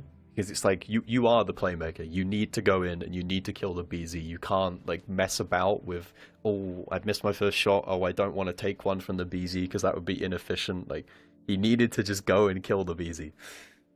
Yeah, sometimes the easiest solutions are the best solutions. And for him, that would have been to press the W key and just go on towards the BZ, to just take him out of the game, remove that middle presence in the crown that CTR had. But this now means that CTR are going to go in towards Sand River 2 with a slight advantage, 3-2 scoreline, but nothing critical as of yet. No, but we're getting there. The rounds are racking up, and Lotus is still within touching distance. But, you know, if you give up another one to CTR, that's going to be 2 match points available for them, and they can really pile on the pressure at that point. And they're definitely doing that with the lineup they're taking here. Quad BZ75, triple BZ75, triple E50M, plus the 140. All subtlety is gone from the CTR lineup. Meanwhile, Lotus looks like they want to play a little bit of the longer game. Double CS63, a K91, together with an UDAS as the Inspire medium, an EBR, and double RHM. I think we have to call the Exterminator morph. The rats are loose again. Yeah, the rats are out and about. I really like the UDAS pick though. Oh, GG, I think. Oh, the plane. He hits all 7. Sobble, that is a clutch MVP caliber plane right there. The jig is up. CTR, their entire lineup is known about. What do you do at this point? You think about what you do on the next map, I think. Bossik's even going to get the strike for free as well. Yeah, Koidicek taking 2 more shots, I believe. That is very, very costly, and he's not even able to deny the strike. Already Amoract here, and is going to put himself in the middle. Bocik taking a lot of damage on the fadeaway, but over time, I think this lineup of Lotus is just going to be able to kite CTR so well. Yeah, I mean, they can just run away if they're under threat. I think CTR right now is looking to try and retake the balcony in their own spawn. They recognize that they're giving up like way too much map control to a team that has such a light setup. The difficulty is, just look at where Bosik is. He's just in the bush above them. He can spot any rotation. He's not poking into the bush right now. I think he needs to go back to where he was. I think it was the better position to just sit in the bush there. Now the push is spotted. The guns, Crazy War is lit. And look at Philip's position. It's such a powerful position to play. You just completely lock down this side of the map, and he's able to just chip away at Poopa and Crazy War for free. Yeah, that was certainly a costly cross, but the WE50M not down and out yet as the double BZ pushing through the middle of the map, and you can really see what CTR is trying to do as their HP are starting to melt away. Philip, though, takes a bit of damage as well from those BZs, has to drop back into the ditch here, and the 140 might be enough to finish him off as the WE50M is starting to push across the 0 line as well, and CTR, they're trying to choke off this very, very light lineup that Lotus have brought. Are they able to stop it? The team in yellow, that is the question, as Patras in the bottom left has also found the K91, so it's E50 against K91 DPM. K91 currently winning, it seems, even as Philip and Patras both fall. Both teams have kills on the board, but CTR is lower in HP despite having the heavier lineup. Yeah, and look at that powerful position. The CS, he's just king of the hill right now above all of them, and they cannot find the kill. Bakian's in this position. He's so annoying. He's so irritating for CTR. It's going to take them so long to get rid of him. Herman tries to fire a shot on the move, does not connect, and the HP that CTR had, the advantage they had from not taking any light tanks, from taking this beefy setup, it's all gone. The HP has dwindled. The crossfire from Lotus has come in clutch. Sobel's going to find the kill on Frolly as well. That's the Inspire tank gone, and that it will be that. That will indeed be that, as there are still 3 light tanks available on the lineup of Lotus, and on a map like Sand River, if you're in this kind of an endgame scenario against 3 light tanks with a double heavy and a medium, you kind of know what's up. That one's not going to go CTR's way. Instead, Lotus are once again going to equalize the scoreline here. Mostly Polish team definitely showing up to a match where CTR was heavily favored. Certainly, and that was probably... Could we say that that's their most convincing win? And at this point, you know, I thought CTR was still, like, on average, probably the better team from the rounds we've seen so far. But I mean, the score says it all. I don't really know who's coming off or who's looking better at this point. Lotus, they execute a rat strategy to perfection. It felt like such deja vu watching that plane in the beginning, though. It reminded me of who was it? It was Mafia against W in Phase 1. W brought this full brawl setup exactly like CTR. It was like 5 or 6 E50Ms. I remember the situation as well. The plane at the start, it destroys everything. Your entire strategy is revealed, and you have to they know exactly where you are. The jig is up. You give up all of the map control for this brawl setup. These tanks like the UDES, the RHM, they're so powerful when they're allowed to work in the right situation. I think as soon as the initial plane hits, both in the game that we just saw and in the round that you were speaking about in between Mafia and W, it's like GG. You honestly think that, yeah? Yeah, it's GG once the plane hits. Yeah. If it doesn't, of course, then you've got everything to play for. But if the plane spots all 7, and then the Radstrat team gets the complete north to play with, then it's essentially unwinnable if the Radstrat team doesn't misplay heavily. Yeah. And this means that from a best of 9, we're all the way down to a best of 3. Certainly content extension today. Pilsen next on the menu. Yeah, Pilsen is going to be the second to last map. CTR's second map pick of the day, and they'll definitely want it to go the way of the first one, Westfield, where they picked it up 2-0. But Lotus, they fought hard to really get a foothold in this match, and now it really feels like they're on even kilter. It definitely feels very even between both of those teams here right now. I mean, yeah, what to say, really? I feel like a monster speaking about this, but yeah, Westfield completely CTR's map. Ghost Town, I mean, you could argue about the cheeky cap victory, but a lot of stuff went wrong there for CTR. Yeah, but it's still... there's no two ways about it.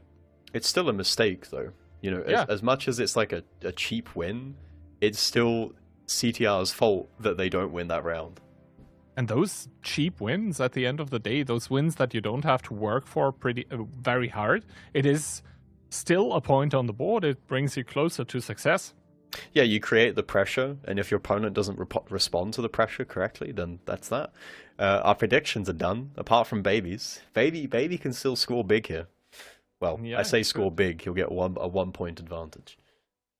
It's kind of the thing as well. We need to think if we should change the prediction game a little, because getting the exact scoreline is so satisfying, but you're only getting 2 instead of 1. You want to make it like in the English Premier League. Yeah, back in the day, it used to only be 2 points for a win and 1 for a draw. 3 for the win. Massive. Anyway. I mean, it's kind of taken hold everywhere nowadays, I feel like. But yeah, CTR trying to put themselves on match point, and the same can be said for Lotus. First of all, though, CTR coming in with the BZ75 double Type 5 heavy, a 140, a 430, a Foch B, and an E4. Lotus going with triple BZ Type 5, CS63, Foch B, and a T110 E4. So what's the difference here between the lineups? I mean, CTR have an Inspire medium, whereas Lotus do not. They have Twist to bring the artillery strike resets, and also there is a funny but medium on the lineup in white, whereas I think Lotus is a lot more brawly when it comes to the tank selection. Triple BZ to be pushed into the cap. Woodok might be in for a rude awakening. Never mind, he makes it to safety, and he's going to be able to take a strike if he doesn't get reset.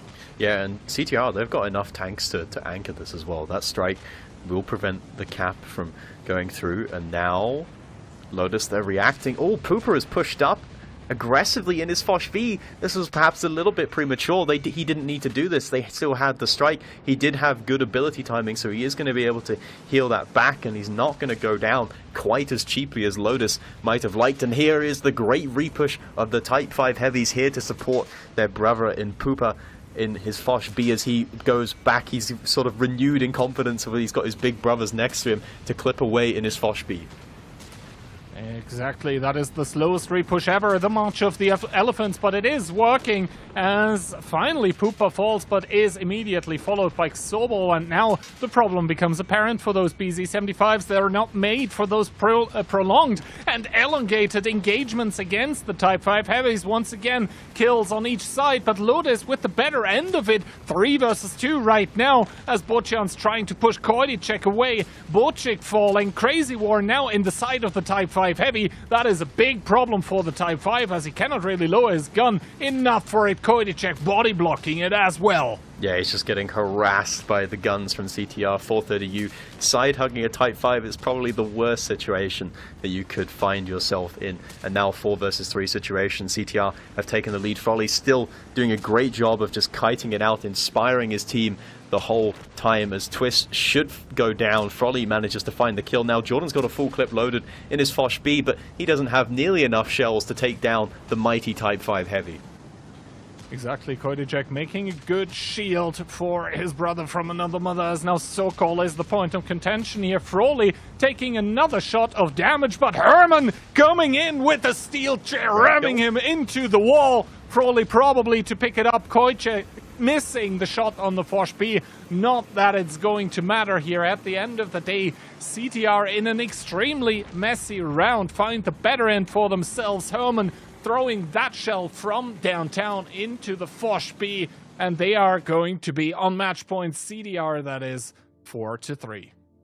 Yeah, great stuff from CTR, and they are the first team to reach match point, and that, you know, that alleviates a bit of pressure on yourself, as well as piling on the pressure on towards your opposition. You can have this respite of, okay, at least we've secured tiebreaker, and we can lock into that if need be. Obviously, you'd love to close it out in just the next round coming up. Type 5, top of the scoreboard. Not really a surprise when you think about it.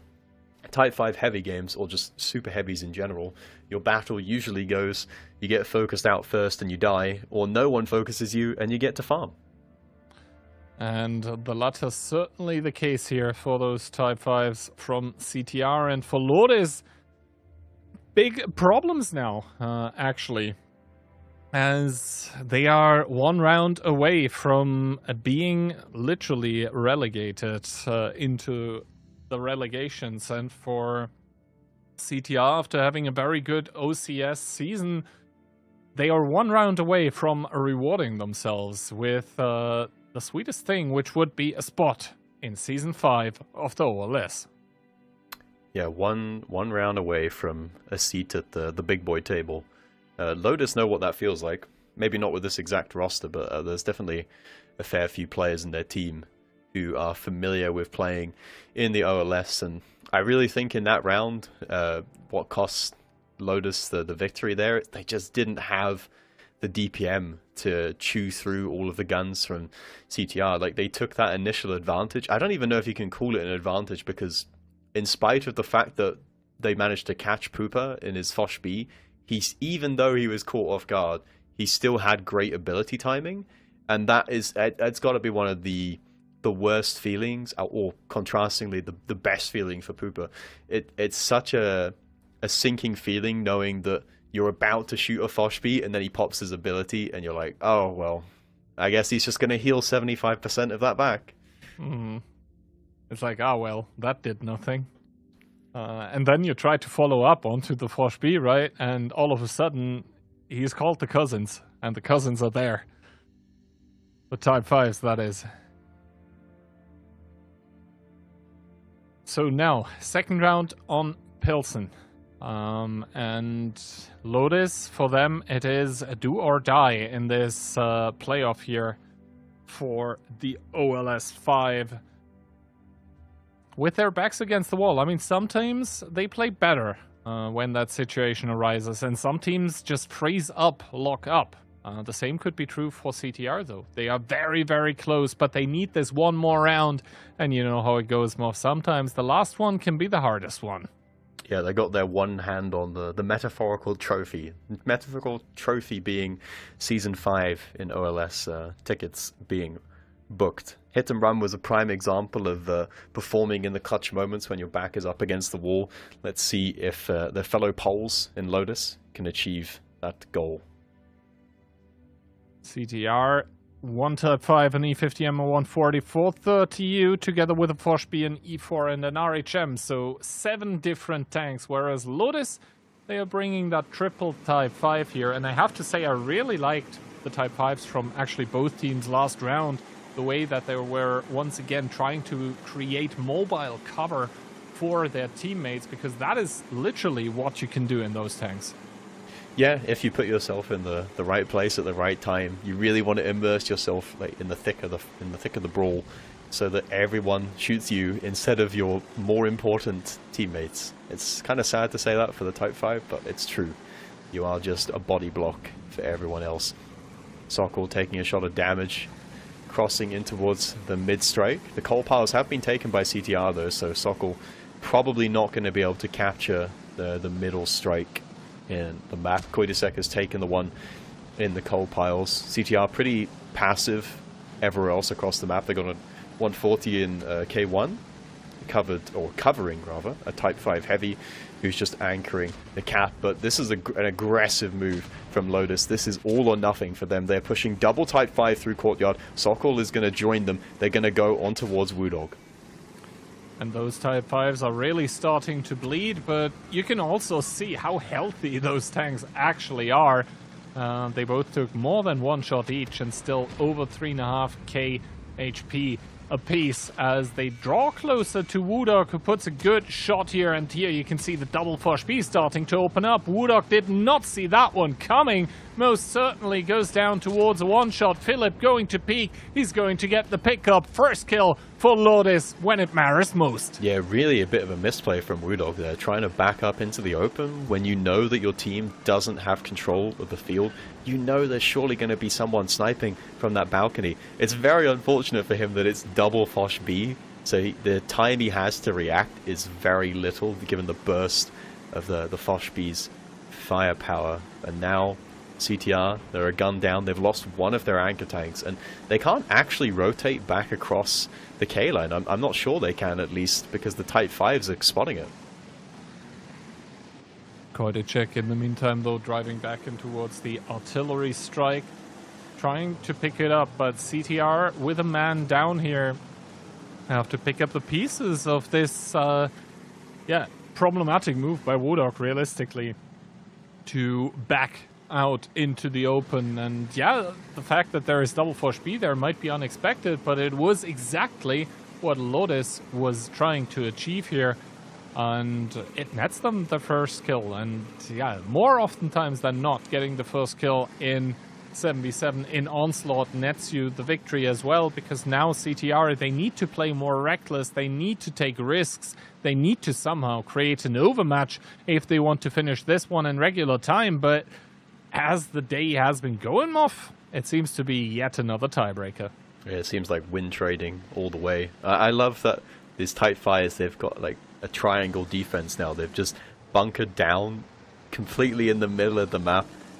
Jordan hiding in his Foch B, setting some potential trap for anyone pushing through A0. Sobol is now spotted in his Foch B. I think he got planed there. Does take some damage, but a good ability timing is going to minimize the effectiveness of said damage. And he's just going to go on reload and probably be quite happy with that, to be honest. Like, he did a couple shots of damage and then he heals back pretty much all of it. I mean, for Xobol, basically the perfect trade here. Gives Pupa a little bit of a bloody nose and then starts the healing process himself, bandages himself up a little bit.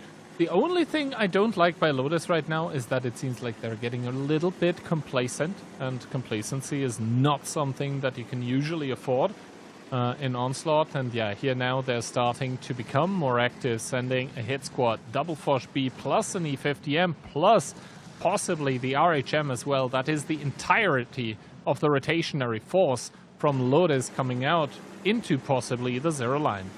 Yeah, Koitasek needs to be careful here because everyone is kind of ditching him right now. And this double Foch B is going to be pushing down the zero line. And Koitasek, depending on the angle he's at, he's not actually going to spot it. He is running away, though, in his RHM. It looks like they're going to repush middle. CTR, I do not think this is the play whatsoever. You got to cross so much open ground to get here. The jig is up already. They're already spotted. This play from CTR, it's going to be all or nothing. I don't think it's going to work for them. You said it's going to be all or nothing. I have the feeling that it's going to be nothing at the end of the day, though. Botchan's bouncing a shot on towards the 430U. Takes a bounce himself as Xobol on the field is going to start taking the artillery strike. Talking about those, they do go down on the 430U and the E50M. It is a humongous bleed, but Botchan's in that Type 5 also in dire times as the E50M, the funny button mediums, are trying to take him out. Crazy Water falling to Philip from the other Type 5. He's got his brother in the Chinese Tier 10 heavy tank. Pupa gets shut down by Jordan, and quickly it all falls apart for CTR. Yeah, they completely collapsed. This repush was not the play. Their options were rather limited anyway, so you can't really criticize them too much for trying to make that desperate push, but just not an option ever. And that's pretty much exactly what Lotus would have wanted them to do. They're beckoning them, please push into our Type 5s. We have this perfect crossfire, and they've got so much HP for you to have a crack at and try and farm, but not quickly enough to make a difference. And Lotus, they're not even going to lose a gun here. At least so far not, as Botchans finally falls in that Type 5. Seems like he should have died long ago, but yeah, Jordan now finally off reload is going to shut down Froley. Lifts the gun up even a little bit in the middle. That's maybe smart. A little bit too early to do that, Jordan, because yeah, you're going to equalize a scoreline, but you're not done yet. And how else could this one end but with a tiebreaker? Yep, it's always going to come down to that's the third tiebreaker of the day, right? We had Hit and Run against Mafia down to the wire, Weekend against W, and now CTR against Lotus going the distance. We will be decided who gets into Season 5 of the OLS on just one round of play. That is beautiful. I think that's really smart from Jordan at the end, by the way. I know it's a bit of like gamesmanship, but just wiggling his gun in the air, depending on who you're doing it against, that can like actually tilt your opponent, especially when you're in like a high stress situation, right? Like, I know it's, you know, maybe it's not so, doesn't paint a pretty picture if you actually get tilted by that, but it's worth a try, right? Because if you just like unsettle your opponent going into that final round, it could, you know, all minor gains, right? You know who's unsettled now as well? Me, because you seem to know everything about this kind of psychological. No, I know it because it tilts me as well, dude. When I'm on a bad run of games in Onslaught, and then some guy is like, "Oh, look, I'm wiggling my gun." It's like, oh, it's the most annoying thing. Anyway, 4-4. Hopefully, you just made a lot of people wiggle their gun at you in Onslaught, right? You realize what you've done. Maybe, but we'll cross that road when we come to it. Anyway, CTR, hopefully they've got a bit more mental resolve to not let that tilt them as we go into this final round of play. All right, Lotus did have side selection on Cliff, by the way, and they did choose North. Great. Good for them. Why did they pick North? I don't know. Does it really matter on Cliff? Not necessarily. Perhaps you just have a strategy you feel more confident in from the North spawn than South.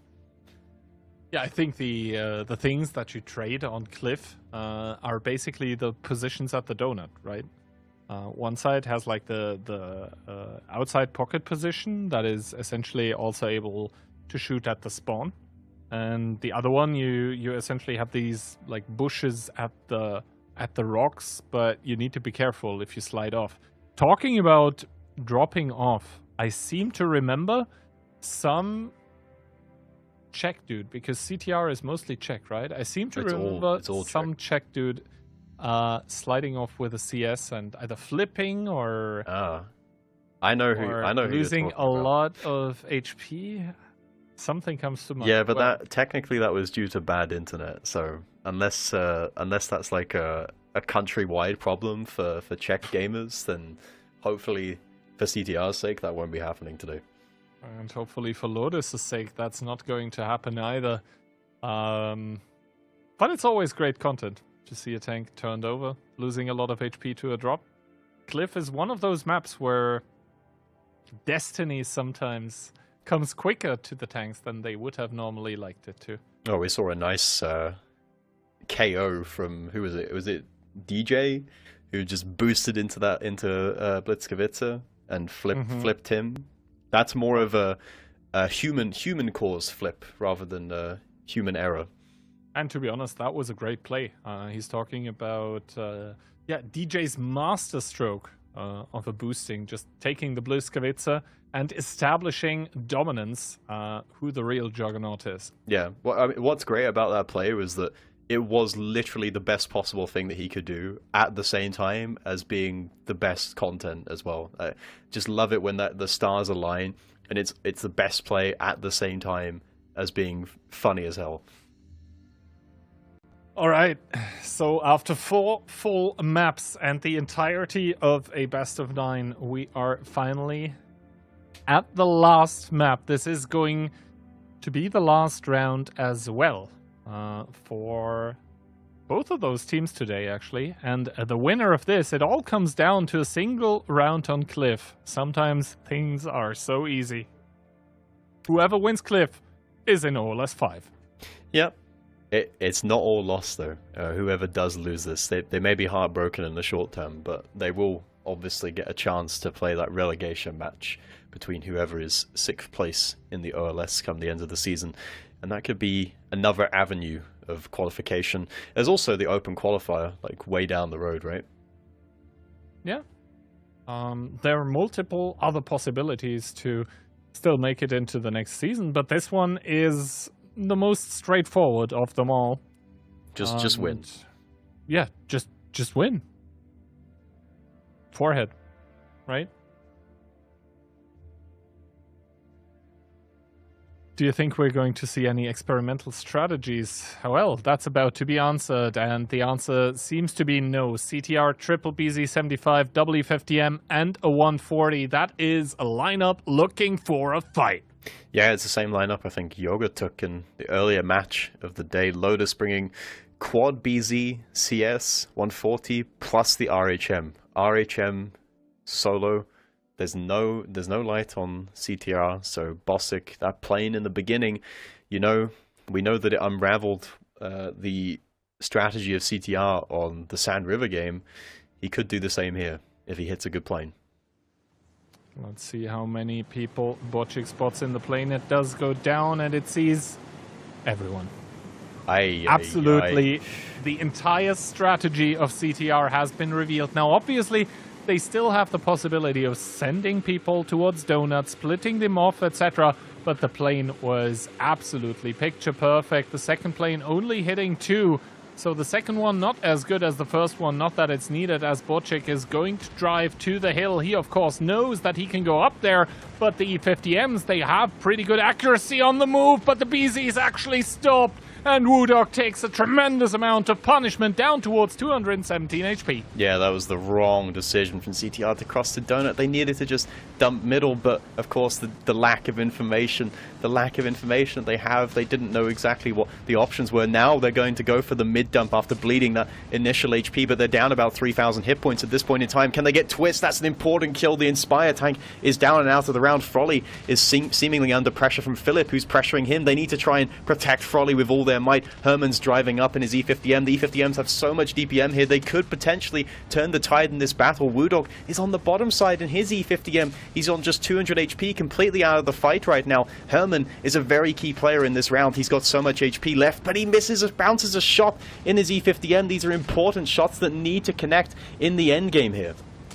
Indeed. Now Jordan coming in with that CS63. Borchik is able to kill Poopa off. All the while, though, CTR still have the Inspire medium of Froley that also has been healed a little bit, but now it gets found between Jordan and Xobel. Gets taken out of the game. Crazy War trying to jump on towards the CS. Doesn't really find it. Luckily for himself, doesn't turn over. Jordan down towards one-shot Herman to pick it up, and all of a sudden, it is 4 tanks for CTR versus 3 of Lourdes, one of which is a light tank on a one-shot. Xobel with a last and desperate charge towards the E50M goes past him, so Crazy War is going to try and follow Herman. Turn towards one shot, has to be careful himself. Yeah, the light tank from Bosick overpeaks on the hill, very cheeky. He does manage to find that kill. Xobel gets off one more shot before he goes down, and now Bosick is able to farm from the top of the hill.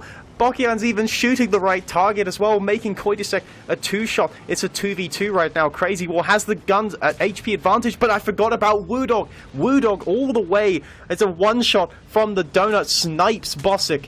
And with that, that's going to be the last hope of Lotus from winning the round. Crazy War just face-hugging Bokians. There's nothing else that he can do. Woodog, he may have been a 1-shot and completely out of the game for so very long, but he hits the shot when it matters. He hits the shot that matters, and CTR win the round that matters. It was a long, maybe also painful road for CTR, but for the first time, they are going to raise the Czech flag in the OLS Season 5. Congratulations, guys, for making it. You earned it definitely with your performance in the OCS in this Season 4. And for Lourdes, I mean, not everything is over. That was, I think, a crazy performance here. Taking CTR to tiebreaker is not something that anyone would have, or a lot of people would have expected, and they'll have their shot at Season 5 not soon after Season 4 finishes. But first of all, CTR under Koidicek are going to make it to Season 5. Yeah, some great pen rates for CTR. Pretty much everyone penning almost every single shot that they fired across the board. And, you know, to be fair to Lotus, it's going to suck right now, but we really, really do appreciate them taking the fight to CTR and not making this a stomp of a game, which it could have been given the track record and form of CTR in the OCS. They took them all the way. They pushed them all the way. And in the end, that's probably going to be helping CTR building up the experience they get from playing such a long, drawn-out match. There is no experience like playing the tournaments. We keep saying it, but that is just because it's true. And certainly Lotus and CTR are going to be a lot richer when it comes to experience. And CTR maybe also richer in terms of money after this one, because not only did they take the money from both Champions Rising tournaments, they are also locked into next season's OLS, where of course the prices get really juicy. They've locked themselves in. They won the Pocket Money Championships as well, right? Both of the OCS Rising tournaments. So they're, you know, even though they're not in the Tier 1 scene of World of Tanks, they've just been promoted to the OLS from the OCS. They still actually managed to make a decent chunk of change.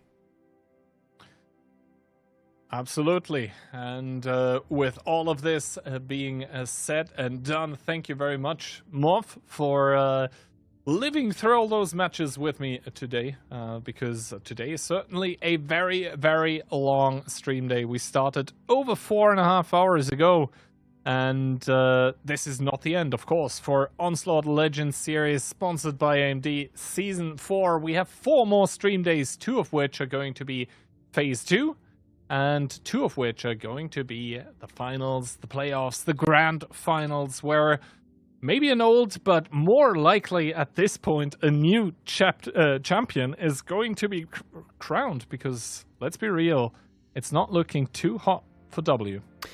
No. The 2-time reigning champs, they're way back, as we are shown the table. They're way back mathematically. The options, the possibilities are really closing in, and it might not even be in their own hands anymore, given what we discussed earlier today, that we can probably have the better run of opponents to try and pick up some points. But, you know, they're going to give it their best shot. I think, you know, obviously, Hit and Run, Mafia, Cashback, pretty much locked in to the playoffs. I'm not sure if, like, Cashback mathematically are, but I think they're pretty much a shoo-in, right? And Weekend, it would be great for them if they can make it to the playoffs after they've really had a tale of 2 halves in this season. Would be kind of crazy, right? Go into OLS and then immediately go to playoffs. It would be a very, very positive surprise, and I guess all of us are going to find out together during the streams on Tuesday and Thursday. They're going to be 2 hours later than today, of course, because it's going to be a weekday stream, and so we'll be very happy to welcome all of you back when those streams are ongoing. Moff, I think you'll be joining us there as well. But first and foremost, if you haven't been able to claim your Twitch drops yet, then of course we are going to be raiding Ducky as always. He'll have those drops active as well. You can finish them there. Thank you very much to Ducky as well. Thank you to all of the people behind the camera, to the players, and last but not least, to you guys for watching. So see you all on Tuesday. This is the world's most advanced processor. In entertainment, its rendering speeds render other processors obsolete. Powers cloud services for billions. Helps change the course of climate change. And uses AI to accelerate disease detection and cures. We make the world's most advanced processors, but only with your vision can we advance the world. AMD. Together, we advance.